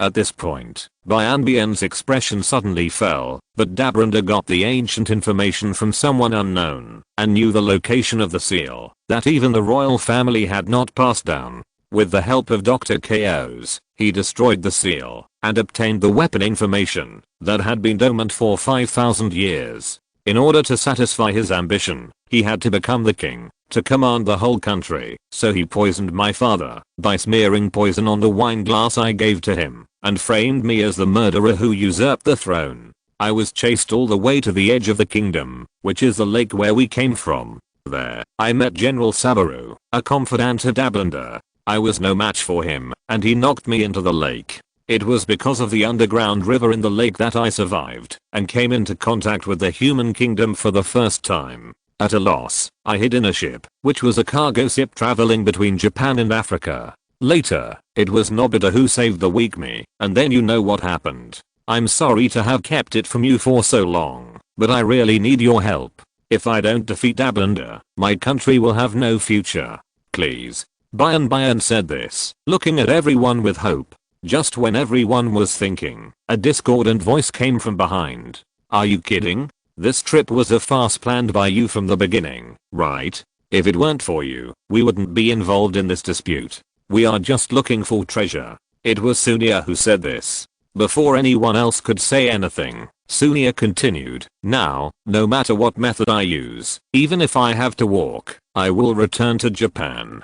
Let's go now. Everyone was silent. From the beginning, this matter was indeed a decision made by Bian without telling anyone, so it was understandable not to help him. At this time, Bian suddenly knelt down, lowered his head, and said to everyone, I have no way to save this kingdom now. You are my last hope.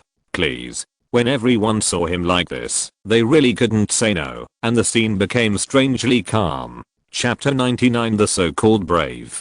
Seeing that Bian had lowered his attitude, Yu and Dazhi knew that it was time for him to persuade him. Helping him was also helping ourselves, otherwise we really didn't know when we could return to Japan and return to our home. Ziofu, you are so naive. As soon as Yu and Dazhi spoke, everyone cast their eyes on him. He continued calmly, the distance from here to Japan is too far. If you walk, it will probably take decades. And I've said before, there is still no way to cross the sea. We can't hide in a ship like Bian. Even if you are lucky enough to sneak into the ship, forgive me for being frank, but life at the bottom of the cabin is not as peaceful as you imagine. You simply can't stand the hardship. Besides, we don't have any money. I think the biggest possibility is that we will be caught by the locals and sold as slaves at a low price. Seeing that their expressions were moved, Yu and Dazhi continued to persuade. As for staying here, I see some hope. Bian also said that their former technology has revived, and I believe it should not be difficult for him to build a flying ship. Isn't this a perfect means of transportation?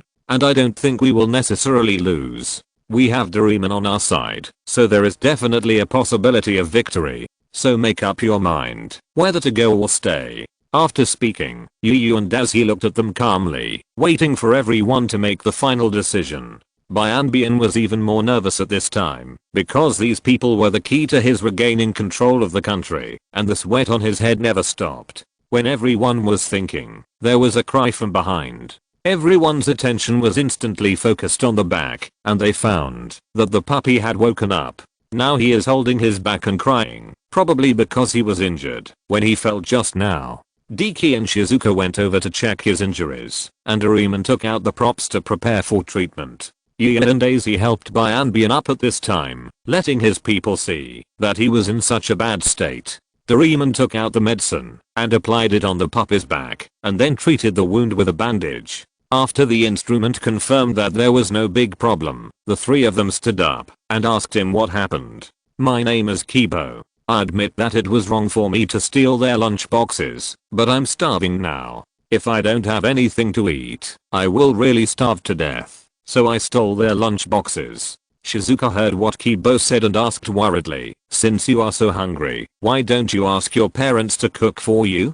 Don't they care about you as a child? Kibo was instantly unhappy after hearing this. It's not that my parents don't care about me. My parents were kidnapped by them, so no one cooked for Kibo, so I had to steal lunch boxes. Bian pushed through the group of people, walked up to Kibo and said hurriedly, your parents were kidnapped, what happened?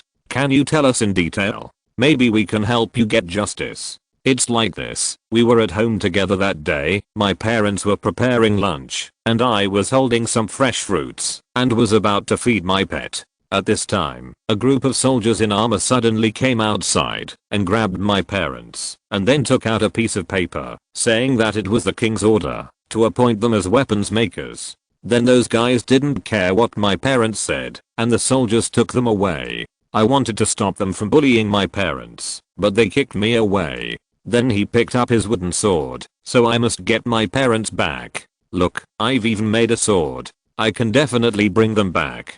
Bian clenched his fists, but still said gently, can I see this sword? Kibo handed the wooden sword in his hand to Bian. Bian took it, and looked at it carefully. This is a very crude wooden sword. It was made by just finding a piece of wood, and cutting it a few times, and then using some stones to grind off the wood thorns on the surface. A sword like this is not only not going to hurt people, but even as a toy, it is an extremely unqualified defective product. Although the workmanship is very rough, Bian handed it back to Kibo with both hands. It's really a good sword. I believe you can use it to realize your wish and rescue your parents. Kibo took the wooden sword from Bian and waved it happily with one hand. He was very happy to be praised. He began to imagine the scene of rescuing his parents in his mind and smiled for the first time in a long time. Nobita saw this scene and finally made up his mind. He walked to Bian who was half squatting in front of Kibo, put a hand on his shoulder and said, I have decided, I will help you take back your kingdom.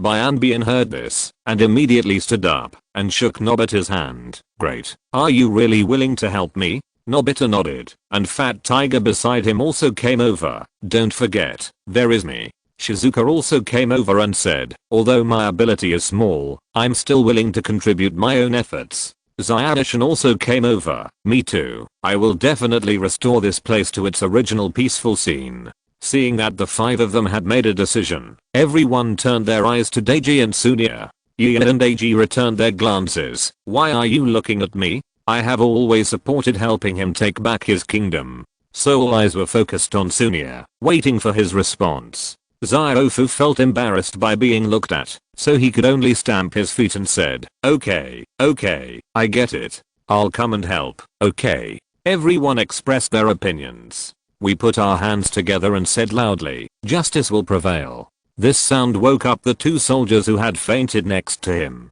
Bian quickly went over and knocked them out again with one hand each. After there was no threat, everyone gathered together to discuss the battle plan. Bian first suggested, we are short of manpower now. I suggest that we rescue Bruce before we are exposed. He is a very powerful assistant. Although he is a little stupid, he is very powerful and is only loyal to our royal family. He can be absolutely trusted. Zyadishan thought about it and said, what you said makes sense, but we don't know where he is being held. In this case, if we rush to rescue him, it is very likely to fail, so I don't agree. At this time, Kibo next to him raised his hand and said, I know where Lord Bruce is being held. Everyone looked at this little boy to see if he could provide key information. Rumor has it that Bruce is imprisoned in a prison near the palace. The place is heavily guarded, and there are always people on duty. Bruce is imprisoned at the bottom of the dungeon, so the possibility of rescuing him is very small.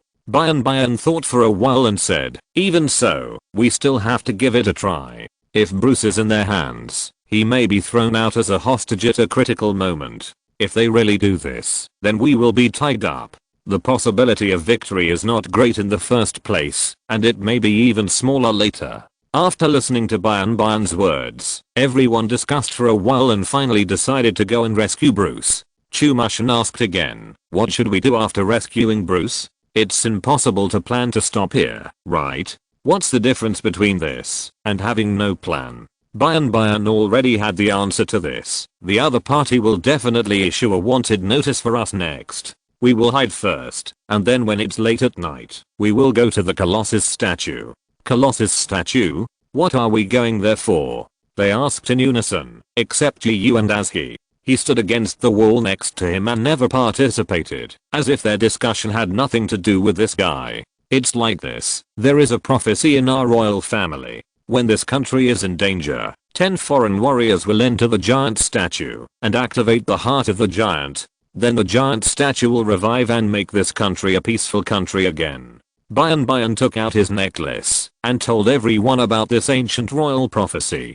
But we only have 7 warriors now, which is not the number predicted in the prophecy. After hearing this, everyone became even more confused. At this time, Yu and Azuki suddenly interrupted. You are wrong. There are 7 people here, but there are only 5 heroes. Regardless of their surprised eyes, Azuki continued to explain to them, I have never been a hero. I don't have the sense of justice and responsibility that a hero has. Everything I do is done according to my own will. And Zyadishan is not a hero either. He doesn't have his own dreams, nor does he have the awareness of dying for them. He is too rational. He can be said to be a counselor, but definitely not a hero. After saying this, Ziofu waved his hand disdainfully. Okay, it's time to still entangle this. There are 7 of us now, and I don't know when the remaining 3 will come. Bian didn't care about what Azuki said at all, and continued to discuss with them. I don't know either. Although the number of people does not match the prophecy, we have no choice but to go together now. Now let's just say that the battle plan is like this. Let's first consider how to get to the prison near the palace. With our current appearance, if we walk out and get close to the center of the town, they will definitely notice us. Nobita started to ask Doraemon to take out the props again. Doraemon dreamed for a long time, but there was no good solution. I have a solution for this, but I need some local people to help. Gian and Azuki said, while looking at Kibo. Not long after, Kibo appeared in front of everyone, leading 2 pigs and driving a car full of hay. Okay, I have done the preparations as you ordered. What should we do now? He looked at the pile of hay in front of him, nodded with satisfaction and said, now everyone, go into the hay. Bian, come here, there are still some things to deal with. They walked into the car and smelled a faint strange smell. It was Dazzy who asked Kibo to find some smelly grass and put it in to cover up the smell of humans. Dazzy and Bian returned to the room, found the basement, and brought the two dogs over, and then said, in order to prevent exposure, I need to knock them out now. Bian looked at the two people who had not woken up and said, but they are already unconscious. Gian and Dazzy nodded, picked up a glass of water on the table, and poured it on their faces. So in order to ensure that they will be unconscious for a longer time, I will splash them with water to wake them up, and then you will knock them out again. Bian. Chapter 100 A Brief Separation. Although he didn't know what the basis for his actions was, Bian still did what he said. After the two dogs were awakened by the water, they were ready to curse, but they were knocked unconscious by Bian and continued to sleep. After doing all this, Yu and Dazzy nodded with satisfaction, so that their whereabouts would not be exposed so quickly. Then he kicked the two dogs into the basement, closed the door, and went out with Bian. The others in front had already got in the car. Yu and Dazzy looked at Bian naked and couldn't bear to look at him. Aren't you embarrassed to be naked like this? Bian looked at himself and suddenly blushed. I'm used to not wearing clothes in human society, but I haven't reacted after returning here. Wait for me, I'll go to Bruce's official residence to find a set of clothes and come back soon. After saying that, he ran back to the house. Not long after, she came over wearing a green short-sleeved shirt and a grey skirt-like thing on the lower body. Dazzy got in the car with him, covered the thatch, and Kibo shook the rope, and everyone finally set off to the prison. Along the way, the carriage was shaking constantly, and everyone tried not to make any noise. After the carriage bumped for more than half an hour, it finally arrived at the destination safely. Fortunately, the captain's residence was not far from the prison, otherwise we would have to bump for even longer. Kibo looked around, found a more remote place to stop by the wall, and pulled the thatch aside to signal us that we could get off. Yu and Dazzy came down first, followed by Bian and others. The prison wall was very high, almost 5 stories high. It was too difficult to get in from above, and it was very likely that you would encounter guards after entering, so this method was ruled out. Yu and Dazzy didn't have any good way to get in, and after thinking for a while, everyone turned their eyes to Doraemon. And this time Doraemon was reliable, and took out the magic weapon penetration ring. After placing this prop on the wall, a dark hole immediately appeared on the wall. This thing was the first time for Yu and Dazzy to see it, and everyone else had seen it on the last treasure island. Everyone entered in turn. Bian touched his chin and said, Doraemon really has a lot of props that I haven't seen before. It's so magical. After sighing, he also entered the penetration ring. Dazzy looked at Fat Tiger and Shizuka behind him. Shizuka, you don't have to go. Stay outside to support. Fat Tiger, you too. Only Shizuka and Kibo are unsafe outside. You are responsible for protecting them. You must not let this place fall, understand? Fat Tiger heard that Dazzy entrusted him with such an important matter, and that he could get along with his goddess, so he immediately patted his chest and agreed. Gian and Dazzy then got into the penetration ring with confidence, and met up with everyone. After walking out of the penetration ring is the staircase. Everyone came out carefully, and tried not to make any noise. Standing in the corridor, Yu and Dazzy asked Chumushin to use his mental power to be alert to the surroundings. If someone came, he would remind him, and then go downstairs. The stairs were winding and tortuous. Not long after walking, Chumushin reminded him that there was a room ahead and someone stayed inside.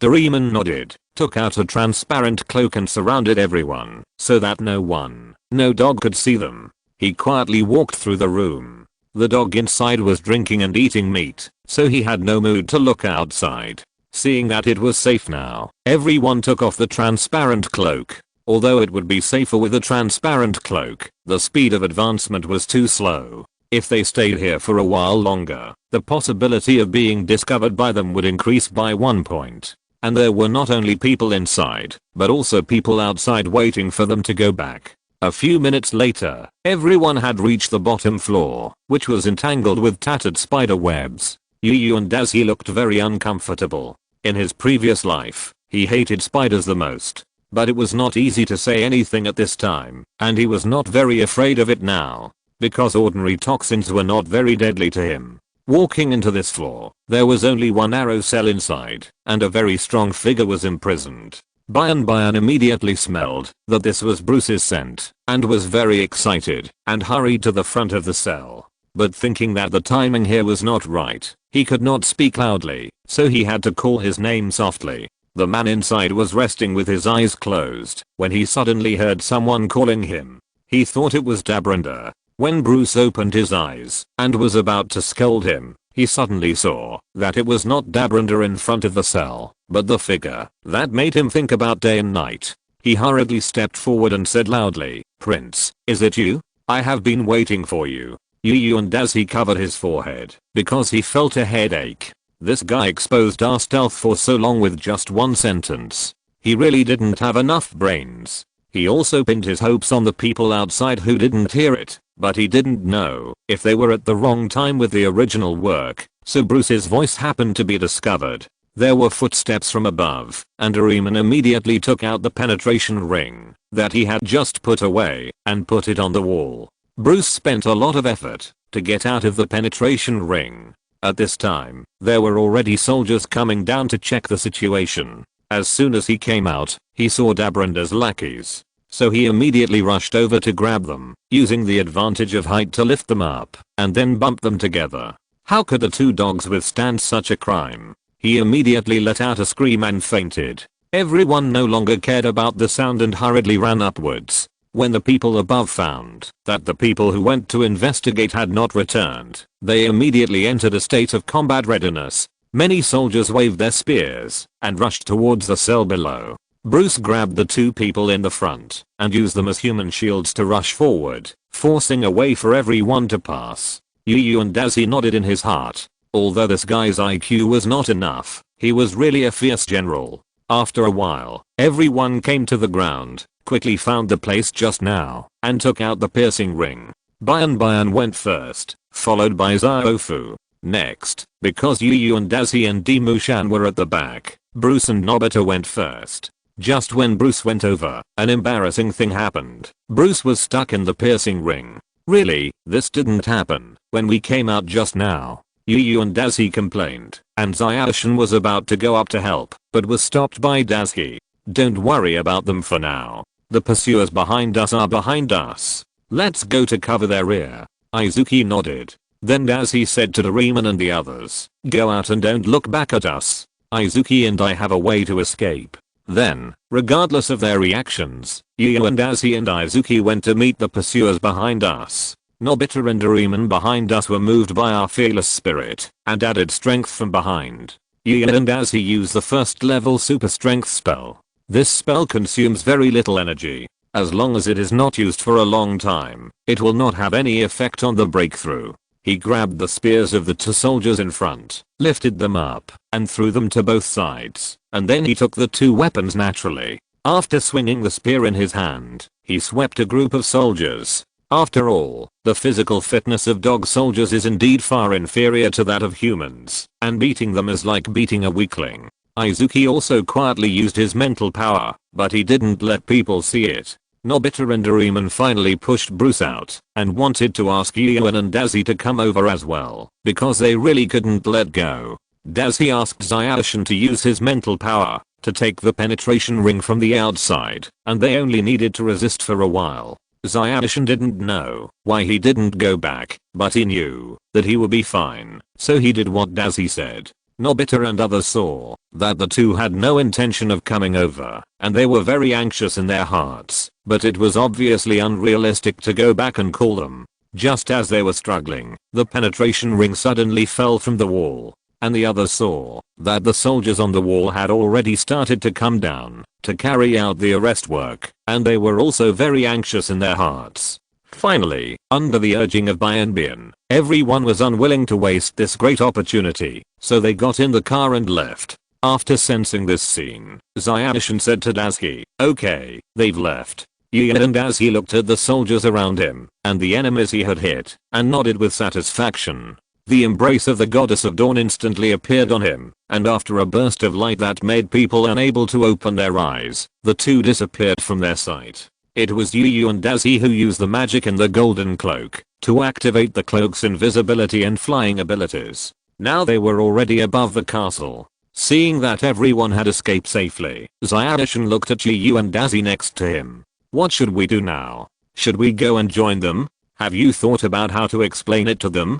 He shook his head and said, I don't plan to go and join them. If I really planned to go with them, I would have gone out from the penetration ring just now. It was not easy to separate from them, and my condition is also very good, so I have to find a place to break through to the third level magician now. Xiaoshan asked puzzledly, why at this time? Can't I go back? Gian and Dazuki shook his head again. No, this is a little weirder than I thought. It will be more certain if I'm stronger. And I have wanted to break through for a long time, but either something happened some time ago, or my magic and mental power were not in the best condition. Now it's hard for no one to disturb me, and the loss of magic and mental power is no more than half, which is a great opportunity. Xiaoshan saw that he was so determined, so he didn't say anything more. Now he just needed to follow him. There was not much magic power in the cloak. After flying for a while, the two found a more secluded place to land on the ground.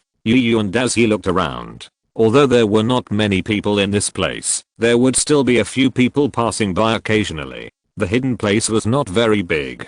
This place cannot be used as a breakthrough place. After all, the range is too small. I don't want to produce plant dogs. Just as Yu and Dazuki began to look for a new place, he suddenly saw the giant statue in the distance and the primitive jungle below. There may be people around here. Let's go to the forest over there. The natural power there is very sufficient and there are few people. Chumashin also thought that it was a good place, so he agreed. The two of them walked slowly towards the forest of the giant statue. In the process, Yu and Dazuki also began to recover his magic power, preparing to recover his mental power after stopping, and then break through to the third level elite magician at the peak moment. It's the 100th chapter. It's really a memorable moment. Everyone, please leave a message. End of this chapter.